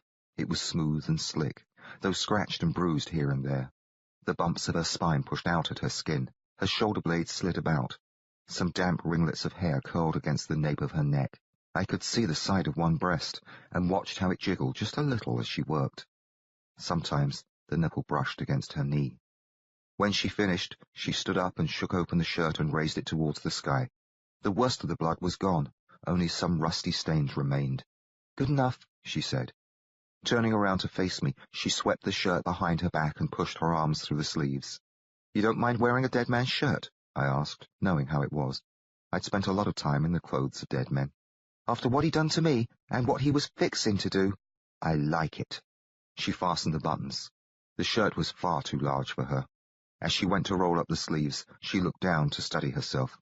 Her skin showed behind the bullet holes. The nipple of her left breast poked out through one of them. When she saw that, she laughed. "Shoot," she said. "Reckon we better trade off, or you'll wear out your eyes staring at me. That one's quite fetching, actually." With a playful smirk, she showed me her fist. "Give," she said. So we both shucked off our shirts and traded. The German's was wet and cool. It felt good on my hot skin, but gave me a squirmy feeling. I followed Jessie back to the body. She took the dead man's belt. It had cartridges in loops for his Henry and his revolver, but no holster. His Colt was tucked into a front pocket of his trousers that was lined with leather. Jessie cinched the belt around her waist, checked to see that the revolver was loaded, then pushed it down under the belt at her left hip, butt forward for a cross-draw. "Too bad you don't have no hat," she said. "I'll let you wear mine." She looked up at it, squinting against the sun. "Where'd you find that?" "Oh, it washed ashore." As I reached for it, she said, "No, you keep it on your own head. I already lost it once for you. Anyhow, I got me an idea." She pulled her knife and slit a leg of the German's trousers all the way up the side. She cut it off from around his thigh. Being none too careful, she gashed him once. The blade opened a raw pink furrow in his skin. She sliced and tore at the cloth, getting it to the proper size, then wrapped it around her head and tucked in the loose end. When she finished, the bundle of checkered cloth atop her head resembled a turban. Still, she wasn't done with the German. She pulled off his boots, checked inside them, and tossed them aside. Then she went through his pockets. She found a folding knife, a handful of coins, and a leather pouch. "This is for you," she said, and tossed the knife to me. She kept the money. She opened the pouch. Inside was tobacco, cigarette papers, and matches. She grinned up at me. "Let's have a smoke." She got to her feet. I picked up both rifles and we wandered over toward the buckboard. "Are they dry?" I asked. "He never got his feet wet," Jessie said. "Told me as how he was up in the rocks when the flood hit. Carried off everything but him." We sat down and leaned back against the wagon. Jessie rolled herself a cigarette. She passed the makings to me, and I did the same. She waited for me to finish before striking a match, and used it to light both our smokes. She drew in on hers and sighed. "Whatever come of all that there bad luck you was telling me about, Trevor?" The glint was in her eyes again. I was sure glad to see it. I felt uncommon fine to be sitting there next to Jessie, having a smoke, nobody about who might cause us harm, the sky cloudless and blue. But I reckoned there'd be trouble ahead.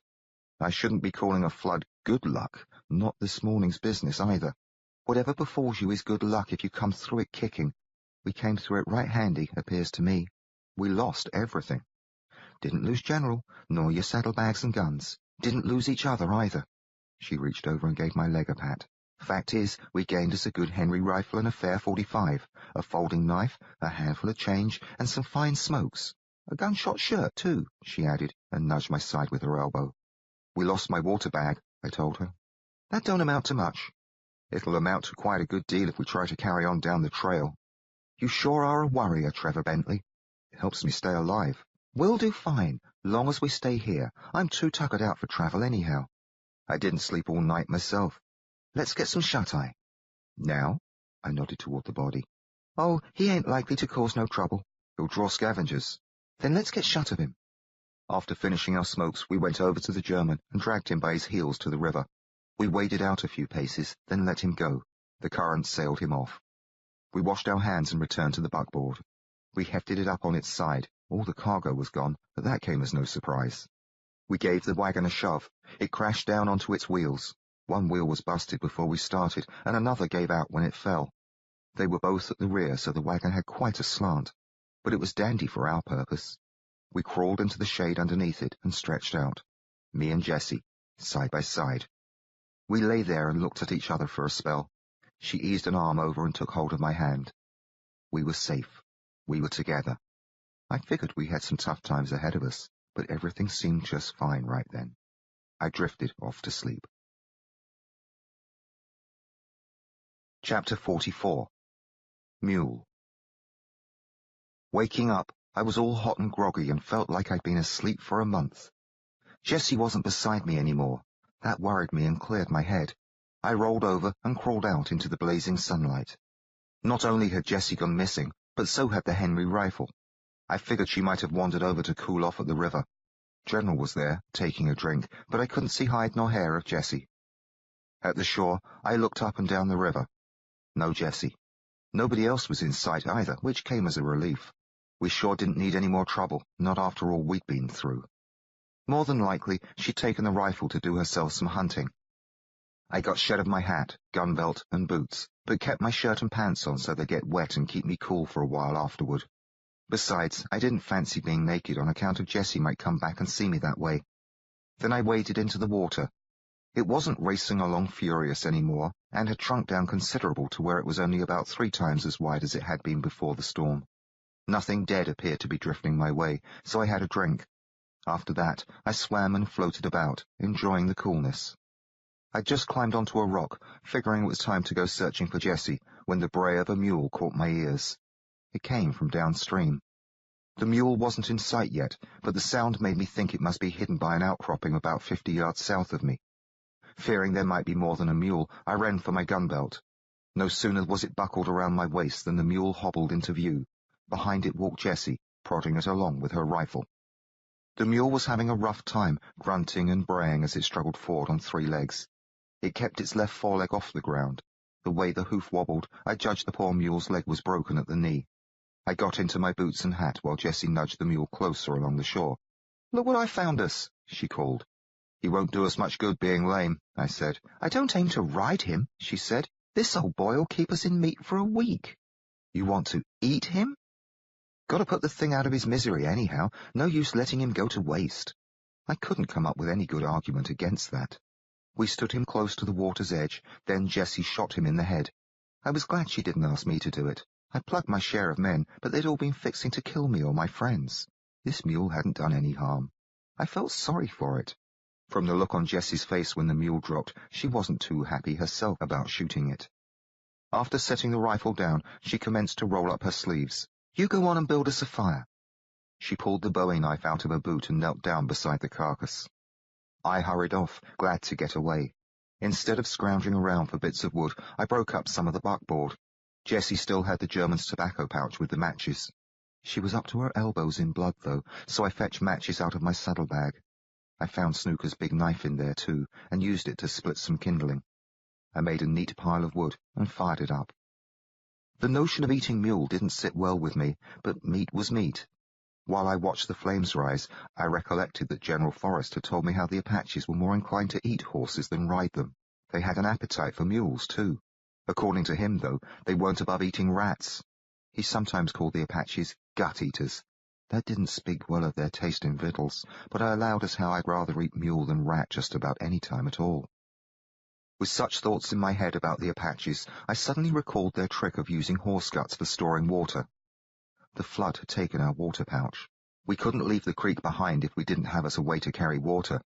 It ran from north to south, so following it wouldn't get us any closer to Tombstone. We might head upstream, find the trail and wait for strangers. Somebody was bound to come along by and by. Then we'd need to borrow, buy, or steal a container. It seemed a mighty roundabout and dicey way to handle the problem. Better, by a far sight, to avail ourselves of the mule's innards. I picked up my knife and went over to where Jessie was busy carving. She'd already cut us a couple of steaks off the critter's flank and was slicing long, thin strips off the thigh. "We'll have us these tonight," she said, prodding one of the steaks with her knife, "and jerk the rest." She nodded, quite pleased with herself. She had a smear of blood across her brow. I reckon she'd rubbed a hand there to deal with an itch. Not being any too eager to commence my task, I helped her cut some more strips. When we had quite a passel of them, we carried all the meat on over to the fire. We ripped a plank from the buckboard, cut it into a few long poles, and fashioned them into a rack. With that in place, we draped the strips rather high over the fire to let them smoke. Back at the creek, we washed up. Jessie didn't seem aware of the blood on her forehead, so I dampened the front of my shirt and wiped it off. Looking me in the eyes, she reached up a wet hand and smoothed some stray hair across my brow. Then she curled the hand behind my neck, eased me closer to her, and kissed me on the cheek. My face heated up. I felt myself go all mushy inside. I had a good notion to take her in my arms and have a go at kissing her mouth. But she stepped away quick and said, "Reckon we ought to float the mule down the stream before it ripens on us." My wits were still rattled. I just gaped at her. She swung out a hip and tipped her head sideways and studied me. She had a frown on her face, but her eyes gave it away that she was amused, not annoyed. "What's the matter with you?" "Not a thing, actually." "You never been kissed before?" "Not by you." "Well, don't let it spoil your day. Come on now, let's send the mule off to join the German. Then we'll cook up them steaks and—" I prefer to eat first. We've already washed our hands after all. Won't take a minute, then we'll be shut of the thing. I'm afraid there's rather a messy job that needs to be done before we dispose of the mule. It's likely to ruin my appetite. What are you talking about? We can fashion a water bag out of the guts. She only just stared at me, scowling. I know it's rather appalling, but if we clean the intestine properly... Where'd you ever come up with such a notion? The General once told me about it. Your horse? No, certainly not.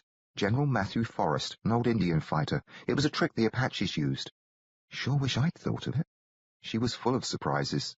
You think it's a good idea, then? I asked. It's just bully, that's what I think. You're right, though. We ought to eat before we settle down to meddle with the thing's innards. With that, we headed on back to the fire. The strips hanging in the smoke had already darkened some. Their drippings fell into the flames, popped and sizzled. Mule or not, the aroma set my mouth to watering. I added some wood to the fire. Then we cut a couple of sticks from the side of the buckboard, whittled points on the ends of each one, and poked our steaks onto them. Jessie held both the steaks over the flames while I removed the whiskey bottle from my saddlebag. It was about half full. I held it up for Jessie, sloshed the whiskey around, and watched her smile. This should help the steaks go down a spot better, I said. Then I sat on the ground and took over my share of the cooking. It wasn't long before the slabs of meat were good and crispy on the outside. We swung them away from the flames, waited till they quit smoking, plucked them off their sticks, and commenced to rip into them with our teeth.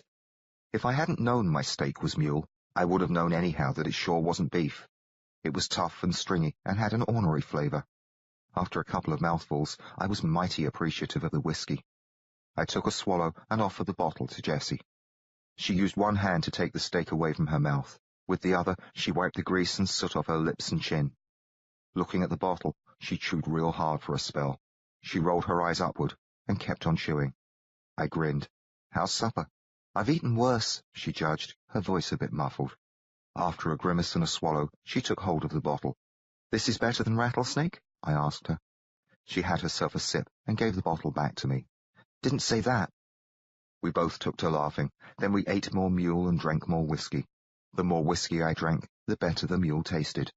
Not that the critter ever did quite reach the stage where it gave me any great pleasure in the eating. I was glad to swallow the last of it and be done. What we should have done, I allowed, was spare the mule and eat the German. Jessie laughed so sudden and hard that it sprayed her last mouthful into the fire. I looked on, mighty pleased with myself till she commenced to choke. Then I pounded on her back. She took turns coughing and laughing for a while. When she finally got herself under control, her eyes were teary, her nose running. I fetched the bandana out of my pocket. It was still moist from my swim in the creek. She used it to clean herself, then stuffed it into a pocket of her dungarees. Didn't want it back, did you? Consider it yours, I told her. You dang near killed me. I'm bound to kill you sooner or later, I said. I gave you fair warning yesterday, didn't I? When I said that, it took some of the fun out of matters. Not just for me, but for Jessie as well. She looked at me sombre. You're a good man, Trevor Bentley. Don't go running yourself down that way. Now let's go and gut ourselves a mule. Let's finish the whiskey first. We passed it back and forth a couple of times. When it was empty, I held it up and said, I don't suppose this will hold enough water to suffice us on the trail. If you've got a few more like that. Only the one, I'm afraid, though I did have an opportunity to purchase 10 bottles of Glory Elixir a couple of days back. Glory Elixir? She asked, getting to her feet. Good for what ails you. Then I told her about my encounter with Dr. Lazarus and Eli while we went over and got to work on the mule. She seemed to enjoy the tale, and telling it helped take my mind off our ghastly task. Not that it was all that ghastly for me. Jessie took it upon herself to slip open the mule's belly and haul out the guts. Mostly, I stood guard. I wasn't exactly worried that intruders might come along, but keeping watch gave me a reason to avert my eyes from the mess. The few times I did look, it put me in mind of poor Mary and her Whitechapel digs, and poor Trudy the way she'd been the last time I saw her on the yacht. What with all my other troubles, it had been some time since I'd given much thought to Whittle.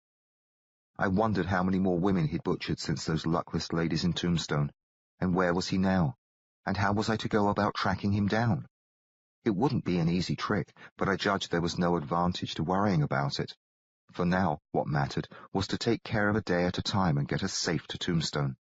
How much of this do we want? Jessie asked. I figured it was time to join in. We cut off 2 sections of intestine, each about a yard long, and stretched them out along the ground. They looked like a pair of slimy fire hoses. We mashed them flat to empty them, then laid them across a rock by the creek. After shucking off our boots and socks and rolling up our trouser leg, we picked up the guts and waded in.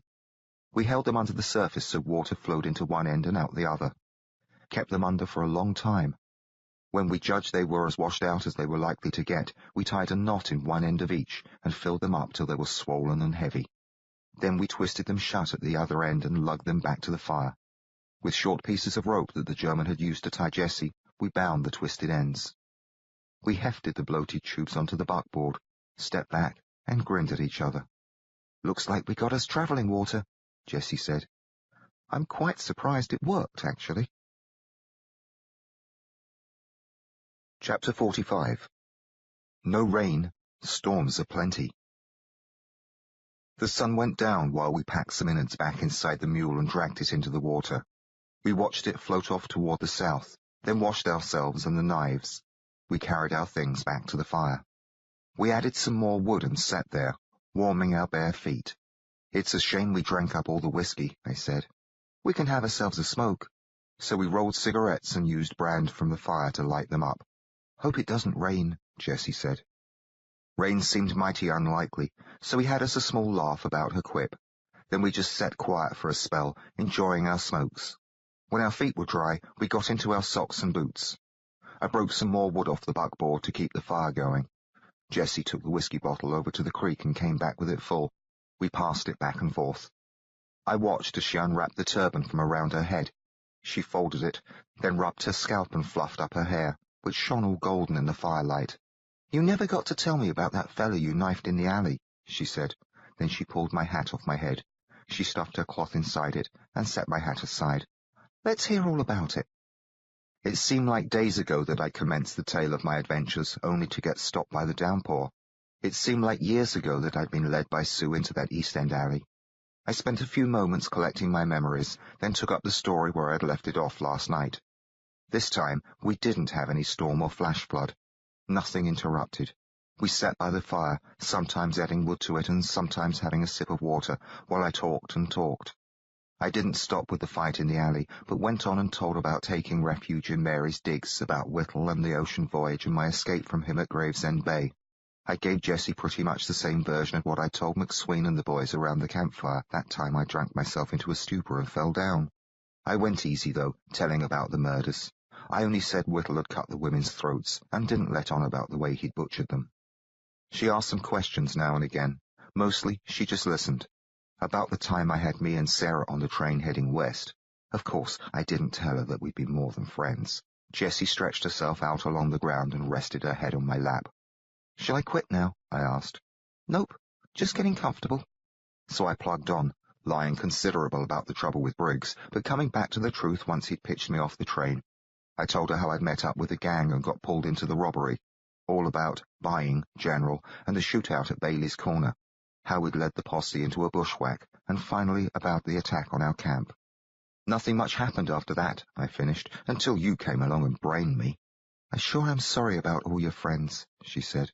"That was a mighty hard thing. But you ought to not go blaming yourself. McSween's the fellow that took General." "Only on account of my needing a horse. If I hadn't chosen to ride with the gang." "Blame Briggs, then. He's the snake that chucked you off the train. Or put the blame on Whittle. You've got no call to be ashamed of anything you've done, Trevor. Why, you'd still be home in England, and wouldn't none of it happened except you took on Whittle to save that gal. The one he was fixing to kill on the street there. That's how I see it, leastwise." "I see it that way myself sometimes," I told her. "It ain't rightly your fault Whittle killed them folks on the boat. Not even that you shot up the posse. Those boys aimed to kill you, plain and simple. Wasn't no better than murder, how they rode in and shot up the gang. The wonders that you lived through such a passel of close shaves. I just wish none of it had happened at all." That was sure the wrong thing to tell Jessie. She opened her mouth, but didn't say anything. She just gazed up at me, her eyes shining with firelight. "What?" I asked, a bit slow in seeing my mistake. She shook her head, then got to her feet and stomped off toward the creek. I went in the other direction and relieved myself, wondering what had put the burr under Jessie's saddle. She turned as chilly as the night air, and it didn't make a lick of sense. Back at the fire, I looked around and spotted General. I recalled how I nearly lost him and Jessie both in the flood on account of hobbling him. so it seemed best to leave him free. He wasn't likely to wander far. By and by, Jessie came along. "We ought to break up some more wood and keep our meat smoking," she said. "'Sides, going to be a cold night unless we keep the fire up." So we commenced to rip some more planks off the buckboard and hack them into pieces with our knives. "It's a shame we lost our blankets," I said. "Well, you only lost the dang things 'cause you was fool enough to leave home. Should have stayed there with your ma." "Oh?" "Yep. You would have gone and missed out on every last one of the nasty mean things that's come your way." "Oh," I said. Now I was commencing to catch on to the nature of the problem. "Yep." We carried our loads of wood over to the fire and dropped them into a heap. Jessie wiped her hands on the front of her shirt. "I don't regret everything," I said. "I'm quite glad I met you." "That's so? Well, you ought to keep it in mind when you go to wishing you'd stayed at home. How do you reckon I feel? You say such things, and after I'd gone and kissed you too." When she said that, I stepped right up to her and put my arms around her and pulled her close against me and kissed her on the mouth. I rather expected her to shove me away. She didn't do it, though. Instead, she moaned and squeezed me tight. I couldn't rightly believe my luck. I was actually holding Jessie in my arms, kissing her mouth, and she wasn't fighting me off. It was bully. But then Sarah came into my head. I took to feeling guilty. She'd given herself to me, heart and body, and here I was, taking up with the first pretty gal who come my way. She's more than just a pretty gal, I told myself. She's Jessie Sue Longley. I might never see Sarah again anyhow. Besides, she seemed like part of my past, part of the life I'd left behind when I took up with the outlaws. She'd never met the train robber, the horse thief, the murderer. The boy she'd known was dead and gone. She'd likely have no use for me. With Jessie in my arms, I had no more use for Sarah either. Best to forget about her. Jessie pulled back and looked me in the eyes. "What's troubling you?" she asked. "Nothing at all." "Don't you fib to me. What is it?" I shook my head. I tried to hug her again, but she held me off. "Time we got us some sleep," she said. "But Jessie—" She didn't say anything, but pulled the German's pistol out of her belt. Stepping past me, she fetched the folded trouser leg from inside my hat. "I don't kiss liars," she said, and lowered herself to the ground by the fire. She set the Colt nearby, then eased herself down on her side and tucked the cloth mat under her head to use as a pillow. Well, I was feeling too riled to sleep. I sat across the fire from Jessie and stared at her. "I'll keep watch," I said. "You don't need to watch me.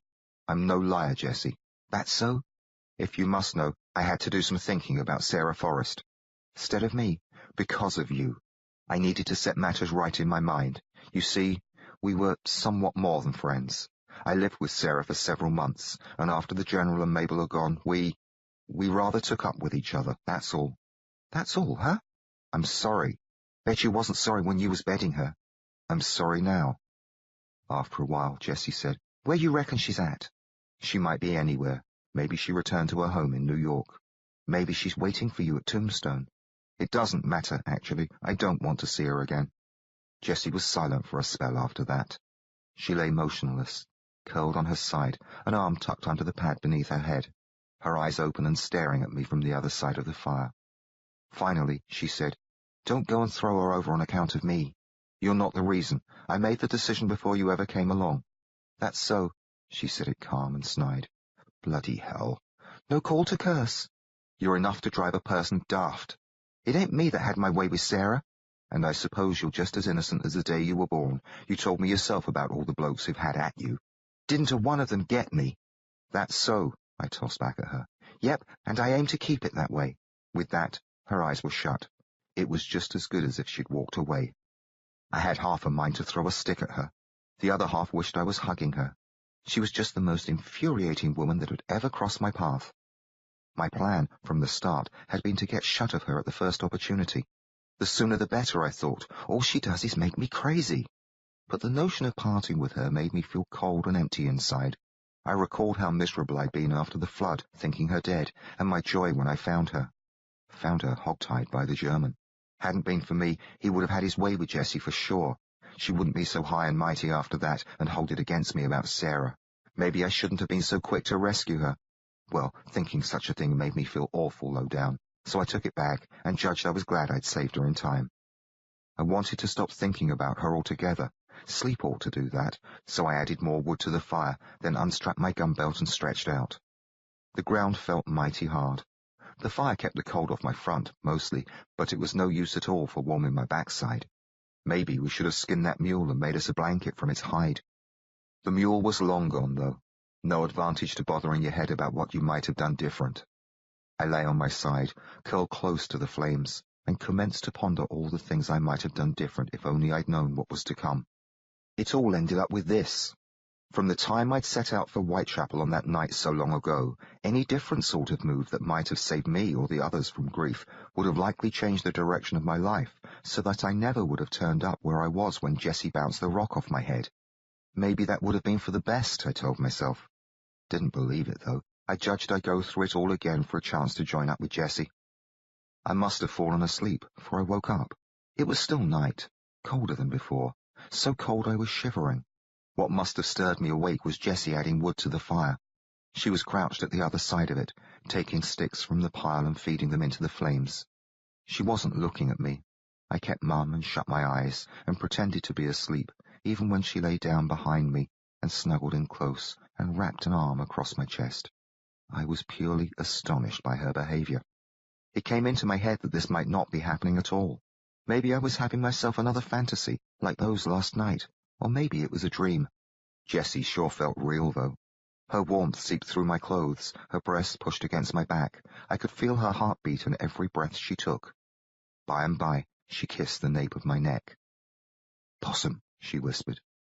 Rolling over, I hugged her and kissed her mouth. She didn't let me kiss her much, though. She said, "Don't get no funny ideas, Trevor. It's just too dang cold over there by my lonesome." "I see," I whispered. "Don't make me use my bowie knife." The warning was no sooner out than her lips covered mine. She was likely joshing about the knife. I didn't want to risk riling her, though. We kissed and squirmed some, but I took care to keep my hands from straying any place that might offend her. Later on, she lay still with her face buried against the side of my neck. She seemed to be asleep. But then she murmured, "This ain't working out. What have I done? It ain't you, this time. It's the ground. I just can't find me a way to—" "Here, then." Holding Jessie against me, I rolled onto my back. "How's this?" She didn't answer at first. She lay still, then shifted about some. She gently pushed my knees apart and eased her legs down between mine. Her hands curled over my shoulders. She lowered her face against my cheek. "Am I squishing you?" she asked. "Not at all. This is real nice." It was, and it wasn't. Her hair made my face tickle, so I had to scratch now and again. Her chin felt like a rock digging into my collarbone. But those were minor bothers. It was wonderful to feel her stretched out atop me, heavy and warm. A spot too wonderful, actually. Before you know it, a certain part of me commenced to push at Jessie. It upset me considerable, but Jessie didn't speak up or slap me, so I judged she must be asleep. I quit stroking her back, squeezed my eyes shut, and tried to make my problem go away. Jessie moaned a couple of times. She squirmed, which didn't help at all. By and by, though, she lay still and commenced to snore. I went through a mighty rough spell, what with the way she was on top of me and knowing she was asleep, and all the temptations that ran through my head, but I kept a tight rein on myself. Somewhere along the way, I fell off to sleep. Chapter 46. We carry on. When morning came, I woke to find Jessie sprawled out beside me. She lay on her back, an arm across her eyes to block the sunlight. I took a quick look about. The fire had died. The mule meat above it had shrunk considerable and dangled from the rack like several lumpy leather belts. General was standing motionless, head down, a few yards beyond the rear of the buckboard. No sign of any intruders. Satisfied that all was well, I turned towards Jessie again and crossed my legs and studied her. She looked peaceful and beautiful, spite of her mouth hanging open. A warm breeze made her hair stir ever so slightly. It wasn't blowing enough to move her shirt. Her shirt had gotten itself twisted around her somehow. It was drawn tight against her chest. With every breath she took, her breasts seemed to strain at the cloth. Lower, some of the buttons had come apart and her shirt was spread apart, leaving her belly bare all the way down to where her dungarees hung around her hips. It made me hurt to see the awful bruise. It had a dark ring in the centre from the muzzle of the German's rifle. Around the ring was a purple smudge. I was glad we'd killed the varmint. Below the bruise, Jessie's skin looked smooth and velvety. It was spread over with a golden fuzz too fine to see at all if you didn't look too close. You didn't need to look close to see the locks that curled out from under the waist of her dungarees. They gleamed as they swayed in the breeze. I had an urge to kiss the wound, to caress her, to run my hand over her silken belly ever so lightly. I wondered if I should be able to feel the fuzz. I rather ached to touch the curls and slip my fingers through them. But caution won out. She was bound to pitch a fit if she should wake up to find me pawing her. Afraid that temptation might overcome prudence in the long run, I stole to my feet, picked up my gun belt, and hurried on down to the creek. I pulled my boots off and waded in. I spent a while swimming and floating, then sat on a rock to let the sun dry me. I felt just bully. And better yet when Jessie crept up behind me. Far as I knew, she was still asleep. All of a sudden, she wrapped her arms around me, pressed herself against my back, and kissed my ear. "Whoever you are," I said, "you'd best not let Jessie Sue Longley catch you." "Why's that?" "She's the jealous sort, and quite the scrapper. If she should find you chewing on my ear, she'll likely bash you senseless." "Chewing, huh?" So then she did take to chewing on my ear. It felt mighty strange. I got all goosebumpy and squirmed until she quit. "Ain't meal," she said, "but tasty." Holding onto my shoulders, she stood up. "How's the water?" "A trifle chilly, rather refreshing, though." Jessie stepped around to the front of the rock. She had left her boots behind, the better for sneaking up on me, no doubt. "Should I leave?" "No call for that," she said, and jumped into the creek. She waded out till the water was waist-deep, then turned and smiled. "It's right nice," she said, sinking down. After ducking her head, she cupped some water to her mouth and drank. "Don't take a notion to come in," she warned. "Just stay where you are and keep an eye out for strangers." I checked about. Nobody in sight. When I looked again at Jessie, she had a shirt off. She was crouched low so that the water covered her almost to the shoulders. It was fairly clear, though. Below the surface, everything looked shadowed and wavery. She mopped herself with the shirt, then draped it over her back and flung the sleeves around her neck so she wouldn't lose it. "Would you like me to hold that for you?" I asked. Instead of answering, she sank down, filled her mouth, then came up and squirted at me. The spout fell short. It splashed the rocks in front of my crossed legs. "I say, don't get me wet. I may have to come in and throttle you. You stay where you are, Trevor Bentley." With that, she took off her dungarees. She held them off to the side. The current lifted them, stretched them out, filled their legs. "Don't lose them now. If I lose them, I'll have to take yours." I laughed, but my laughter rather got caught in my throat as Jessie's free hand commenced to rub at her body. I thought it might be best to look away, but Jessie knew I was here, knew I was watching, and had glanced down often enough to know that she could be seen through the water. Obviously, she didn't object to my watching. She watched me watch, her eyes all bright with their mischief. A game of sorts, perhaps a test, or maybe nothing of the kind. Perhaps she'd simply grown to trust me, to care for me enough that she no longer felt it necessary to bathe in private. Below the water, her body was blurred and shimmery. Still, I could see her hand gliding up and down her legs, then delving between them before she went about cleaning behind herself. All the while, she watched me. When she finished washing, she stayed crouched down, her chin just touching the water. "Am I as pretty as your Sarah?" she asked. Right then, I couldn't pull a picture of Sarah into my head. Didn't need to, though. "Oh, yes, quite. You're far more beautiful." "Figured," she said, and nodded.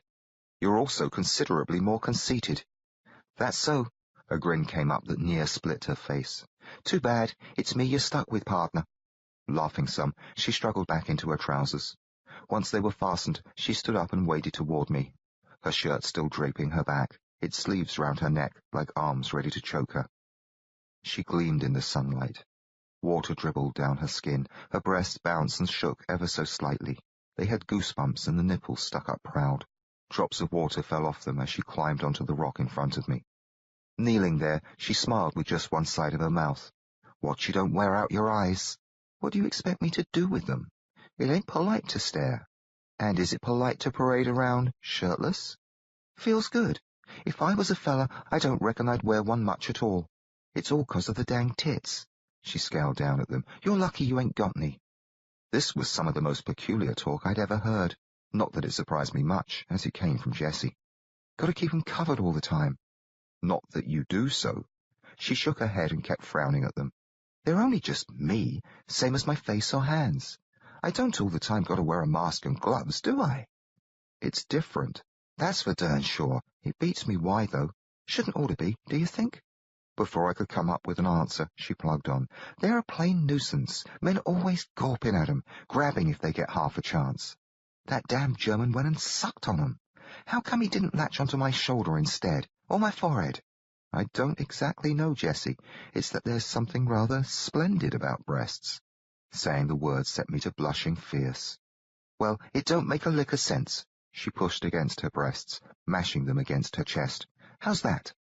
Lucky hands, I thought, but kept mum, judging she might not appreciate a remark of that calibre. Besides, I doubt that any comment at all could have squeezed through my throat at that moment. I was flustered and stirred up something awful. She jerked her hands away and the breasts came springing out. They looked a bit red. "Sometimes," she said, "I got half a notion to cut 'em clean off." Whittle's work slammed through my mind. "Bloody hell," I blurted, "don't you ever say that." She gaped at me, startled. "Land's sakes, what's the matter with you? I was only just joshing." "There's nothing funny about it." Settle down, settle down." She took hold of my shoulders, looked me in the eyes. "What is it, Trevor?" I shook my head. "Tell me, we're partners, right?" "It's Whittle. He didn't only cut their throats, the woman I told you about. He carved them up terribly, and he cut off their breasts." Jessie's hands tightened on my shoulders. She didn't say anything, but just knelt there in front of me, hanging on. By and by, she leaned closer until her forehead met mine. "I'm ever so sorry I said such a thing," she whispered. "If he should ever get his hands on you—" "He won't. He'd cut yours off. Then you'd get your wish." "It ain't my wish. I was only just joshing." I lifted my hands to Jessie's breasts. I held them gently, feeling their chilly wetness, their slickness and weight, the press of their nipples. She didn't stop me. Instead, she eased herself lower against my hands. Then she kissed my lips. "We ain't never going to kill Whittle," she finally said, "lest we hit the trail." Then she kissed me again, leaned back and unwrapped the shirt sleeves from around her neck. Reaching high up behind her, she pushed her arms into the sleeves. As she fastened the buttons, I realized what she'd just said. "We aren't going to kill Whittle," I told her. "It's my duty, and I won't have you involved in such an enterprise." "That's so." "Quite." We got to our feet, climbed down from the rock, and Jessie watched while I strapped on my gun belt. "You ain't going nowhere without me," she said. "Eager to get yourself butchered, are you?" "You might just need me, you know?" "I don't need you dead." "Same goes both ways. How you think I'd like it? You went off and got yourself killed. I'll tell you how I'd like it. Not much, so I'm sticking with you. Better get used to the notion." Well, I could see no advantage to arguing. With most women, you might as well try and argue with a stump, and Jessie was worse than most that way. "Whatever you say," I told her. She gave me a look, so I knew she wasn't fooled. But there was more to her look than that. It seemed to say, "Just you go ahead and try going after Whittle without me." Back at our campsite, we gathered up the strips of jerky. We each chewed on a piece while we wrapped the rest in a rag and tucked it into one of the saddlebags. It didn't taste nearly as ornery as I figured it might, but chewing so hard made my jaw sore. We washed it down with water from the whiskey bottle. After that, Jessie cut the traces off the buckboard. She mucked about for quite a spell and managed to fashion a bridle for General. We slipped it over his head, then harnessed the swollen tubes of water onto his back with more straps from the traces. When those were in place, there wasn't room for more than one rider, but we didn't have much choice in the matter as we needed the water. We strung the 2 rifles together with a rope tied around the stock of each and hung them across General's back. Finally, I put on my hat and Jessie wrapped the German's trouser leg around her head like before. She mounted up. We started off northward alongside the creek, me walking. I felt rather sorry to leave our camp behind. Never mind we'd killed the German there. It was the place where I'd found Jessie alive, against all odds, where we'd worked together to solve a passel of problems, where we'd quarrelled and settled differences, where we'd laughed and kissed and held each other, where we'd become somewhat more than partners. It was our place by the creek. Its upside-down buckboard was still in sight when I already took to missing it. But we couldn't stay there forever. Whittle was waiting for me. He would always be waiting for me, giving me no peace until I'd found him and put him down. We knew the flood had washed away the trail, so I sat by the creek while Jessie rode in search of it. I felt mighty lonesome and jittery after she was gone. I worried and worried. By and by, I noticed a tree off beyond the other shore. Its stump was jammed into a familiar nest of rocks. It was the very same tree where I'd found the German's wife and boy, though the water had gone away and left it on dry land. The sight of it turned my insides cold. I wished I hadn't recognized it, but there it was. I turned my eyes away quick before they could search out the bodies that I'd left on the bank downstream. I knew they were there somewhere. Sure didn't want to look at them. At last, Jessie came riding back. I was mighty glad to see her. "Found it," she called. "Still a ways off." We followed the creek for a while longer. By and by, we crossed to the other side and caught up to the trail about 100 yards farther west. That much of it had gotten itself swept out by the flood. We followed it, taking turns riding General, sometimes both of us walking to give him a rest. When we got hungry, we ate jerky. We satisfied our thirst and General's with water from one of the gut tubes. Neither the food nor the drink was much to brag about, but it took care of our needs. The first day, we didn't meet up with any other travelers. To keep it that way, we made our camp a good distance from the trail. The next day, we met a man from Bisbee who'd come up by way of Tombstone. He caused us no trouble, but told us how to get to Tombstone, and we were glad to hear that our destination was only 60 or 70 miles off. For the next 3 days, we made our way in the direction he told us. We managed to shoot some game, so we had a few meals other than mule jerky. We found enough fresh water to keep our gut bags full, and we encountered more travelers, but no trouble. Jessie didn't shuck off her shirt again the whole trip, not in front of me, leastwise. I reckon she kept it on so I wouldn't be reminded of Whittle. I thought about him plenty anyhow.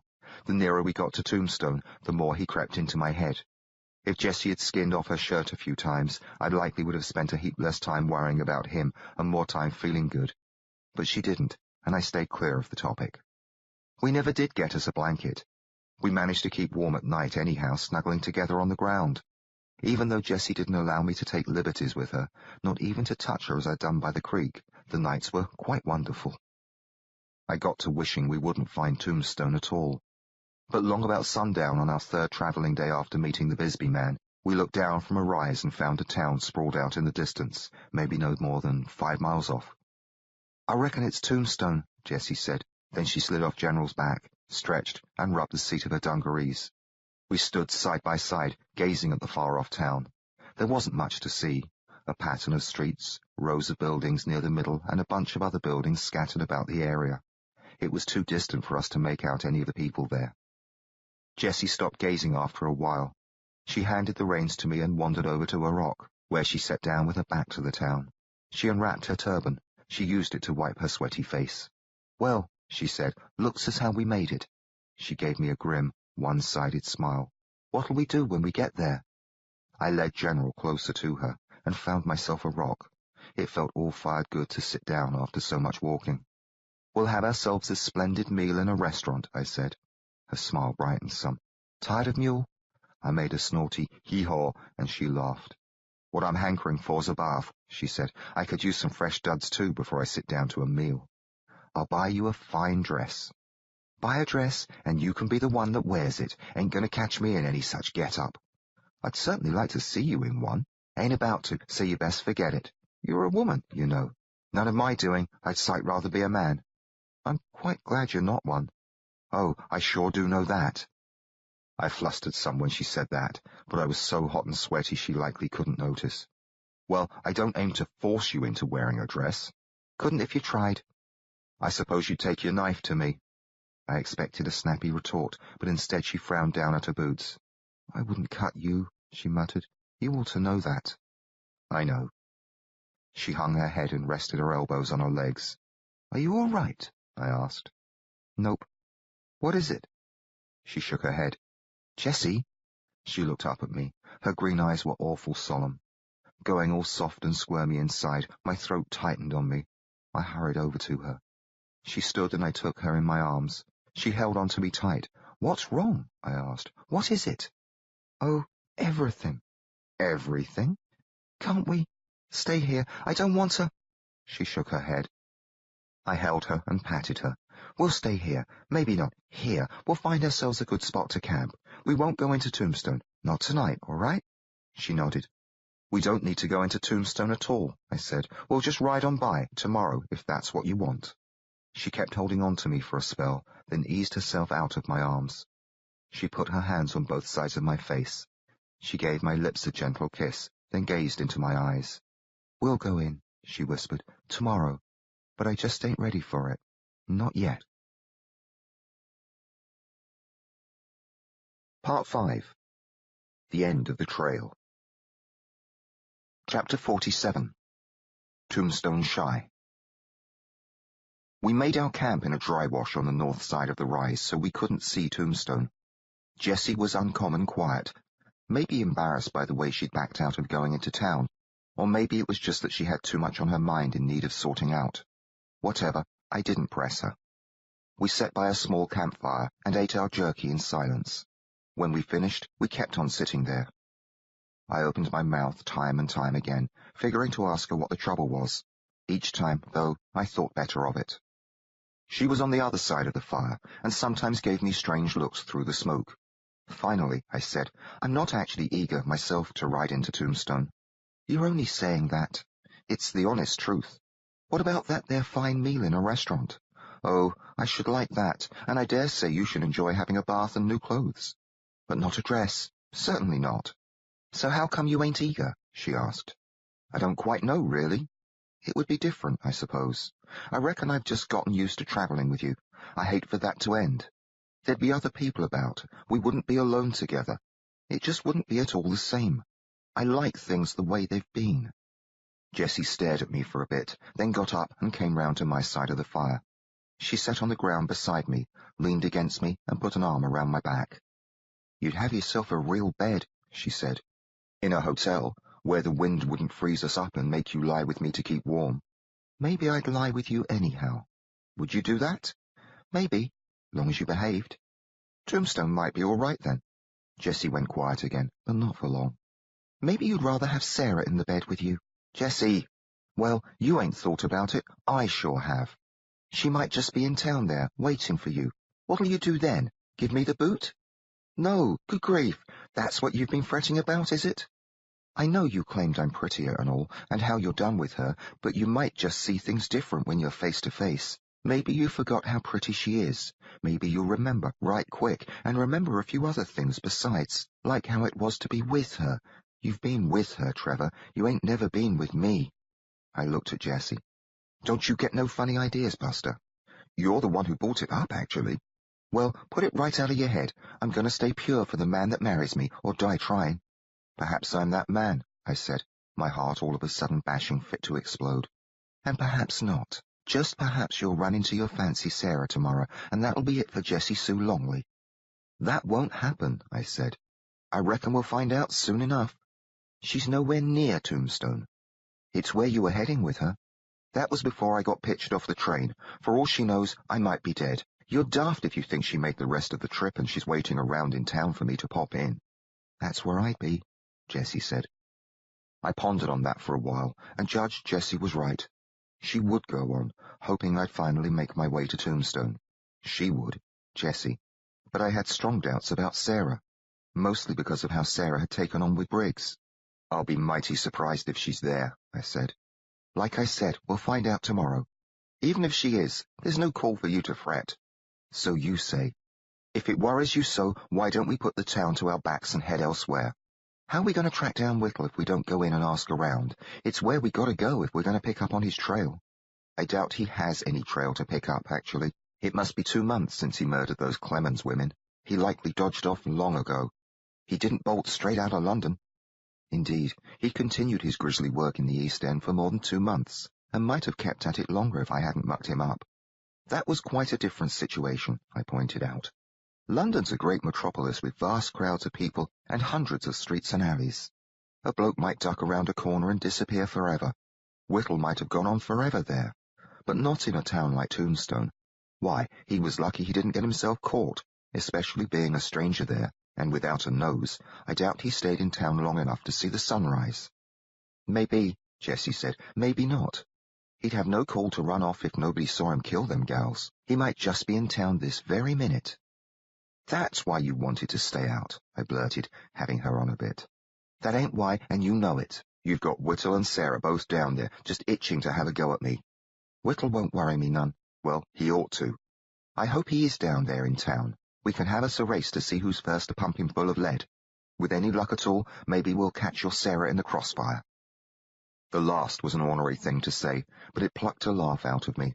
I locked my arm around Jessie's head and clamped it tight and gave her a few gentle punches in the belly. Then she slipped her head free, flung herself against me, and bowled me over sideways. I didn't struggle much, except to swing my boots clear of the fire. While I concerned myself with that, she got onto my back and straddled me. With her knees, she pinned my arms to the ground. I was still laughing, spite of her weight on my chest. "I always knew I could take you," Jessie gasped. "You've got me." "Yep." She gave a bounce that made the air grunt out of me. "Got you right where I want you." "Delighted to be here," I said. At that, she backhanded my face. Not so much a slap as a pat. "Don't get crude, Trevor." "I meant nothing crude, not at all."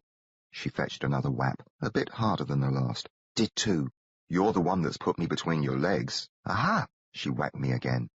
So I kicked up my legs, swinging them till I hooked her shoulders with my boots and flung her backward. She let out a whuff when she slammed the ground.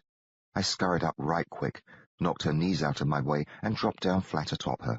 She squirmed under me, laughing, fit to burst. Instead of pinning her arms, I used my hands to dig into her sides. She fairly squealed. She bucked and thrashed and grabbed at my hands, trying to hold them off. "Quit," she blurted between her squeals. "You quit." "Got you right where I want you." "I mean it. Quit now, before I bust the seam." "Have at it." "Trevor, I'm going to wet." So I quit. Jessie spent a while giggling and gasping underneath me, but she finally settled down. By and by she said, "It's downright mean, tickling a body." "Meaner than slapping." "I didn't hurt you." "I didn't hurt you, either." "You dang near split my gut." "Shall we call it even, then?" "Give me a kiss." Well, that suited me. So I lowered my mouth to hers, fixing to kiss her real sweet, and she gave my lip a nip. "Ow, bloody hell. Now we're even." "Bloody hell, you bit me." "Ain't the first time." I licked my lower lip and tasted blood. "You made me bleed." Smiling, she nodded. "Don't fret about it none. I ain't got the rabies." "Not as I know about, leastwise." "Did I ever tell you about that fella down El Paso way that—" "You told me." "Let me kiss your hurt and make it better." "And give you another go at chewing on me." "I said we're even. Don't you trust me?" "You've got some mighty peculiar ways about you, Jessie." "That may be, but we're partners, ain't we?" "You can't trust your partner." "Who can you trust?" "Do you promise not to bite?" "Word of honor." So I eased my face down toward her, not quite knowing what to expect. What she did, she slipped out her tongue and licked the blood off my lip. Then she raised her head off the ground and kissed me, just as soft and gentle as you please. Pretty soon after that, I rolled off her. We lay on our sides, holding each other. I felt ever so peaceful and contented, but it didn't last. Before long, I took to feeling all hollow and achy inside. This was to be our last night on the trail. Tomorrow, we'd be riding into Tombstone. No matter what else might happen, it would mean the end of our times together in the wilderness. Our times alone, just her and me. It would all be over. Things would be different starting tomorrow, and I didn't want that at all. I might never again find myself stretched out on the ground by a campfire, holding Jessie in my arms. It gave me the fantods thinking about such things, and it didn't make a lick of sense, really. We'd still be together in Tombstone, but I couldn't shake it out of my head that our fine times together were just about over. I squeezed Jessie tighter, and she did the same to me. "It'll be all right," I whispered. "Glad you think so." "Still fretting about Sarah?" "It ain't only just her, Whittle. I just don't want to lose you," she said. "I got me some bad feelings about tomorrow." "We don't need to go in straight away," I said. I suddenly felt like whooping with joy. "We won't go in at all. We'll head off somewhere else. Perhaps we'll have a go at Tucson." Jessie's fingers curled into my back. "I don't know," she murmured, but I could tell she liked the notion. "What about Sarah? What about Whittle?" "They aren't likely there anyhow." Even as I said that, I realized I didn't quite believe it. I was lying to myself, lying to Jessie. They might be in Tombstone, and I realized then that Sarah and Whittle were the two reasons I wanted no truck with that town. The only reasons, when it came smack to the truth. "I want nothing to do with either of them," I said. "I want nothing to do with anyone except you, actually." "Oh, Trevor," she murmured and brushed her cheek against mine. "You can't just let on they don't exist. I can't either. We gotta face 'em. Might as well be tomorrow, if that's what's meant to be." "If it's meant to be, then there's no call to go rushing after them." "It don't seem right." "Do you want to go into Tombstone tomorrow?" I felt her head shake. It settled then. Jessie didn't say anything for a while after that, and I thought she might be asleep. But then she raised her face off me and brushed her lips against my mouth and whispered, "I sure do love you, Trevor Wellington Bentley." Not as much as I love you, Jessie Sue Longley. That's so? That's so. Well, at least you didn't sell me to the German. She kissed me again, and pretty soon I rolled so she was stretched out on top of me, the way we'd taken to sleeping every night since the flood. We lay still, not saying anything more. All my bad feelings had gone away, dragged off by my decision to stay shut of Tombstone. I heard the fire crackling and popping, heard a coyote howl off in the distance, heard Jessie's breathing close to my ear. Before you know it, I was asleep. In the morning, we had us one more discussion about Tombstone. Jessie wondered if we ought to go in just long enough to outfit ourselves with another horse, some equipment, and supplies. I allowed us how such things would make our trip a sight easier. We only need to spend an hour or two in town, then we could be on the trail again. We agreed to do it. Jessie mounted on General, me walking. We made our way around the rise and headed for Tombstone, going straight toward where we decided to avoid, even though neither of us wanted to go there. We'd only be in town for a bit, I told myself. Even if Sarah is there, seemed likely we wouldn't run into her. And Whittle, he'd probably hightailed the night he killed the Clemens women. In my head, though, it worked out otherwise. In my head, we no sooner started down the main street of town than Sarah popped out of a doorway, and her eyes lit on me, all surprised and joyful. She called out my name and ran to me and threw her arms around me, wept and lavished kisses on my face as Jessie looked on. So then I had to shove her off me and say something like, "Stop it, Sarah, please, I'm afraid another woman has—" Just what would I say? If she was there, it meant she hadn't given up on me. It meant she still wanted me for herself. Whatever I might say or do, short of giving up Jessie, not a chance of that, was bound to give her loads of pain. I wanted no part of such a scene. Nor did I want a showdown with Whittle. Not in the streets of Tombstone. Not with Jessie nearby where he might get a hold of her. Much as I told myself he was long gone, I knew there was a chance he might still be there. Maybe he'd found himself a job, or maybe he was living high and mighty off the loot he'd stolen from the True Delight. My common sense told me he wouldn't be there. For that matter, he might not even have been the bloke who murdered the Clemens women. Sarah wouldn't be there either. That's what my common sense said, but my stomach told me different. We were on the trail leading into Tombstone for near a mile when I finally said, "Hold up there, Jessie." She halted General and turned her head toward me. "This isn't at all where I want to go," I said. "I ain't looking forward to it much myself." "So then, why are we doing it?" She shrugged her shoulders. Then her face lit up with a big smile. "How many days to Tucson, you reckon?" "Long as it takes." She turned General around. We put our backs to Tombstone. I quickened my pace to catch up and felt like I was leaving all the grief of the world behind me. I felt so chipper that I actually ran for a while and left Jessie behind until she put her boots into General and trotted up beside me. "Don't go and wear yourself out," she said. "It's a grand morning, smashing. It sure is peculiar how things work out. If we'd gone on into Tombstone that day, we would have missed Barney Dyer. We might have avoided Whittle altogether. Instead, by turning away from town, we started down a path that would lead us straight into Whittle's lair." Chapter 48. Apache Sam. "Hello, the fire," came the voice out of the darkness. I'd shot us a jackrabbit that afternoon, so we hadn't needed to gnaw on mule jerky for our supper. We'd just finished eating it when the man called out. It startled us both considerable. I snatched out my Colt. Jessie put her hand on my knee to settle me down. "Tell him to come on in," she whispered. "Step along into the light where I can see you," I called. "Don't let me see any irons in your hand. If you're fixing to plug me, I'll just go my way and leave you be. I ain't looking for no trouble." Jessie called, "You're welcome to come in and set." "Thank you kindly, miss." With that, Barney Dyer led his horse into the glow of the firelight. He held his reins in one hand. He held the other hand up, open to show it was empty. That one was short 2 fingers, the ring finger and pinky. "I seen your light," he said. "Hope you don't mind me joining you." "Long as you behave," Jessie told him. "I most generally do," he said. "I ain't the violent sort, Lord knows, though I run up against it now and again, much as I hate doing such things." He tied his reins to a tall cactus over near General, then sauntered closer. Though he had a voice that made him sound like quite a large fellow, he was so pint-sized that he appeared half lost inside his duds. Everything he wore looked too big for him. The brim of his hat was as wide as his shoulders. The bandana hanging around his neck looked the size of a tablecloth. His vest hung down so low it draped the butt of his 6-gun. His chaps flagged about his legs like a couple of sails. Even his thick, dark moustache looked like it belonged on the face of a man twice his size. He was all creaking leather and jingling spurs as he stepped to the other side of the fire and sat down. With a sigh, he said, "Much obliged. Name's Dyer, Barney Dyer." He touched the rim of his hat. "I'm Trevor," I said. "This is Jessie. Pleased to make your acquaintance, folks." He had a rather calm, friendly manner about him. His eyes, shiny in the firelight, had a bit of humour or mischief that put me in mind of Jessie.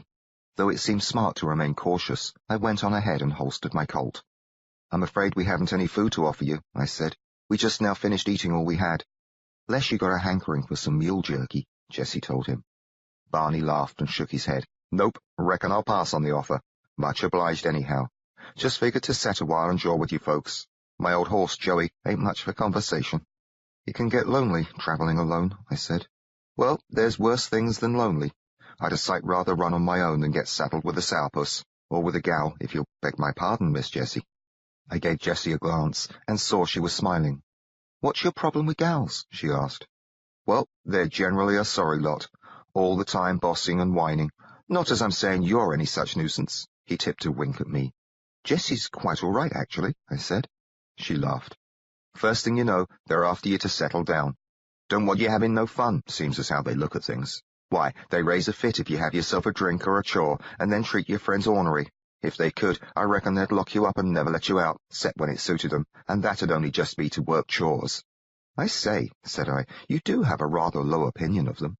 "Been married to two of the critters. They was both fine gals till we got us hitched. First thing you know, they up and changed on me. Seems like they were both of them cut out to be penitentiary guards." Jessie laughed. "Not as I'm saying you're any such," Barney told her. "Thanks kindly." "You going to hitch up with Trevor here?" he asked. "Why, I don't reckon he's likely to ask now that you've filled his ear with such manure." That got Barney to chuckling softly. "Well, you're both mighty young yet, no more than children by much. There ain't no call to rush into such a tricky game as marriage. How'd you two throw in together, if you don't mind me asking?" "Jessie had a go at stealing my horse," she blurted. "Tell the whole world, why don't you?" "Well, you didn't get it, did you?" "Only just because I took it easy on you." "I got the drop on you." "I kept my knife to myself." "Settle down, folks," Barney said. "Lord alive, I didn't aim to start a war between you. We don't want no bloodshed here." "He started it," Jessie said. "I did not." "Did too." "This is what comes," Barney broke in, "of poking my nose into matters that don't concern me. I'm right sorry I asked. Somebody ought to cut it off for me, so I'll stop sticking it where it don't belong. Already missing enough parts, though."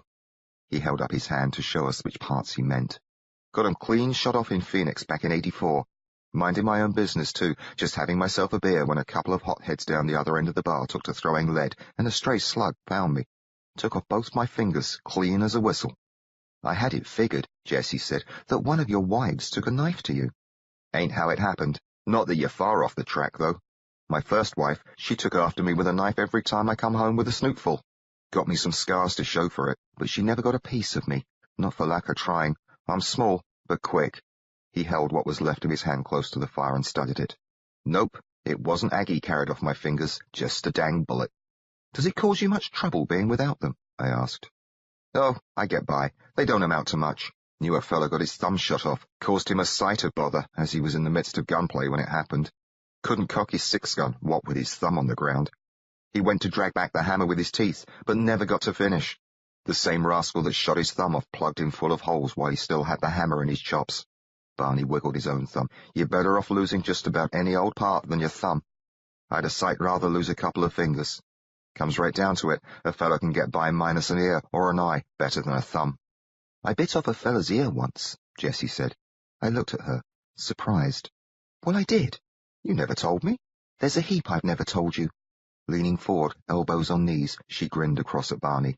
"It was a sidewinder named of Hank Dappy." The name sounded vaguely familiar. I judged it might be one of those she'd reeled off the time she was telling me about all the rascals who'd had a go at her. "He jumped me, fixing to have some high times on account of me being a girl, you know. Well, I bit his ear clean off. You should have just seen him, how he cried and carried on. Well, he chased after me, went raving as how he'd taken his ear back and stick it up my you-know-what. I didn't know what exactly, but I didn't speak out. I allowed as how that was likely to pain me some, so I didn't aim to let him get his ear back. He was just about to catch me, so I turned around and plonked that stinky old ear of his into my mouth and ate it whole." "Jessie!" I blurted. Well, I did. Barney gazed across the fire at her. He looked purely astonished. Ain't you the Spitfire? He said. My lord. And did you swallow it? I asked. Why, sure. Dappy, he was so flummoxed he stopped dead in his tracks. Reckon he figured I was a crazy woman, so he took to his heels, and that was the last I ever seen of his mangy hide. Barney, grinning under his mammoth moustache, shook a finger in my direction. You'd best watch yourself with this one, young fella. She'll be having pieces of you. Not to be outdone, I spoke up and said, I once cut off a bloke's nose myself. Why, you pair of rascals are meant for each other. Did you gobble it up? I shook my head. She's got you beat then, one by her nose. We all spent some time laughing over that. Barney rocked back and forth some, holding his knees. After we'd settled down, he said, Now how come you cut off the nose of this fella? He was trying to kill me, actually, and I him. I was rather hoping to give him a fatal wound, you see, but his nose intercepted my knife. Took it clean off, did you? Indeed, it fell to the street. Should have eaten it, Jessie said, and gave my ribs a knock with her elbow. I was rather too busy trying to save my skin.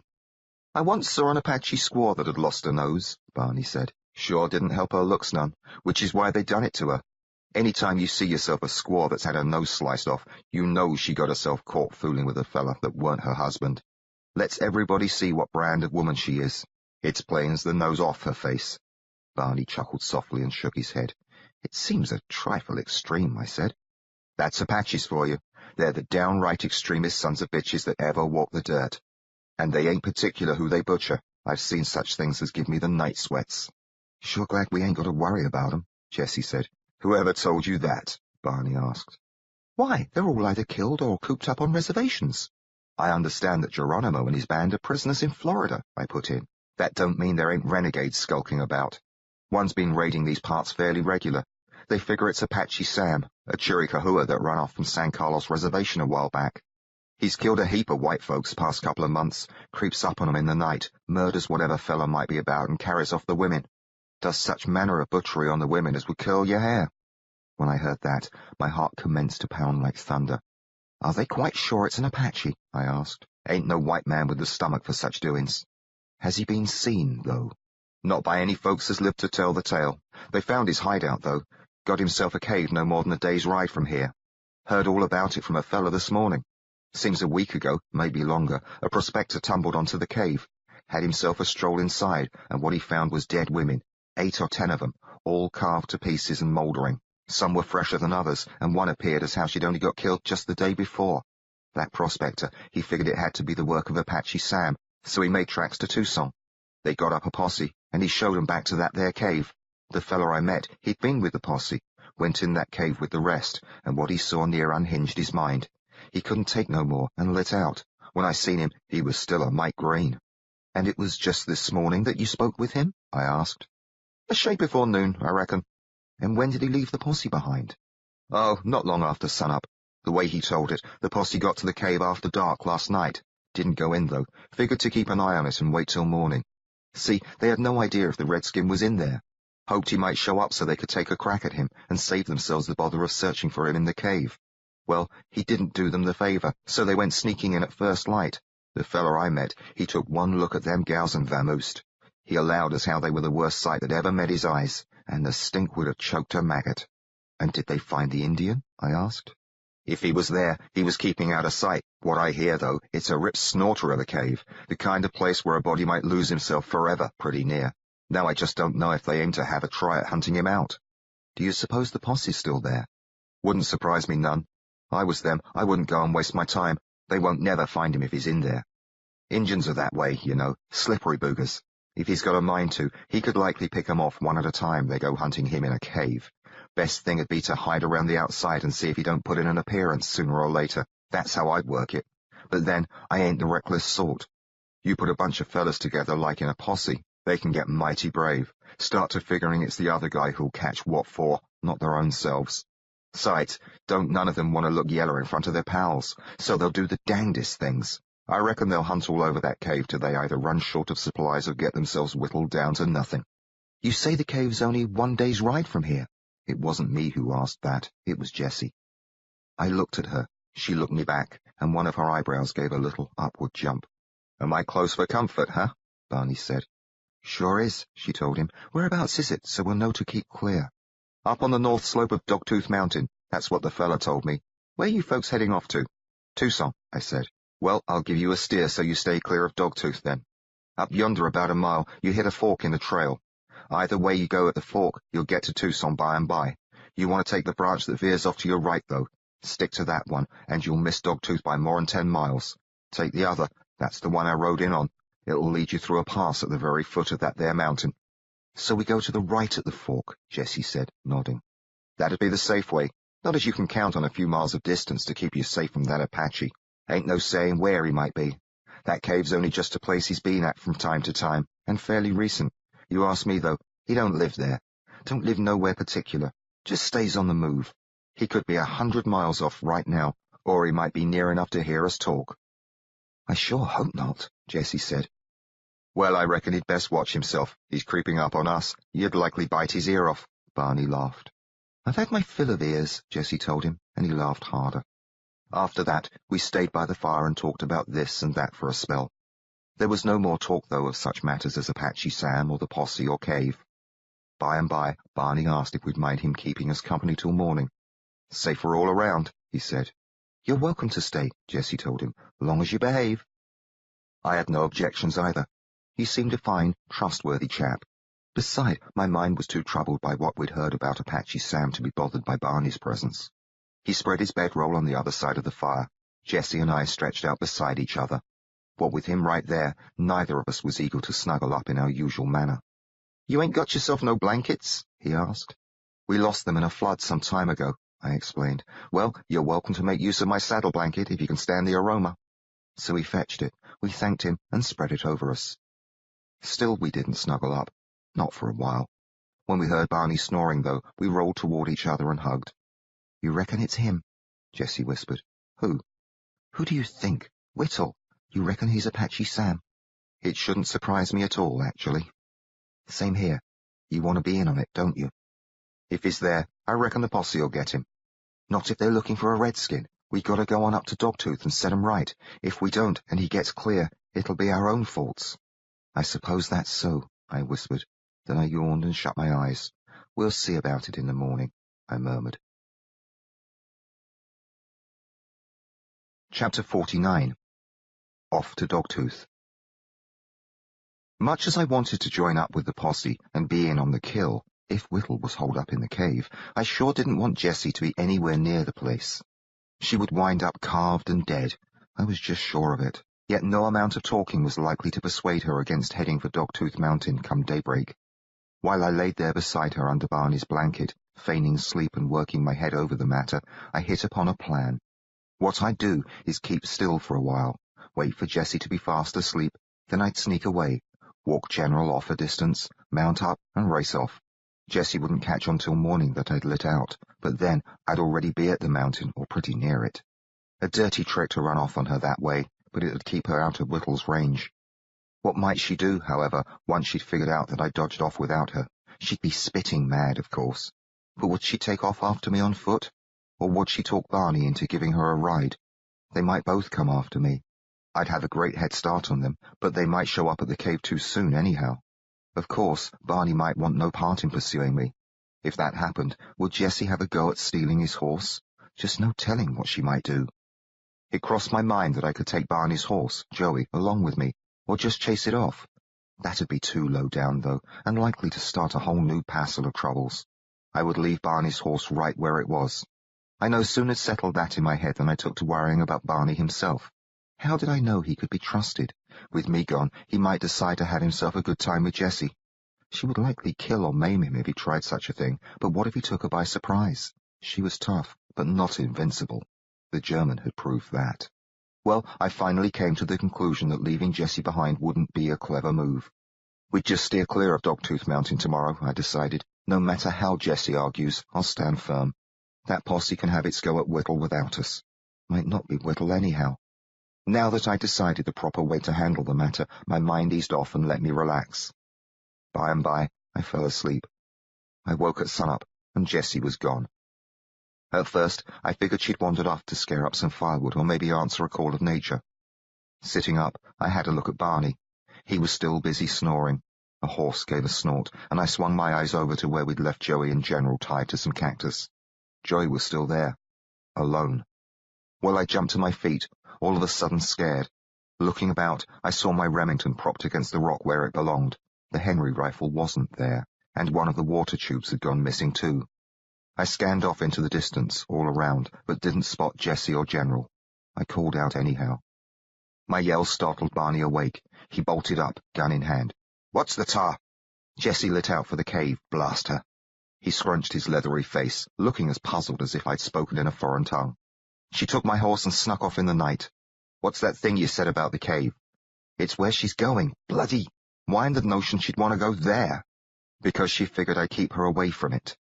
Still scowling, Barney used the muzzle of his Colt to scratch himself above the ear. "What'd she want at the cave?" "It's just her way of making sure I won't go there without her, or not go there at all." "You gone and left me behind, Trevor?" "I need to borrow your horse." "No, you don't." He spoke calmly. He eased the muzzle away from his head and pointed it in my direction. "I'll pay you for him. I've got quite a good deal of money." "Ain't got much use for your money, but I got a heap of use for Joey."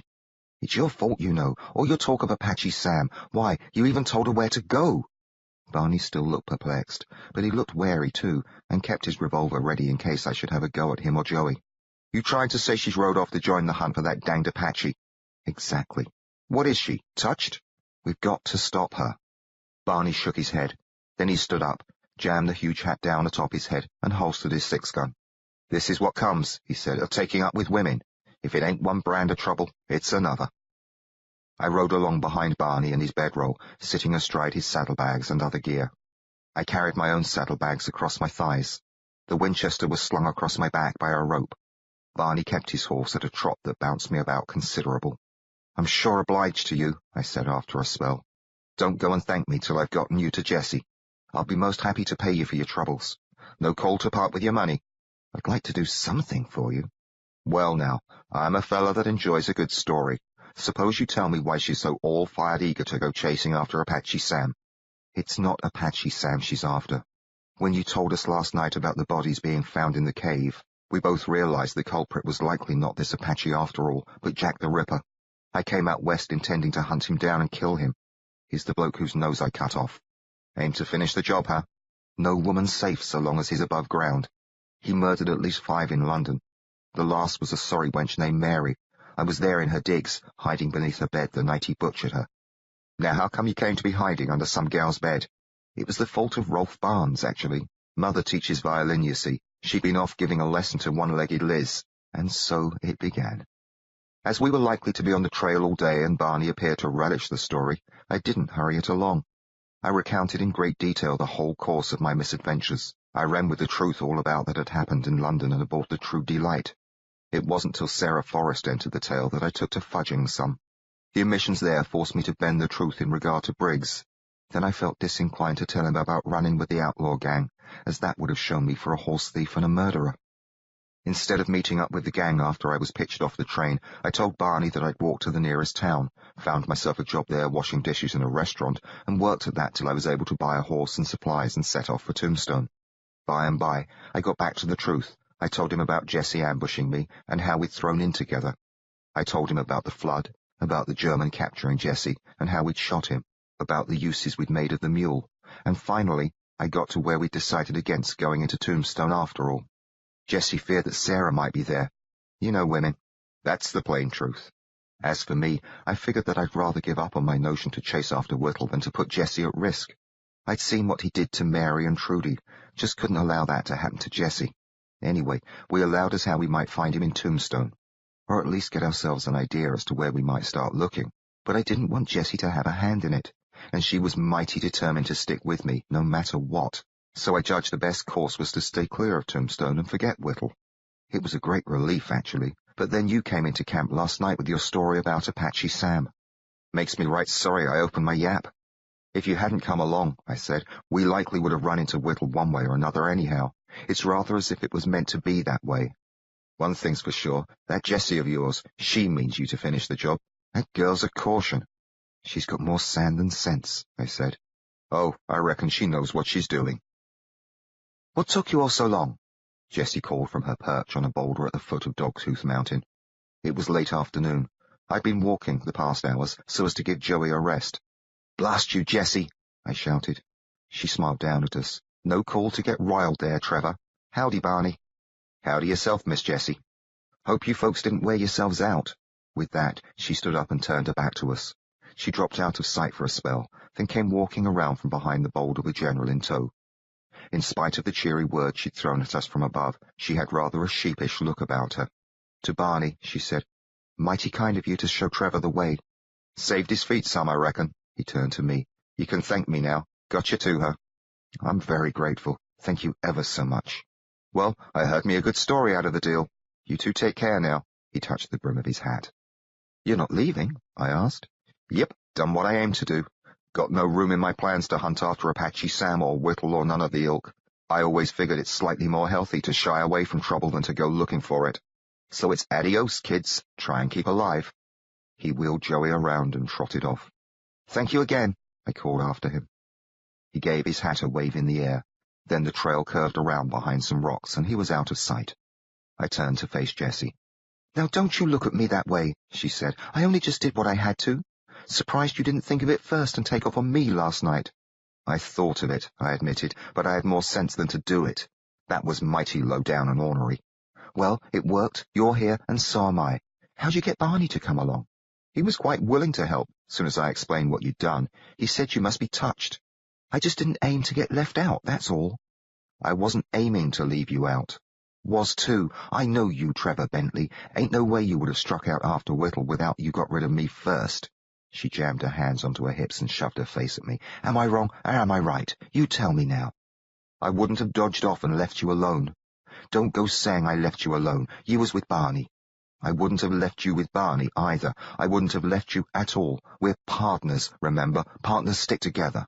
She let her hands drop away from her hips. Her head lowered. Voice soft, she said, "Well, I knew you'd come along.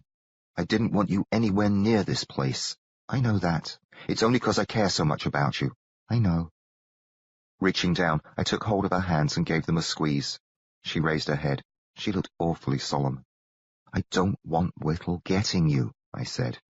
"Well, that goes both ways. I don't want him getting you, either. But you need to face him down. If you back out and call it quits, you won't never feel right about yourself. I don't want that for you, and I don't want to be the cause of it. You turned away from Tombstone on account of me." "That had more to do with Sarah than—" "It had mostly to do with Whittle, and you know it. You figured you'd rather give up on him than take a risk on me getting hurt.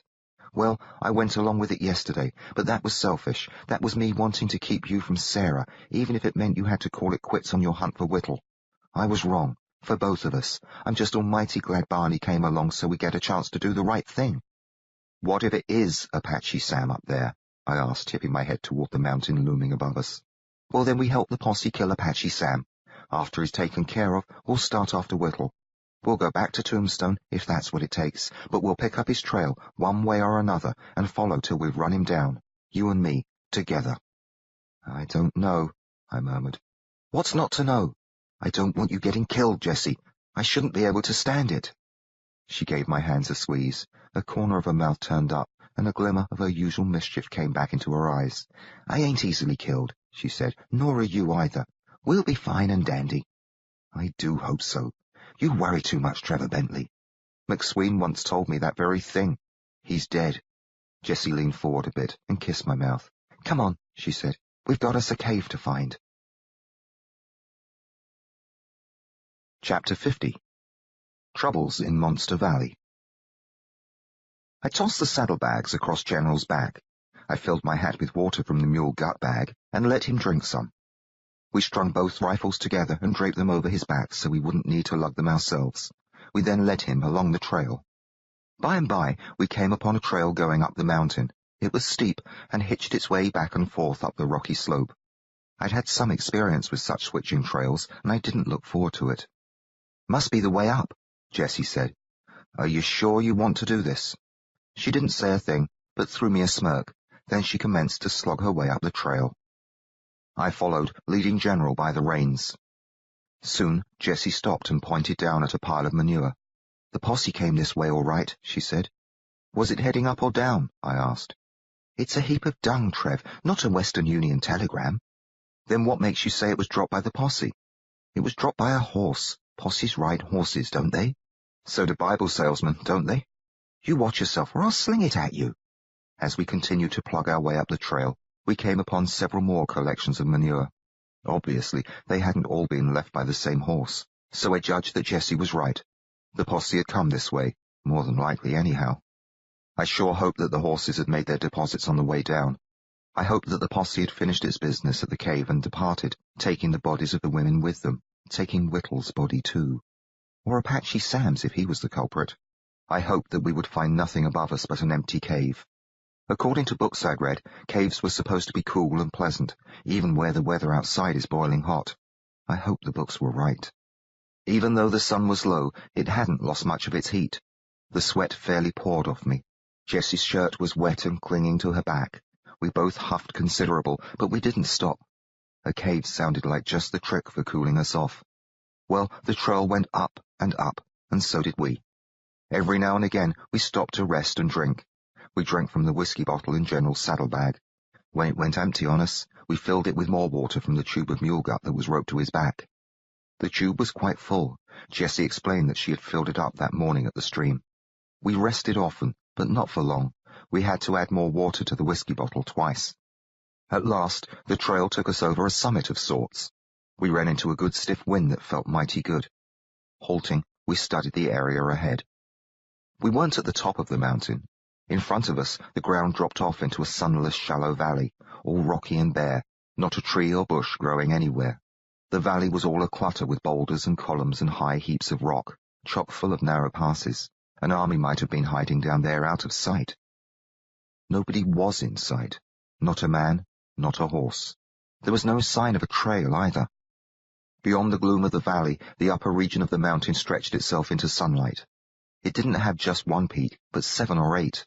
A couple of them stuck up taller than the others, so they rather looked like fangs. I could see why the mountain had gotten itself called Dogtooth. "Where's the cave at?" Jessie asked. "Somewhere across there, I should think." I nodded at the valley. "Sure is a nasty piece of land," she said. "The Valley of the Shadow of Death. Don't go getting odd, Trevor. Looks like a place where monsters might lurk." Jessie gave me a jab with her elbow. "Quit that. Ain't no monsters down there. You're giving me the fantods." "Sorry," I said, and took the bottle out of the saddlebag. We each drank some water. As I tucked the bottle away, Jessie pulled out the revolver she'd taken off the German. She thumbed open its port and turned the cylinder until it showed an empty chamber.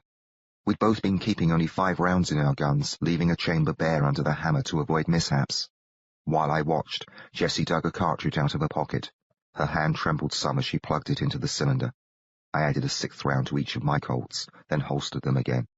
Jessie kept hers in hand. She started down the slope toward that awful valley. "Perhaps I ought to take the lead," I suggested. "Don't seem to matter," she said. "We're as likely to get jumped from behind as the front." Or from above, I thought. I let Jessie stay ahead of me and we made our way down. I judged as how that was for the best, actually. If I took the front, I'd have General between me and Jessie. I wanted no obstacle in the middle to block my field of fire, if it should come to that. We left the wind behind, and the sunlight. Even before we reached the floor of the valley, my back felt all a prickle. The nape of my neck crawled. I must say, I don't care for this. "How'd Whittle ever find himself such a place?" Jessie asked. "If it's only Apache Sam, shall we leave?" She glanced over her shoulder and cast a smile at me. It was as nervous a smile as I'd ever seen on her.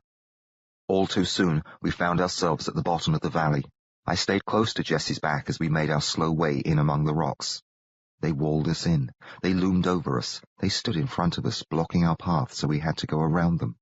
Except for our footsteps and General clomping along behind me, all I could hear was the wind gusting about. Sometimes it made a whishy noise like a rushing stream. Other times it seemed to moan. The sound of it surrounded us, but stayed high and far away. The wind never came down to where we were. There, the air was still and hot. It seemed a bit unnatural, actually. As I followed Jessie through the labyrinth, I couldn't help but think about Whittle bringing his victims through such a strange, forbidding place. And no birds sing. He'd likely kept them alive till he got them to the cave.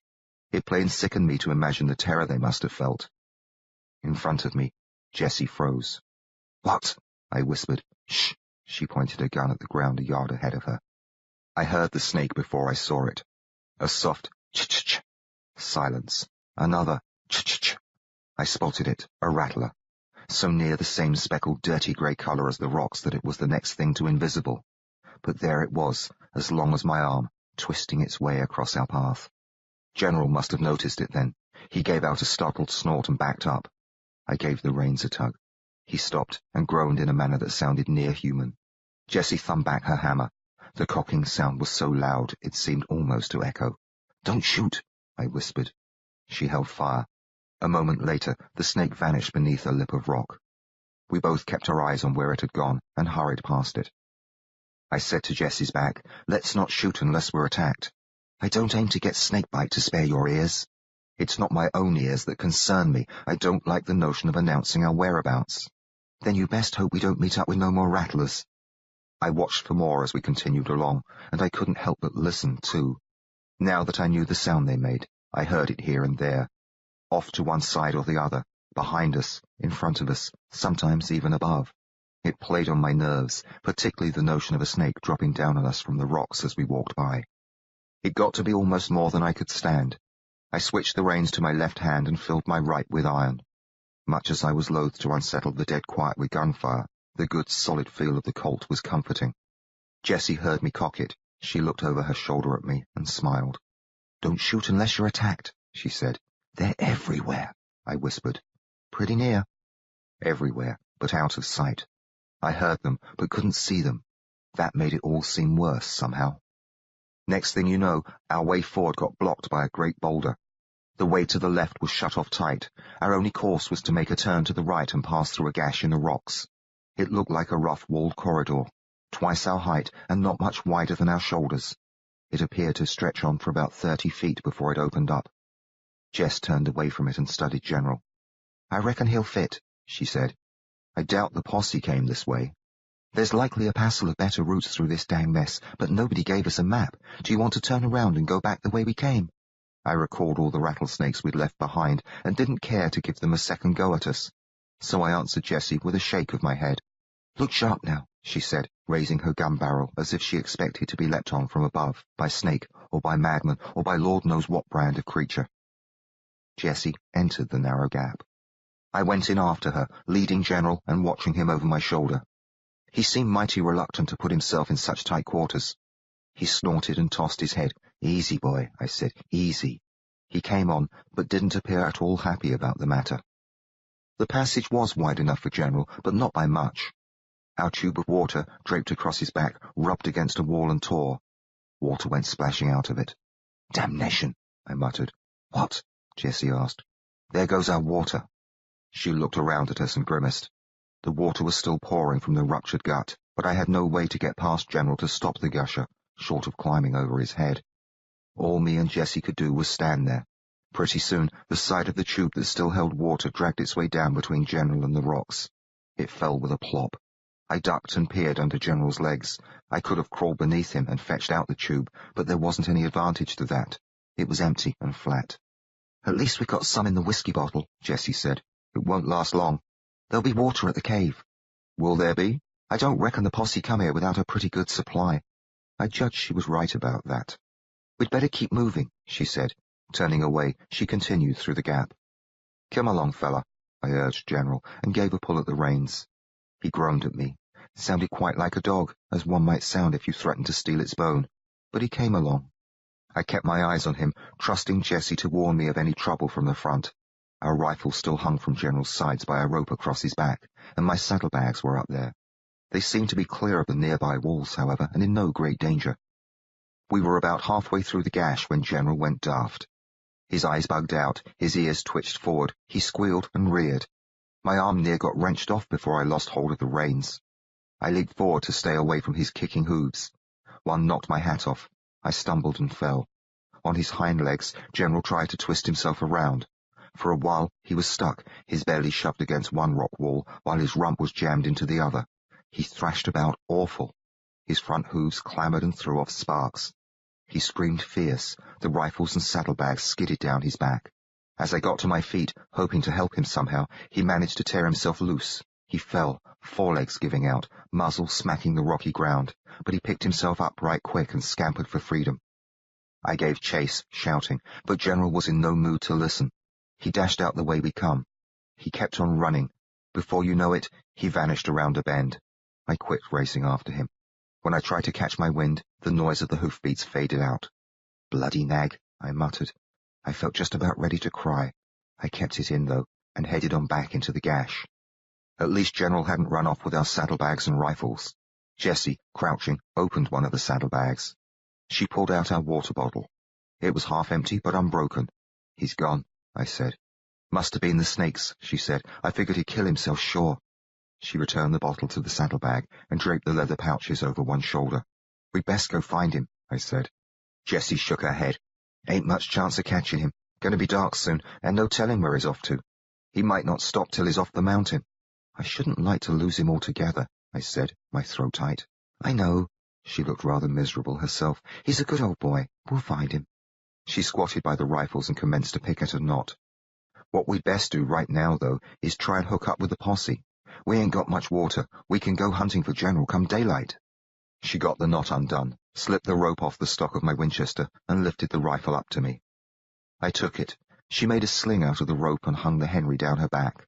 Then she stood up and drew her revolver. I wish we'd never come up here, I said, picking up my hat. We've lost our horse and most of our water. We're surrounded by rattlesnakes. We're lost. Whittle's likely lurking nearby, or Apache Sam. Things have gone all to smash. Jessie hoisted an eyebrow at me. You should have stayed home in London, I reckon. I saw her trap and dodged clear of it. Not at all. I'm quite glad we're together, you know. I only wish we were together elsewhere. Well, Trev, you play the cards you're dealt. This ain't the best hand, but it's what we've got. Now, let's go and find us that posse. Chapter 51. Ghastly Business. Night was near upon us when we came upon the posse. After losing General, we'd gone through the gash in the rocks, found ourselves in a clear area that gave us a view of the mountain peaks, headed that way, circled around some boulders, and climbed a slope and squeezed through another tight gap. We heard some rattlers along the way, but not many. Those we heard stayed out of sight. As we came out the other side of the gap, we ran into the posse. There were 8 or 9 men and about that many horses. They were spread about a clearing in front of the cave entrance. Alive was one horse, tied to a stand of rocks off to one side. Alive were also a fair number of buzzards, but they scattered when we showed up. Some perched themselves on rocks and others sailed around overhead, all of them likely hoping we'd leave so they could get back to their meals. We stood motionless at the edge of the clearing. My God, Jessie whispered. Mostly, I felt numb, but part of me stayed alert, and I scanned the area to make sure whoever done this massacre wasn't in sight. As one horse had been spared, I judged it likely belonged to the killer, so he was somewhere about. The horse, a pale palomino, was saddled. It glanced our way and took a few steps. When it moved, I heard its shoes on the rocky ground. So it was shod. Whittle, I whispered. An Apache wouldn't have shoes on his horse. Unless he stole it off a white man, Jessie said. I gazed at the carnage. The gloom of dusk wasn't dark enough to hide much of it. Whittle did this, I said. I knew for sure, and it had to do with a sight more than the shot horse. The killer had done more than slay the men and horses. He'd mucked about with them. He'd dismembered a good many of them. The head of a horse had been placed between the legs of a naked man, its mouth on his private parts. All the men were naked, some had been disemboweled, their entrails strewn about. The buzzards had likely played a role in that. 2 fellows had been stacked up and arranged in such a way as to suggest they were busy in an unnatural act. The heads of 4 had been removed and set atop various rocks. The privates had been cut off some of the bodies. The severed arm of one chap had been thrust up the hindquarters of a dead horse. The clothing and weapons of the dead men were nowhere to be seen, except for 4 boots. Those were on the feet of the dead horse. The atrocities were unspeakably savage, which showed a vile sense of humour. Only Whittle, I judged, could have committed such acts. Was he inside the cave? Was he skulking about, sneaking towards us? Let's take cover, I whispered. Backing off, we ducked behind a low boulder and leaned forward against it. Jessie slipped the saddlebags off her shoulder. She slung the Henry off her back. We both cocked our rifles and rested them atop the rock, aiming toward the cave entrance. You were right about monsters, Jessie whispered. The man's a fiend, I said. But how'd he manage to kill them all? He's quite clever, really, I told her. And they were here looking for an Indian. He likely tricked them somehow. Maybe he ain't alone. I don't know. I glanced behind us, nothing back there except the maze of rocks. So I turned to Jessie and said, Whittle by himself is enough to worry about. There's only one horse, though. If he don't know we're here, we can bushwhack him when he goes to ride off. I gave Jessie a nod. She bumped me gently with her shoulder. Soon, night was upon us. The dark was kind, actually, as it shrouded the scene of the massacre. We could still see the dim shapes out there, but not all the ghastly particulars. The buzzards were nowhere in sight. Whittle's horse was light enough colour so we could keep our eyes on it. The mouth of the cave looked like a patch of black in the grey wall of the mountain. I couldn't figure any way for Whittle to get from the cave to his horse without us spotting him. The trick was simply to wait him out, then shoot him down. Keep your eyes open, Jessie whispered after a spell. She rested her rifle on the boulder, then crept backward. I glanced at her a couple of times to see what she was about. She pulled our bottle from the saddlebag and shook it. Thirsty? She asked. We haven't much left. She popped the cork and took a few drinks. Holding the bottle out to me, she said, Water's no problem. Did you see all the canteens and water bags on them nags out there? They might be empty, I said, and took the bottle. They ain't empty, Trevor. She sounded a bit annoyed. Land sakes, but you worry. There may have been quite a lot of water in them, I admitted, but I shouldn't care to venture over and fetch any. I will. No, you won't. You can keep me covered, not as he's out there, anyhow.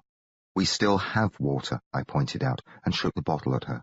Well, that ain't much. We ought to get more now, before the trouble starts. What trouble? We'll simply ventilate him when he goes for his horse. You never know. Anyhow, it's good and dark right now. Moon ain't even up yet. This'd be the best time to go out there. We needn't go out there at all. You just stay here, Jessie said. Make sure I don't get jumped. Maybe I can find us some good food and smokes while I'm at it. Jessie! She popped up.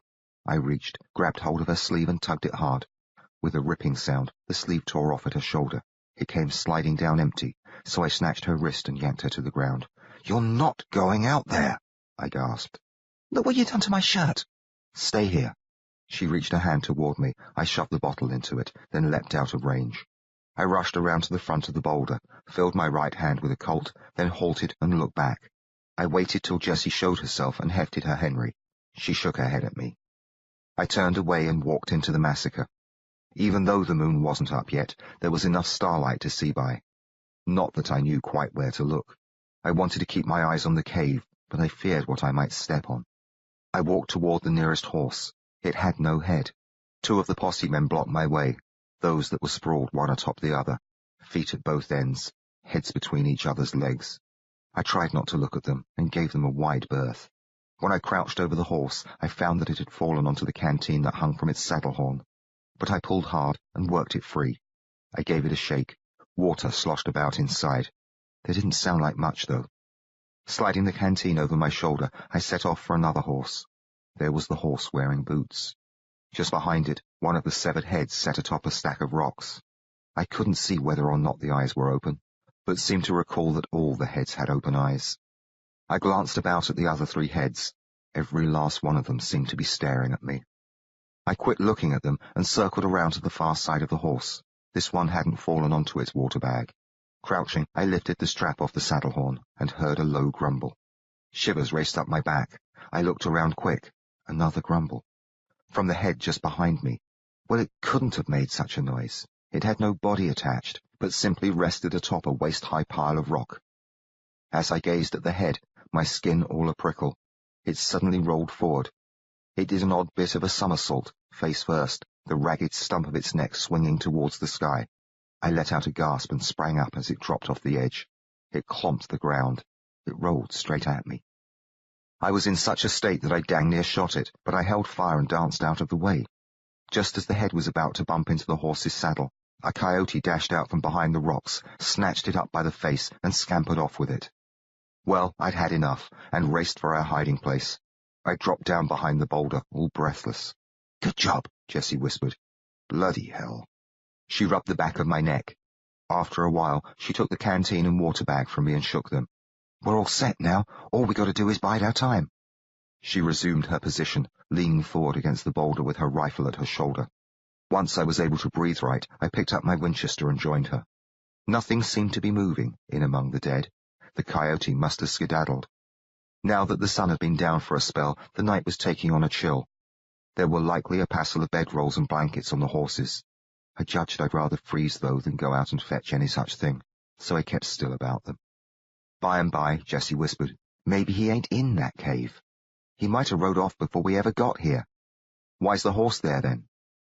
"Could be he just didn't kill it. No telling why." "It might not be his," I admitted. "What we ought to do is take a look in the cave." "Are you daft?" "Beats waiting. If he's inside, that's where he's likely going to stay, at least till morning. If he aimed to ride off tonight, he would have done it by now." "No reason we can't wait till morning," I said. "Whenever he pops out is fine with me. In fact, it would be considerably easier to pick him off come daylight." "It'd be easier if he's asleep." "He might not be asleep," I pointed out. "Well, he might not be in there at all, but if he is, he ain't likely to stay awake all night. We ought to go and sneak in, see if we can catch him snoozing. We can fill him with lead before he gets his eyes open." I gazed off at the cave's black opening. It was a narrow slot, not much wider than my shoulders, too low to walk through upright. We'd need to duck down and go in one at a time, if we went in at all. Spite of Jessie's logic, I wasn't at all eager to embark on such a venture. "What did you say?" she asked. "I say we wait him out. We go walking into that cave, we're likely to get ourselves killed. Whittle might have his eyes on us right now. He might just be hoping we'll try such a thing, and he can get his hands on us. And his knife." Jessie looked at me and shook her head. "Well," she finally said, "all right. I just don't see any call to rush into danger when we might simply wait here and shoot him from ambush." "Okay, if that's how we're going to play it, though, we might as well get some shut-eye. You want to go first? I'll keep watch. And have you dodge off to the cave without me?" Jessie's teeth showed, grey in the darkness. "I don't aim to do that. It's not at all funny. I'm scared half witless, Trevor. I want to get this done, and it won't be done till Whittle's dead, but I sure ain't so dim as to go after him on my lonesome. What do you take me for, an addlehead?" I couldn't be sure whether or not she was having me on, but I saw no advantage to arguing. "I'm not at all sleepy anyhow," I told her. "You don't trust me, do you?" "It's not that. How do you expect a person to sleep when—" The words died halfway out as somebody heaved a scream. Chapter 52. Whittle's Lair. Jessie clutched my arm. We gaped at each other through the darkness as the scream shivered through the night and died. "My God," Jessie murmured. "It came from the cave, didn't it?" I asked. "He's got a gal in there." "Where'd he get a gal?" "Who knows? It don't matter." A cave was no place for a rifle, so I left it resting atop the boulder. I shoved myself away and got to my feet. Jessie did the same. "Stay here," I snapped at her. "I mean it. You stay here." She pulled her six-gun. "Let's go." "Jessie! Go! That gal ain't gonna last forever." I took off running for the cave entrance, but Jessie was on my heels, so I made a sudden stop. As she bumped me from behind, I brought my arm forward, all set to drive my elbow into her. That was bound to let her wind out, and I figured to follow up my elbow with a blow to the face and put her out of action. Couldn't do it, though. Much as I wanted to stop Jessie from following me into the cave, the notion of causing hurt to her made me hold off. She gave me a shove. "Hurry!" So I dashed toward the cave, Jessie at my back, and wondered if I was going to do her any favor by not bashing her senseless. Then I judged that leaving her alone out here might be worse than letting her stick with me. This way, at least she'd be where I could watch over and protect her. We reached the mouth of the cave. I went in first and hunkered down. Much as I wanted Jessie to be shut of this business, it was mighty good to hear her breathing hard behind me. I expected to see nothing, but away off in the distance was a fluttery glow such as might come from a small fire out of sight beyond a bend. Only dark between us and that glow. Needing the use of both hands, I holstered my Colt. When I commenced to make my way forward, Jessie grabbed hold of my shirt collar. I crouched low to spare my head and walked slow and careful, keeping my arms stretched out in front of me. I hadn't taken more than 5 steps when another scream came. It tore through the darkness. It seemed to make the air tremble as it passed over me. A scream of horrid pain. "What's he doing to her?" Jessie whispered. Well, my mind filled in plenty of pictures. "God only knows," I whispered. I judged he was likely skinning her alive. "But she's not dead yet," I told myself. "We might be in time to save her." It was slow going, though. Every few steps the cave tricked me. It either put a barrier up to send me stumbling, or dropped its floor out from under me. Sometimes Jessie's grip on my collar stopped me from falling. Other times we both went down in a jumble. I banged myself up again and again, but neither of us let out a peep, and we kept moving. The cool air of the cave now held a faint odour of corruption. I recalled what Barney Dyer had told us about the stink, and judged we must be getting near to Whittle's collection of dead women. With each step I took, the odour grew worse. The shimmery orange glow of light wasn't more than maybe 20 feet away when a third scream came along. Though it made my teeth ache, I was glad to hear it. Hang on, lady. The source of the light was still out of sight around a twist in the cave, but I could see well enough to watch my step. I drew both my Colts. Jessie let go of my collar. Careful now, she whispered. Keep behind me, I warned, then stepped around the bend. What greeted my eyes wasn't what I'd expected. I was ready to see the grisly array of bodies, and they were there, scattered about the large chamber, dismembered and spoiling, some propped up against the walls, some stacked together in unspeakable arrangements of carnal acts, some simply sprawled on the floor. They were all lighted up by a passel of torches standing here and there among the rocks. Whittle hadn't cut off their heads, but had lifted their hair, likely to make it look like the work of an Indian. Their scalps hung like banners from staves all about the chamber. Other staves held different trophies. Some had hearts stuck on top of them, some had breasts, some had parts I couldn't recognize. But what I'd expected to see wasn't there. Whittle busy at work torturing a live woman. Whittle wasn't in sight, nor was any woman who wasn't already quite dead. Had he somehow detected our approach and spirited her off? Perhaps the screams hadn't come from this chamber at all, but from the depths of the cave beyond it. I stepped forward, entering the chamber, forgetting about Jessie until she came to my side. I looked her way as she groaned. Her wide eyes were taking in the scene of horrors. Her mouth was tight shut, lips pressed together in a hard line. I wish you'd stayed out, I whispered. You shouldn't be seeing such things. Where is he? I don't know, perhaps through there. With one of my guns, I pointed out a dark cavity at the far end of the chamber. We started toward it. To get there, we had no choice but to walk through the midst of the bodies, the staves with their hideous prizes, the torches. We came upon a great heap of clothing. While I had noticed it before, I'd been too stunned and confused by the rest of the scene to give it much mind. As we approached it, however, the notion struck me that Whittle might be buried within the pile, hiding there, waiting for the proper moment to spring out and have at us. I halted and gave a nod to Jessie. We trained 3 revolvers on the mound of garments, then I commenced to scatter it, booting things this way and that. Near the top were men's duds, no doubt those taken from the posse. Mixed in among the shirts and vests and boots and trousers and long johns were gun belts, 6 guns, rifles and knives. They all flew about as I kicked. Soon the pile shrank down to dresses and petticoats and such. I don't reckon he's in there, Jessie whispered. She was likely right, but I waded in anyhow, stomping and kicking. By Jove, that is you! The merry voice, so familiar though I hadn't heard it for months, resounded through the chamber. Trevor Wellington Bentley, is it possible? And in the company of a lovely young damsel. How utterly thoughtful of you to bring me such a gift. Whirling about, I tried to spot him. Jessie did the same. Put down your weapons, he called, sounding quite pleased with himself. I should hate to shoot either of you and ruin my sport. A gun blasted, its explosion crashing through my ears. The bullet struck neither of us. I didn't see what it hit, for my eyes were drawn to the muzzle flash. There, Jessie gasped. Yes, here, Whittle said. Now drop your firearms. He was 40 paces away, his back to the rock wall, his front all but concealed behind the corpse of a woman. One arm was wrapped across its bare belly, hugging the body against him. I'd spotted this one before. The crown of its head was black and pulpy. The lips were cut away so its bared teeth seemed to grin most hideously. Nothing but holes remained where the eyes belonged. Both breasts were off. The torso was split open from throat to pelvis. I'd glimpsed this maimed horror before and averted my eyes fast, never suspecting that it might be shielding Whittle.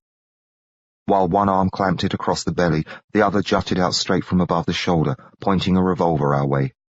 Whittle's face showed beyond his gun arm. I couldn't see much of it, though. What have you done with her? I asked. With whom do you mean? The one who screamed? Ah, her. Rushed to her rescue, did you? With that, he let out a shriek. It sounded for all the world like a woman crying out in the throes of hellish agony. Quit it, I yelled. The scream trailed off into laughter. You knew we were out there? Jessie asked. Oh, quite. Of course, I had no idea that one of the interlopers was my old mate Trevor. And what would your name be, my dear? None of your never mind. Whittle chuckled. I'll get it out of you later. For the present, it will suffice for you both to drop your firearms. Jessie glanced at me, then turned her gaze towards Whittle. Shall I count to 3? He asked. Jessie yelled, 3, and let fly. I followed her example. Side by side we blasted away. I used both Colts at once. Our 6 guns roared, and Whittle spat back. I reckoned his aim wasn't up to snuff, for neither of us went down. Ours were nearer the mark. He would have been a dead man for sure if the woman hadn't caught most of our slugs. They smacked into her chest and shoulders. They punched holes through her arms. They gouged her sides. But they couldn't get past her and find Whittle. Jessie's gun went silent. I gave her a glance. She was commencing to reload. Whittle fired again, and the bullet zipped past my ear. I turned all my attention back to him, determined to kill him before my Colts ran dry. All that actually showed was a bit of his face, so I raised my aim and went for that. It ducked out of sight just as I fired. My bullet slammed through the gal's upper teeth. The next pounded her brow and knocked her head back. The one after that ripped out the side of her neck, and Whittle cried out. I thumbed back my hammers and squeezed my triggers. Instead of blasts, there came only quiet clacks. Whittle shoved the body away from him. As it pitched forward, we faced each other just for a moment. Through the drifting clouds of gun smoke, I saw that my last shot had gouged his cheek. Other than that, he seemed unharmed. He wore a black satin nose patch. He didn't raise his gun at me, so I judged it was out of ammo. He only had the one. An empty holster hung at his hip. His chest was crossed by twin black belts, each holding a sheathed knife. They looked to be mighty big knives. Knowing Whittle, the knives came as no surprise, but the shiny star pinned to the front of his frilly white shirt surprised me considerable. A badge? I saw all this in just the blink of an eye, and then Whittle was dodging off to the side. I whirled toward Jessie, shouting, "Get him!" and then realized she was still busy thumbing rounds into her Colt. When I spotted Whittle again, he was racing, hell-bent for the end of the chamber. But not the end that would take him deeper into the cave. The end that led out. I holstered, dropped to my knees, and scurried about the scattered clothes and such until I wrapped my hands around a revolver. I cleared its leather and swung it round. I got off a shot that kicked sparks off the cave's wall near Whittle's shoulder. Before I could fire again, he vanished into the darkness. I emptied the gun after him, anyhow, hoping I might catch him with a ricochet.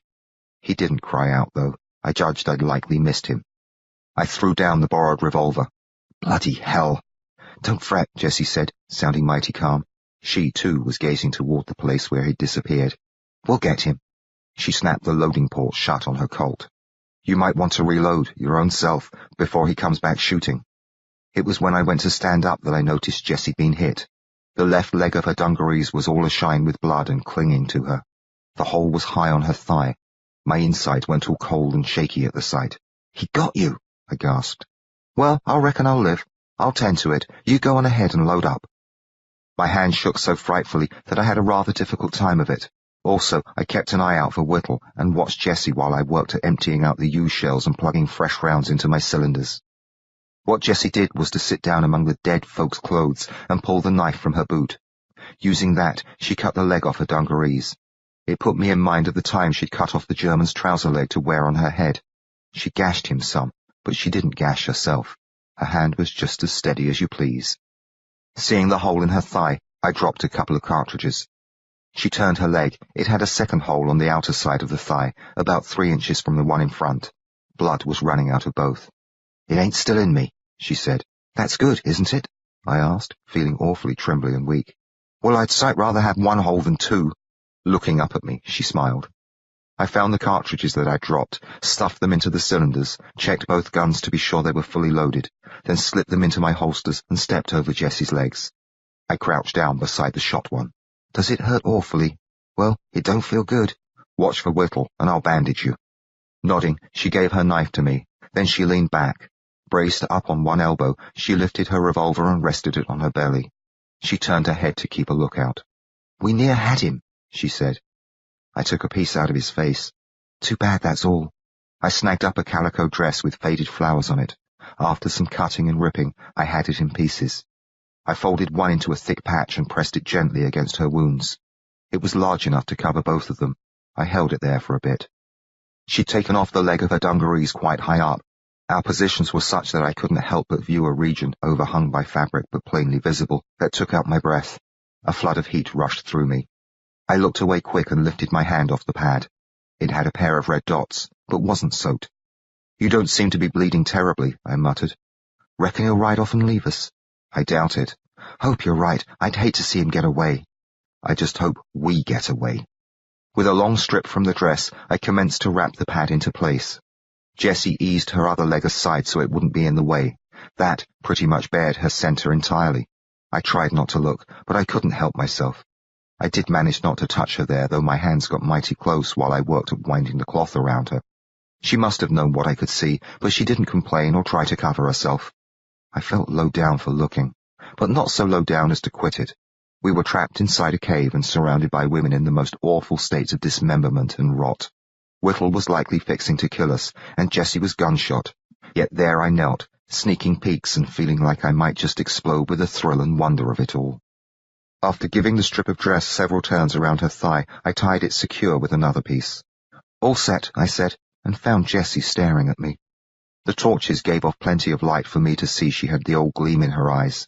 "You best take your mind off my southern parts and put it on Whittle." I blushed so fierce my skin near caught fire. I stammered something, trying for a denial. Jessie set up. "No call to fret about it. Give me back my knife." I handed it to her. She leaned forward, hitched up the cuff on her remaining pants leg, and slipped the blade into her boot. "Perhaps you should carry it in the other boot," I suggested. "The other boot ain't got a sheath sewed inside." "Still, it would be easier to retrieve. That leg's ruined enough without getting knifed. Will you be able to walk?" "Reckon we'll find out soon enough." I got to my feet and held out a hand to her. When she took it, I hoisted her upright. She gasped and cringed, but she didn't go down. "You can let go of me," she said. I did so and stepped back. After a quick check to be sure that Whittle wasn't lurking at the front of the chamber, I turned my eyes to Jessie. She took a couple of steps. Though she winced with each one, she stayed up. I stared at her. She was sure a sight, standing there with a 6-gun in her hand, her hair all a mess but golden in the torchlight, her left arm and leg both bare, except for the bandage around her thigh, her skin moist and shiny, her shirt tails hanging out, the one leg of her dungarees hitched up over the top of her boot with the handle of the knife sticking out. "What you staring at now?" she asked. "You look glorious." She reached down and touched the bandage. "Well, you got me into a dress. Reckon now I'm a regular Becky Thatcher." "Becky Thatcher?" I asked, surprised and pleased. "Ain't you never read about her and Tom Sawyer? They ended up in a cave, same as us." "I know them well," I said. Jessie fingered the opening in her dungarees, apparently to check that she was properly covered. "Whittle, he makes their Indian Joe look like a piker." "We're quite better armed than Tom and Becky." She nodded. "Let's go and kill him." Chapter 53. The Final Showdown. "Let's do some figuring first," I said. "He's bound to be waiting for us, you know." I went to Jessie's side. She leaned against me, and I wrapped an arm across her back. "That's a sight better," she said. "Now, what have we got that needs figuring? Only just one way out. He likely is laying for us, but he ain't much of a shot." "He got you, didn't he?" "We was pretty sizable targets, and he still missed 4 out of 5. "He likely only hit you by accident anyhow." "We was both shooting at him." "He wants you alive, Jessie, you know, so he can muck about with you." I hated to tell her that, what with the remains of Whittle's handiwork all around us, but she needed to know the way of things. Instead of looking troubled by the revelation, she smirked. "Well, if he only hit me with a stray meant for you, he's a worse shot than I reckoned. We ought to just charge ahead and blast him down." "That's a terrible idea. I'll go first." "Are you daft? You said your own self that you don't want to shoot me. Not sure you're right about that, but anyway, there's no telling where he might be. We won't be able to see anything at all in the dark part. We could take us a torch." "And light ourselves up for him?" "Well, you've got a better idea. Maybe we ought to just stay here and wait for him to die of old age. Course, my blood might all leak out while we're at it." We both looked down at her leg. Thick as the bandage was, some blood had already seeped through it. I didn't know much about bullet wounds, but it seemed to me that Jessie ought to be lying down and keeping still. Give her blood a chance to quit running out. She wasn't about to do any such thing, though, not while Whittle still needed killing. "What we need," I said, "is a good trick. One that'll get us through him. Or lure him to us, like the way McSween and I led that posse into the ambush, something along those lines. He ain't likely to fall for any brand of tricks. He's a tricker himself. Look how he got us in here with his screaming." That reminded me. Did you see that he was wearing a badge, letting on to be a lawman? Maybe he is a lawman. Whittle, a lawman? Odd as the notion seemed, I judged it was possible. Perhaps he'd actually led the posse up here to hunt down Apache Sam. That would go a long way toward explaining how he'd managed to kill the whole bunch. It's easy to kill folks that trust you. Perhaps he is above being tricked, I admitted. We ought to just go. We'll play the hand that's dealt. This isn't a card game, Jesse. Well, I'm going to fold if we don't do something quick, and I ain't bluffing. Whittle, I shouted toward the black opening. Whittle! He didn't answer. Jessie's hit. You shot her in the leg. Try to trick him with the truth, she whispered. You can have her, I called. What do you give me for her? Still no answer came, but I figured he could hear me, figured I caught his interest, not as he was likely to believe a word that came out of me. Give me your gun, I told Jessie. She looked at me odd, but handed it over. I've taken her gun, I called out. I'm throwing it away. I tossed it some distance. It struck the rock floor with a clatter and skidded. Trevor, she whispered, scowling. That was her six-gun, Whittle. She's unarmed now. You can have her. For $100, Whittle. Do you hear me? It ain't gonna work, she whispered. You've seen how beautiful she is. I only want $100 for her. She's worth a good deal more than that. Imagine the fine times you'll have with her. Trevor! Stripping her down to the skin, having your first looks before you start cutting her. Quit it! I suddenly lurched behind her. She staggered, but I caught her up and hugged her to me. My left arm across her chest, my right hand shoved a Colt in her ear. Damn it! She blurted. Come and get her, Whittle. She won't be much good if I kill her. You'll want those honors for yourself, won't you? You'll want to carve her up slow, a little bit at a time. That's why you brought all these gals here, isn't it? So you could work on them at your leisure. So you could savor their torment. So you could enjoy the sight of them thrashing about, bleeding and sweating. So you could hear their screams. To Jessie, I whispered, scream. I don't know how. Do it. You're my hand. You're all the cards I've got. Just stop all this. Scream. She did it. A mighty fine scream it was. Whittle himself couldn't have done any better. Her shriek hurt my ears and made me cringe. Even after she'd stopped it, it echoed on through the cave. Did you like it, Whittle? I called. Did it heat you up? There's more where it came from. With all your talents for torture, you might have her screaming like that for hours. But you won't have the opportunity, not unless you come out and pay me. Dead gals don't scream. Dead gals don't squirm and plead. You're about to miss out on the time of your life, 'cause I'll be putting a bullet through her head if you don't come out and buy her off me. Such an amusing lad, Whittle said from the darkness ahead. At the sound of his voice, my heart gave a jump. I'd intended him to hear. I'd hoped he would answer, but it came as a shock when he actually spoke out. Maybe I'd hoped, deep down, that he considered himself lucky to escape from us, fled the cave, and hightailed aboard his horse. Are you ready to pay? I asked, or shall I put a bullet through her head? He laughed. Come now, Trevor, I know you far too well. You would sooner die yourself than shoot that sweet morsel. She's little more than a stranger I met on the trail, I told him. I've no use for her. Do you take me for a fool? Shoot her? You, who attacked me for the sake of an East End slut? You, who froze through half a night aboard the yacht to prevent Trudy from hanging? You, who leapt into the sea to save her from drowning, though it was quite apparent that you disliked her from the start? Please, this is so obviously a primitive ruse to lure me into the light. Believe what you will, I called, and thumbed back the hammer of my Colt. Show yourself, or I'll blow her head off. Proceed, he said. Take that out of my ear, Jessie muttered. He ain't falling for it. Listen to her, Whittle said, mimicking Jessie. He added, I ain't falling for it. I kept the gun to her ear. I'll count to 3, I told Whittle. It's your play. Take care you don't shoot her by accident, poor lad. You've already put several bullets into one darling tonight. She wasn't alive to notice, of course, but it was such a shame. She was quite fond of you, really. He made a little sense. Still, my stomach went cold. I rode into Tombstone recently to deliver a prisoner. I've become a deputy U.S. Marshal. Did you know that? Deputy John Carver. John Carver. Jack the Ripper. Clever, what? And fancy, me a lawman. He laughed. A marvellous job, actually. It allows me splendid opportunities for travel. I've quite the knack for pursuing felons, you know. However, the job also gives me the liberty to pursue a fairer game. What happened in Tombstone? I didn't ask that. I was too full of shock and dread for words. It was Jessie who put the question to him. Why, a sweet thing recognized my horse. Seems I'd stolen it from her grandfather's stable. Sarah. Quite the spirited wench she was. She had a go at shooting me down in the very streets of Tombstone. Naturally, I prevailed. "You killed her?"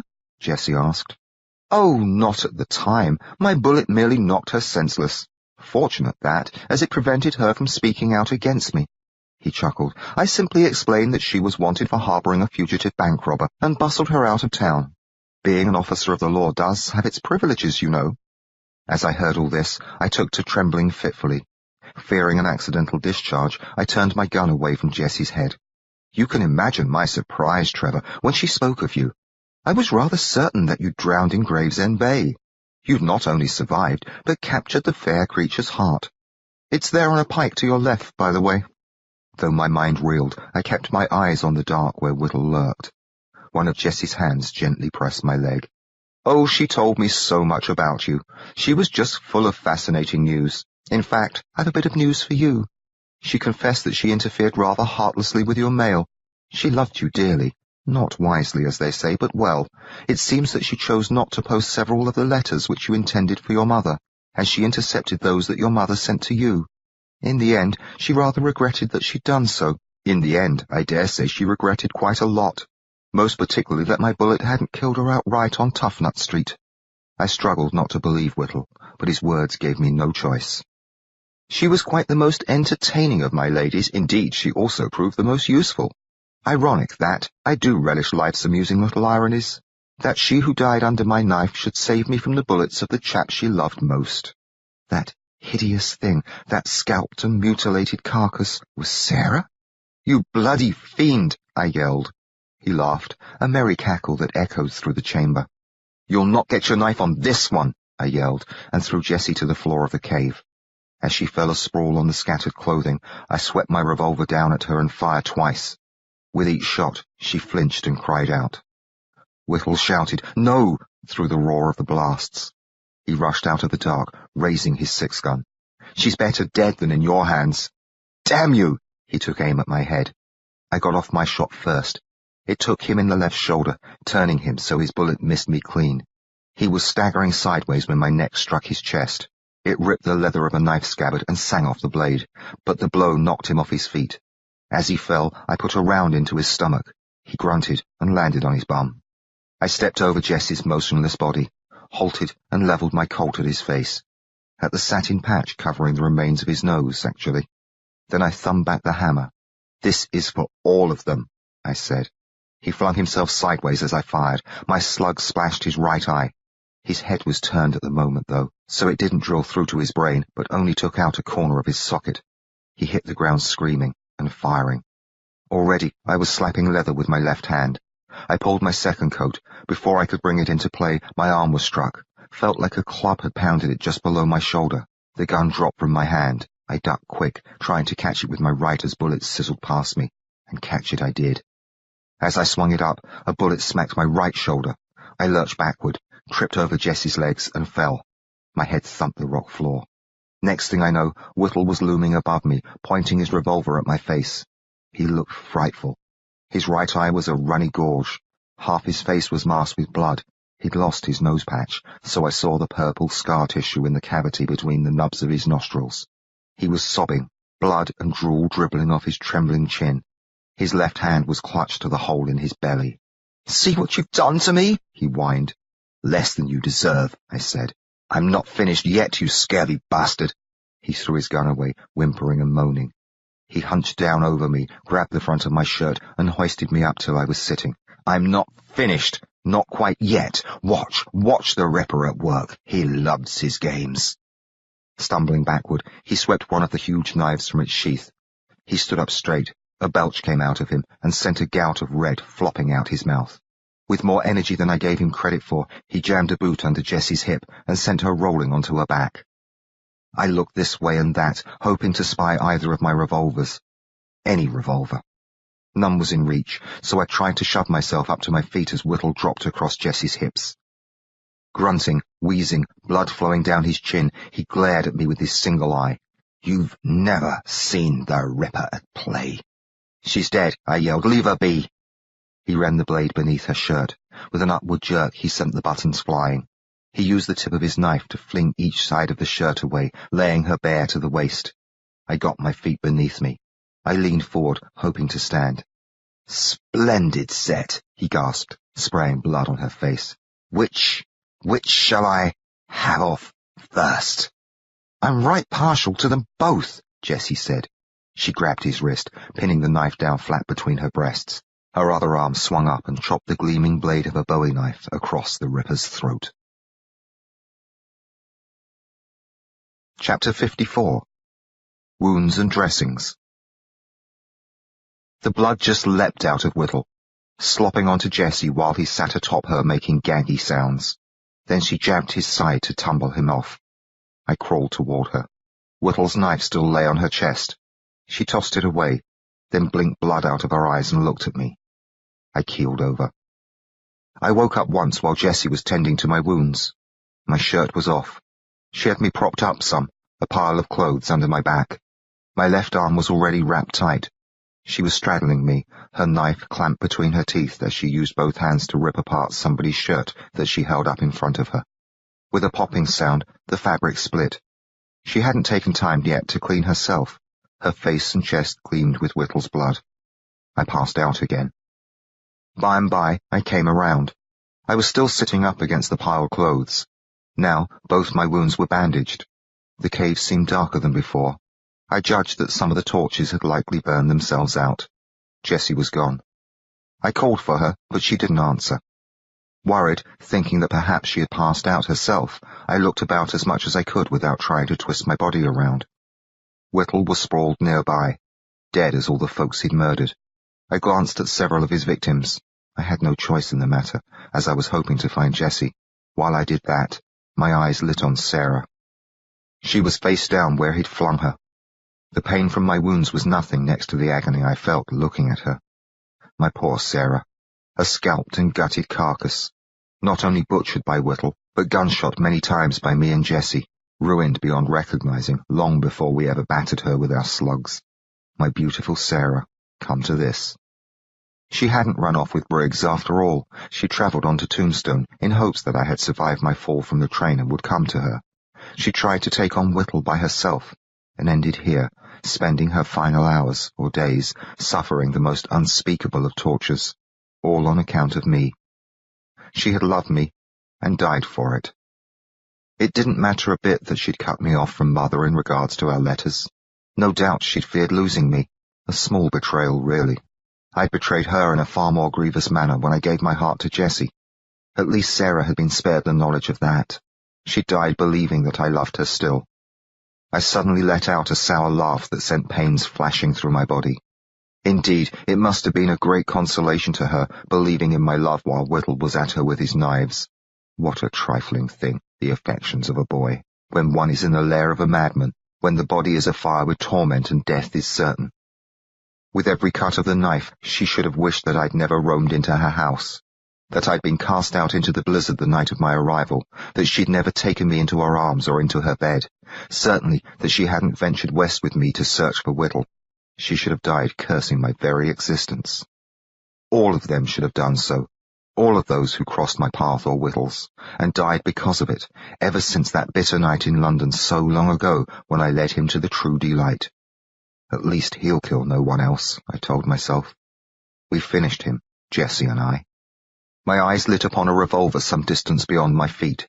I wondered if I had the strength to fetch it. A single bullet through my head, and nobody else would ever die on my account. The last time I'd considered such a move, I'd held off because Whittle still needed killing. I hadn't any such excuse now. Do it, I thought. Do it now, before you drag Jessie into some brand of trouble and get her killed. You near got her killed already. She'll never be safe till she's shut of you for good. I stared at the Colt, but didn't go for it. Shooting myself seemed the proper thing to do, and I felt rather low down and selfish for wanting to stay alive.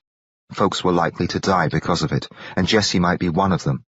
The thing was, spite of everything, I found that I had a keen desire to keep breathing, no matter what may lie ahead. There were bound to be rough patches and narrow calls. There were bound to be tragedies, heartaches and such. But I judged all that was just part of the game. It was the game that counted. Playing the hand that's dealt, as Jessie would say. But dealing a few yourself, too, and savouring the surprises and joy that come along the way. I judged I would likely have use for both my Colts in the days and years to come, if I survived my wounds, but I knew all the way to my core that I would never again be tempted to use one on myself. They were meant for protecting me and Jessie. They were meant for sending varmints on the downward road. With such thoughts working through my mind, I forgot to worry about where Jessie had gone off to. But by and by, along came a sound of bootfalls on the rocky floor. I looked toward the opening at the front of the chamber. A yellowish glow shimmered in the darkness. Then Jessie limped her way into sight. She held a torch in one hand. Her golden hair sparkled in its light.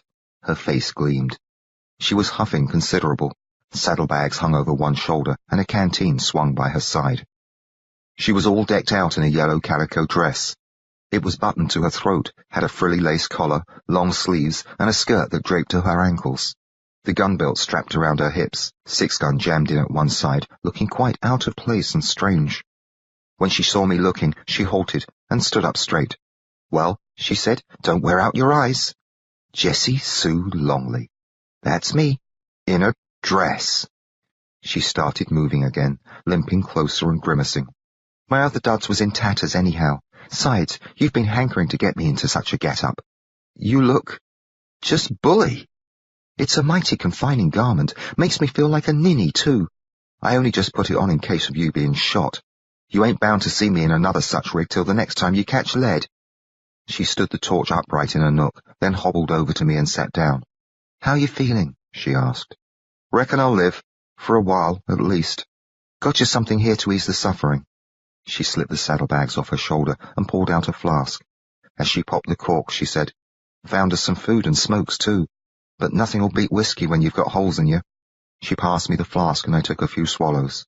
As the whiskey went down, a pleasant heat seemed to spread through me. "I'm right sorry about your Sarah," she said. My throat tightened so I couldn't drink any more. I gave the flask back to Jessie. She went shimmery as I watched her head tip back. I blinked, and a couple of tears ran down my face. "At least Whittle'll never get you," I said, my voice shaking. She lowered the flask and looked at me. "He'll get no one ever again, Trevor. You and me saw to that." Reaching out with one hand, she brushed the tears off my cheek. "You drilled him good, partner." "You didn't do all badly yourself," I told her, "for a dead girl." A smile lifted one corner of her mouth. "You hit me, you know." "I did not." "You sure did." She handed the flask to me, then commenced to unfasten the buttons of her dress. When they were opened down to the waist, she slipped the garment off her shoulders and pulled her arms from its sleeves. She scooted herself around to face me. Her chest was bound just below her breasts by a narrow strip of cloth. It held a small patch of cloth to the side of her ribcage. She untied it, peeled away the pad, and pointed at a raw nick. The wound was just about the same place on her as where the posse bullet had creased me so long ago. It wasn't near so bad as mine, though. Not really more than a deep scratch. "Told you so," she said. "I did that? Your second shot." "I'm awfully sorry," I said, pained to see that I'd hurt her.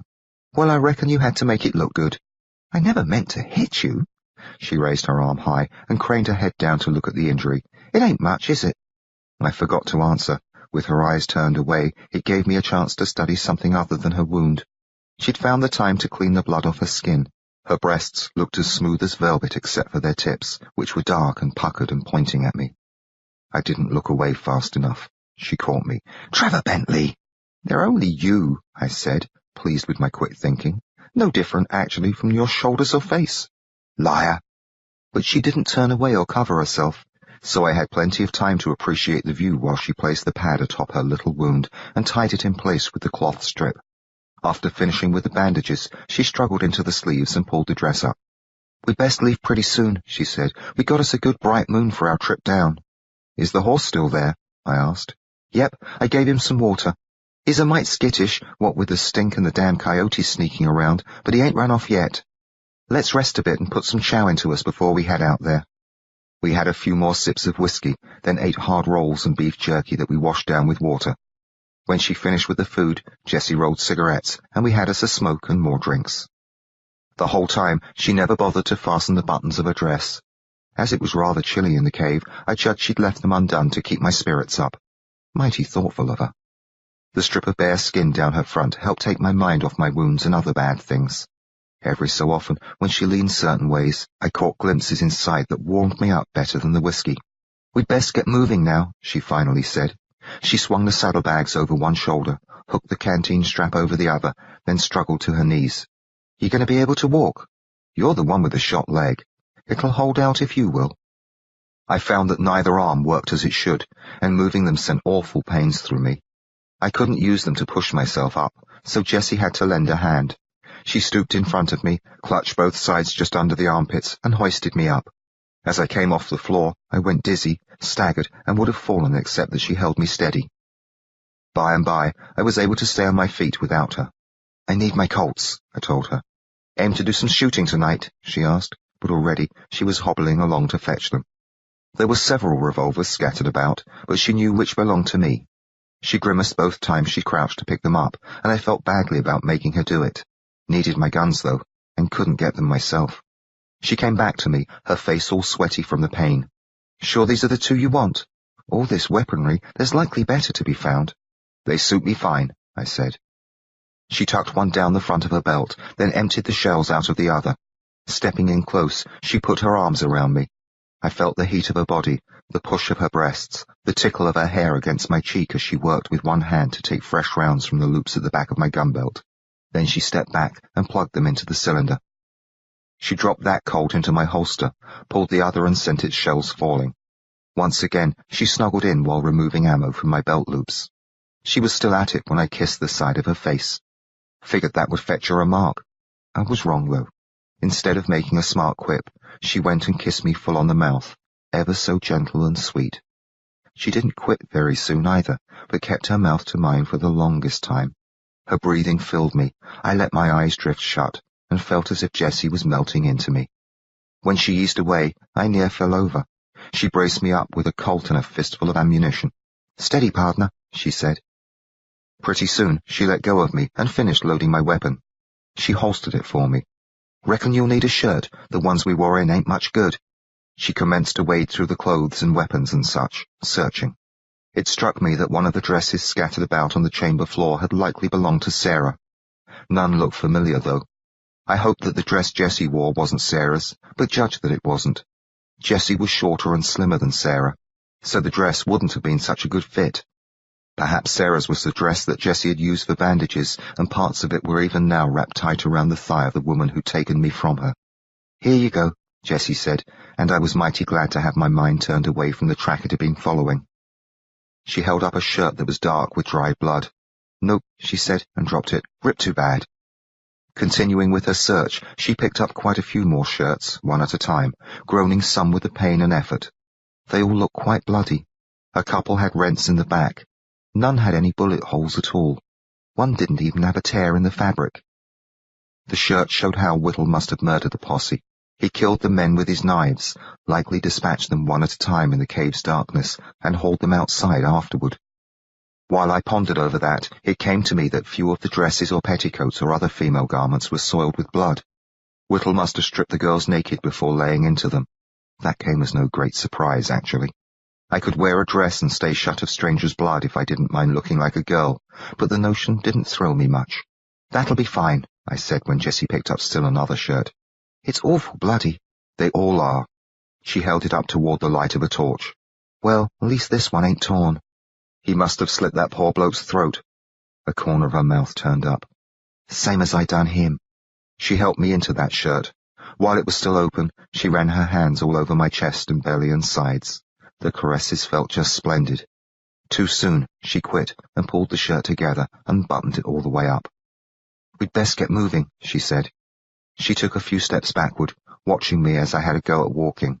Then she fetched the torch that she'd used during her earlier venture outside. With the torch raised high, she led us to the front of the chamber.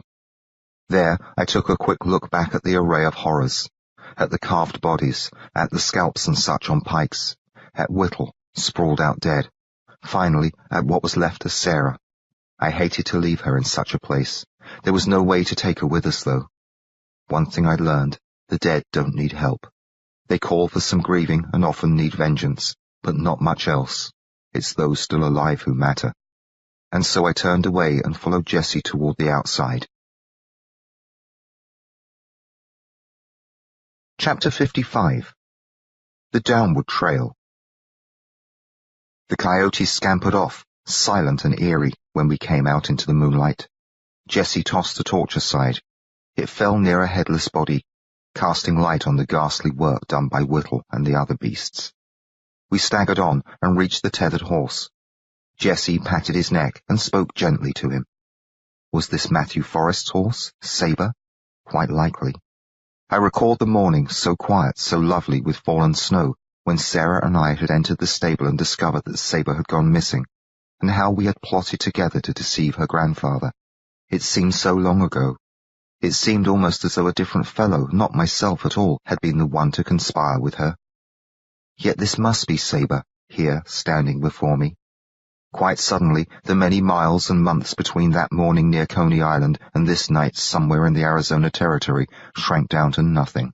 It had been me, not a different fellow at all.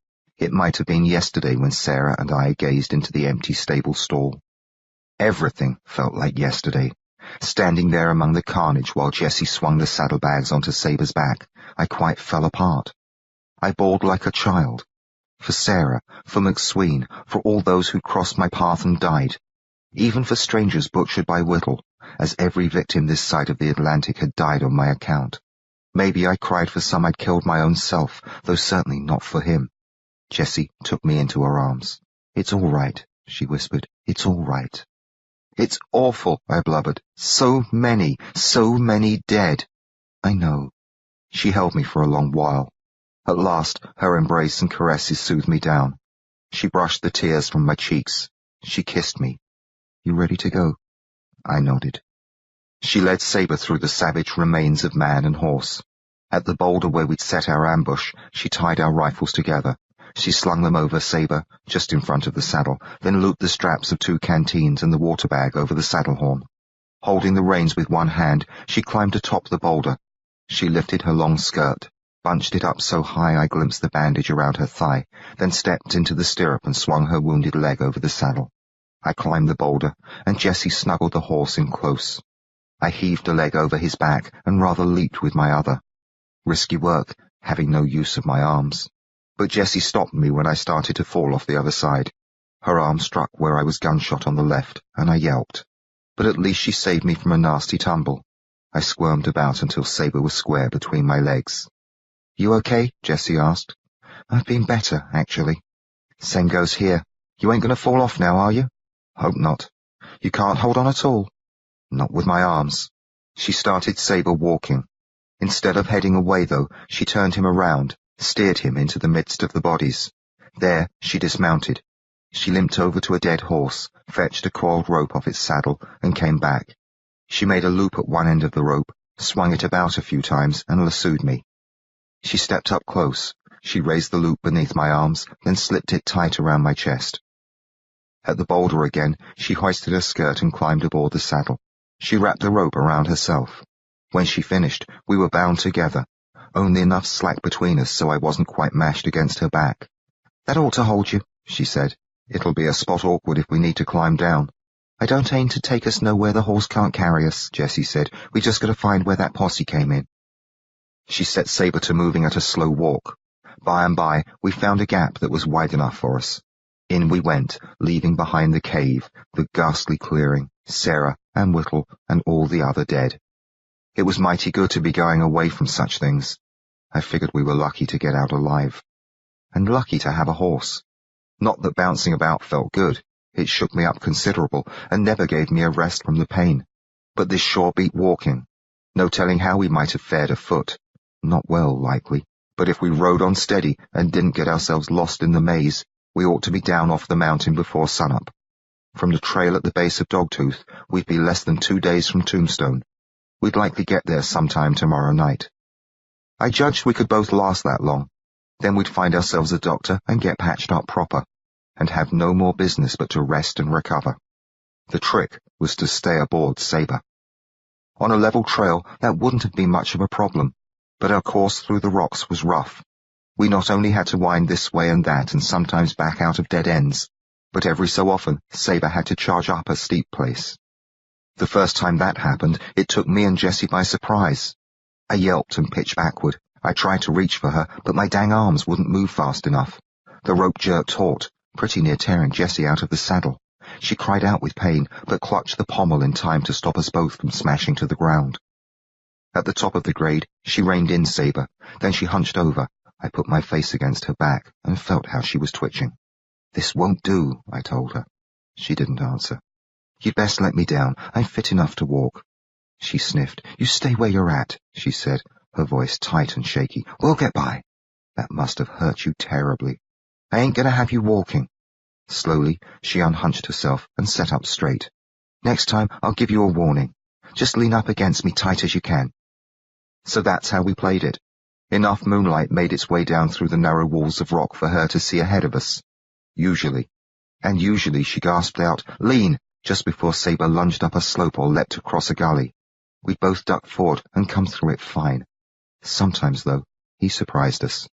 No less than 8 more times on our way across that damn valley, Sabre took unexpected jumps or clambered up night-shrouded slants in such a way I was thrown backward against the rope. Each time, my fall was stopped by Jessie. It's a pure wonder that she was able to hold on, again and again, as the rope tugged so savagely at her chest. But hold on she did.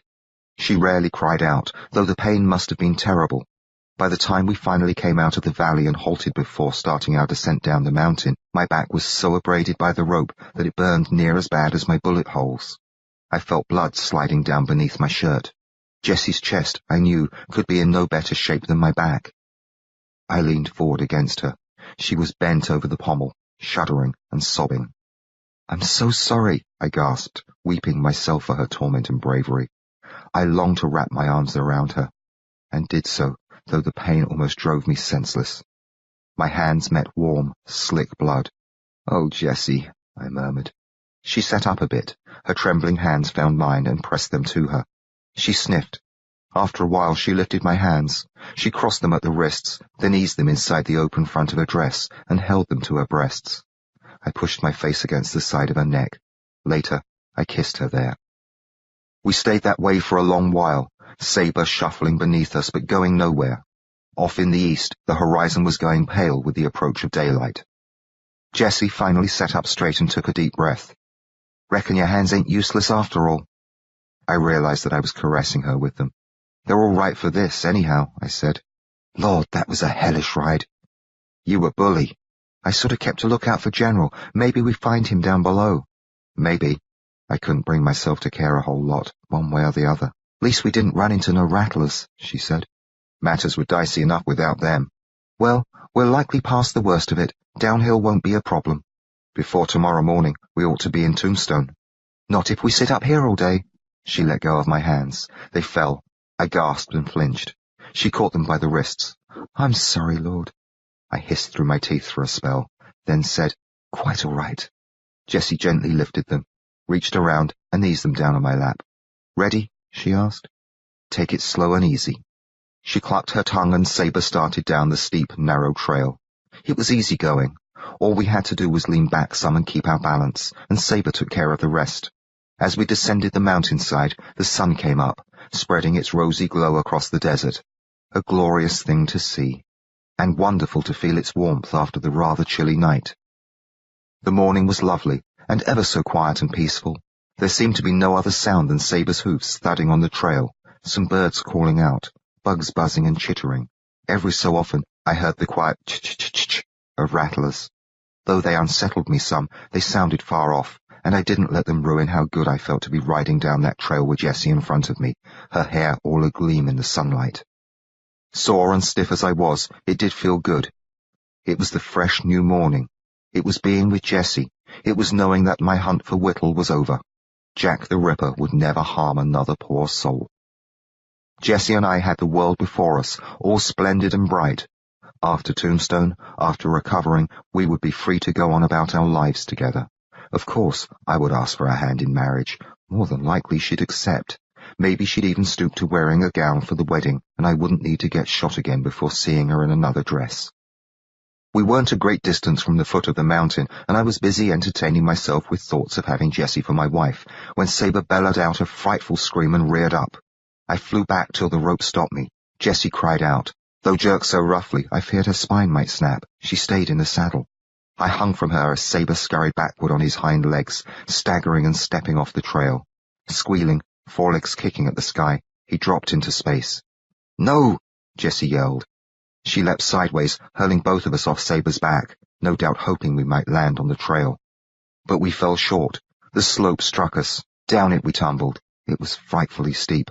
It flipped us this way and that, all the while drubbing us with its rocky wall. Tethered together, we crashed against each other as we rolled. My weight pounded Jessie against the mountain. The back of her head clubbed my brow and cheeks and nose. Over and over we went. As we plummeted, I somehow hugged her to me and clung to her with what little strength I possessed in my feeble arms. On we tumbled, skidding and rolling, battered by rocks, torn now and again by brambles as we crashed through them, only to be gouged and hammered by more rocks. Then we went off a ledge. I was on top of Jessie as we plunged straight down.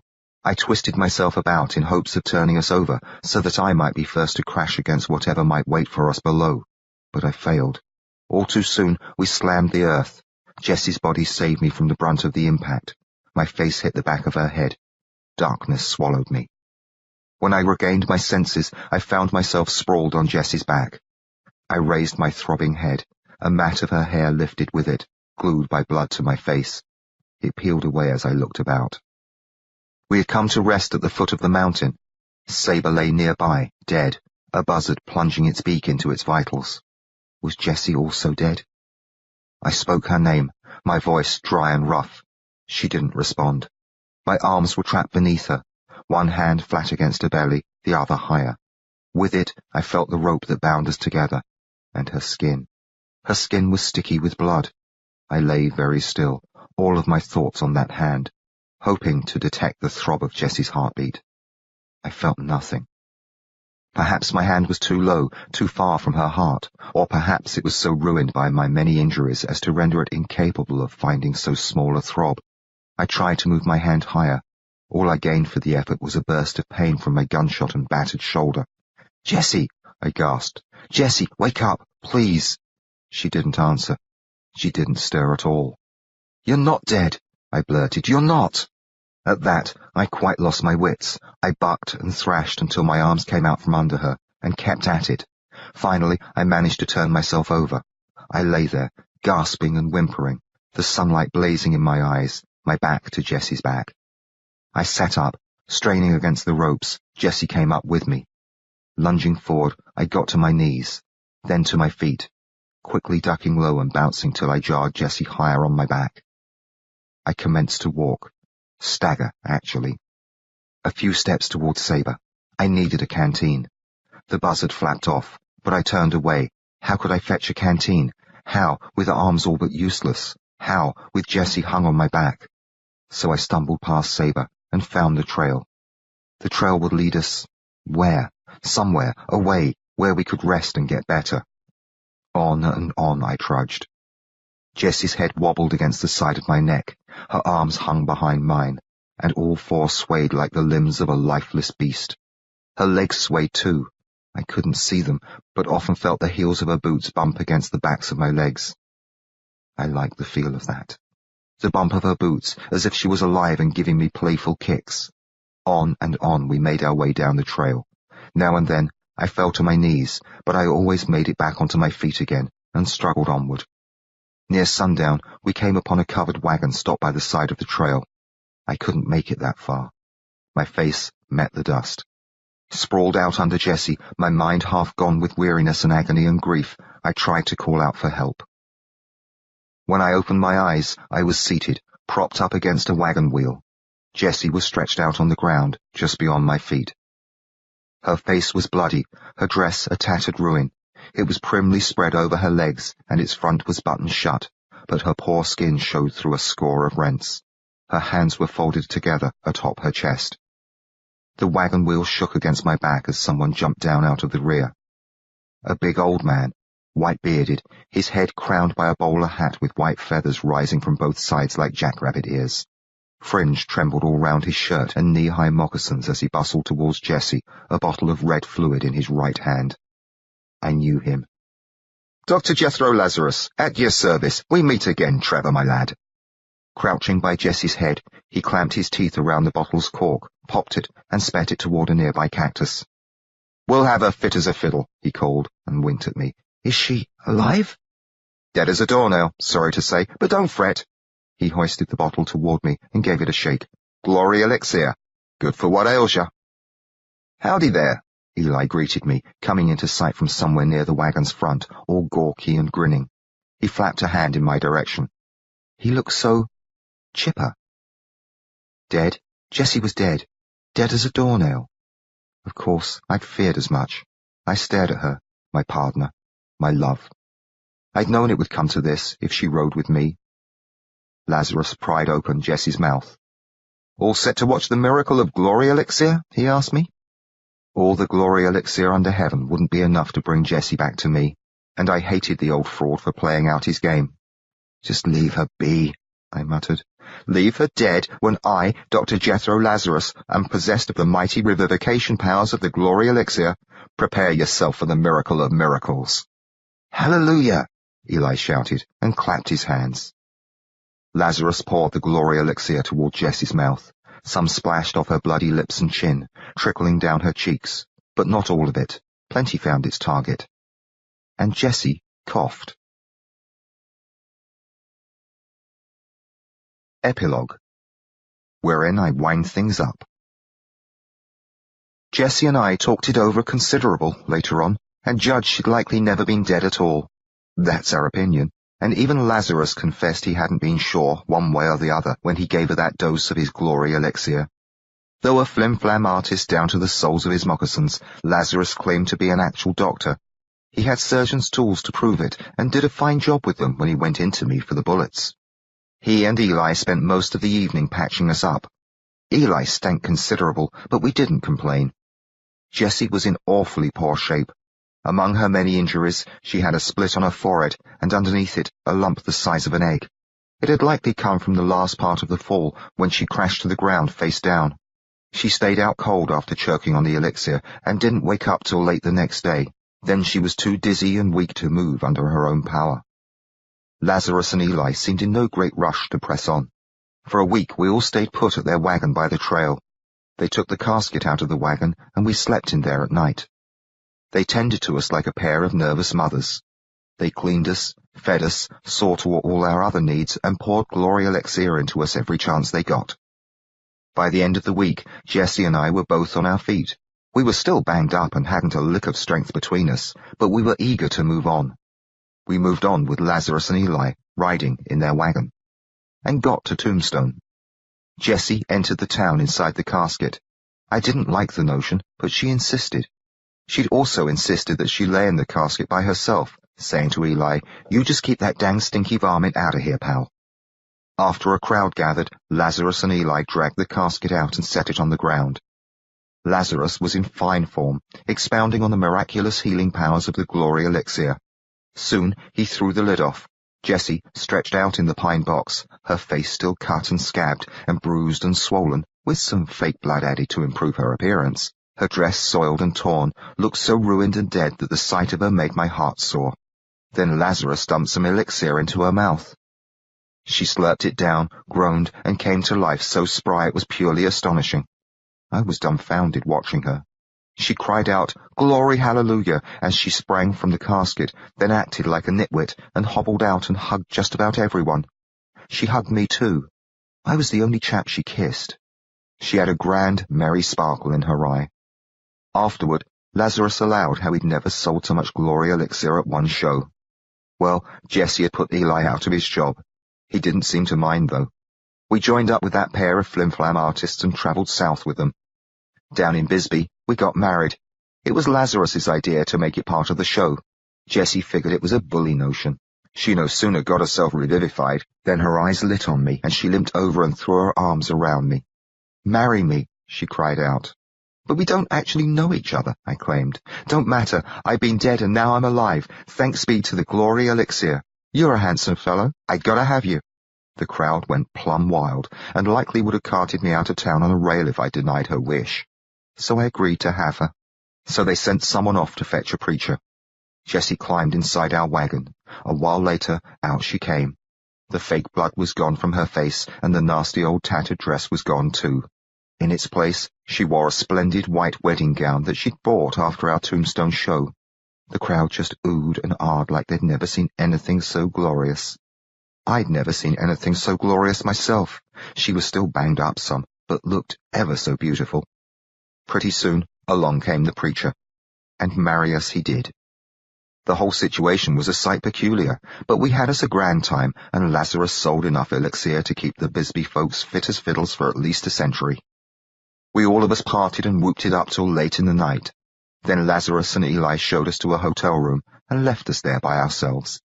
We had a passel of aches and scars and the like, but didn't let them hold us back. On the bed with Jessie, kissing her, feeling her skin against mine, and finally, at last, joining up with her. It was all so much finer than I'd ever imagined. We spent the rest of the night in the room, and all the next day, and all the next night. Food and drink were brought to us. We slept part of the time. Mostly, we didn't. But it came time to move on. We found Lazarus and Eli in a saloon, surrounded by other folks who'd been present at the revivification and the wedding. Another party ensued. Finally, around dusk, the four of us made our rather drunken way to the wagon, boarded it, and set off for parts unknown. We figured to make the wedding a regular part of the show, but that's getting past the rightful end of our story. Adios, folks. Carry on.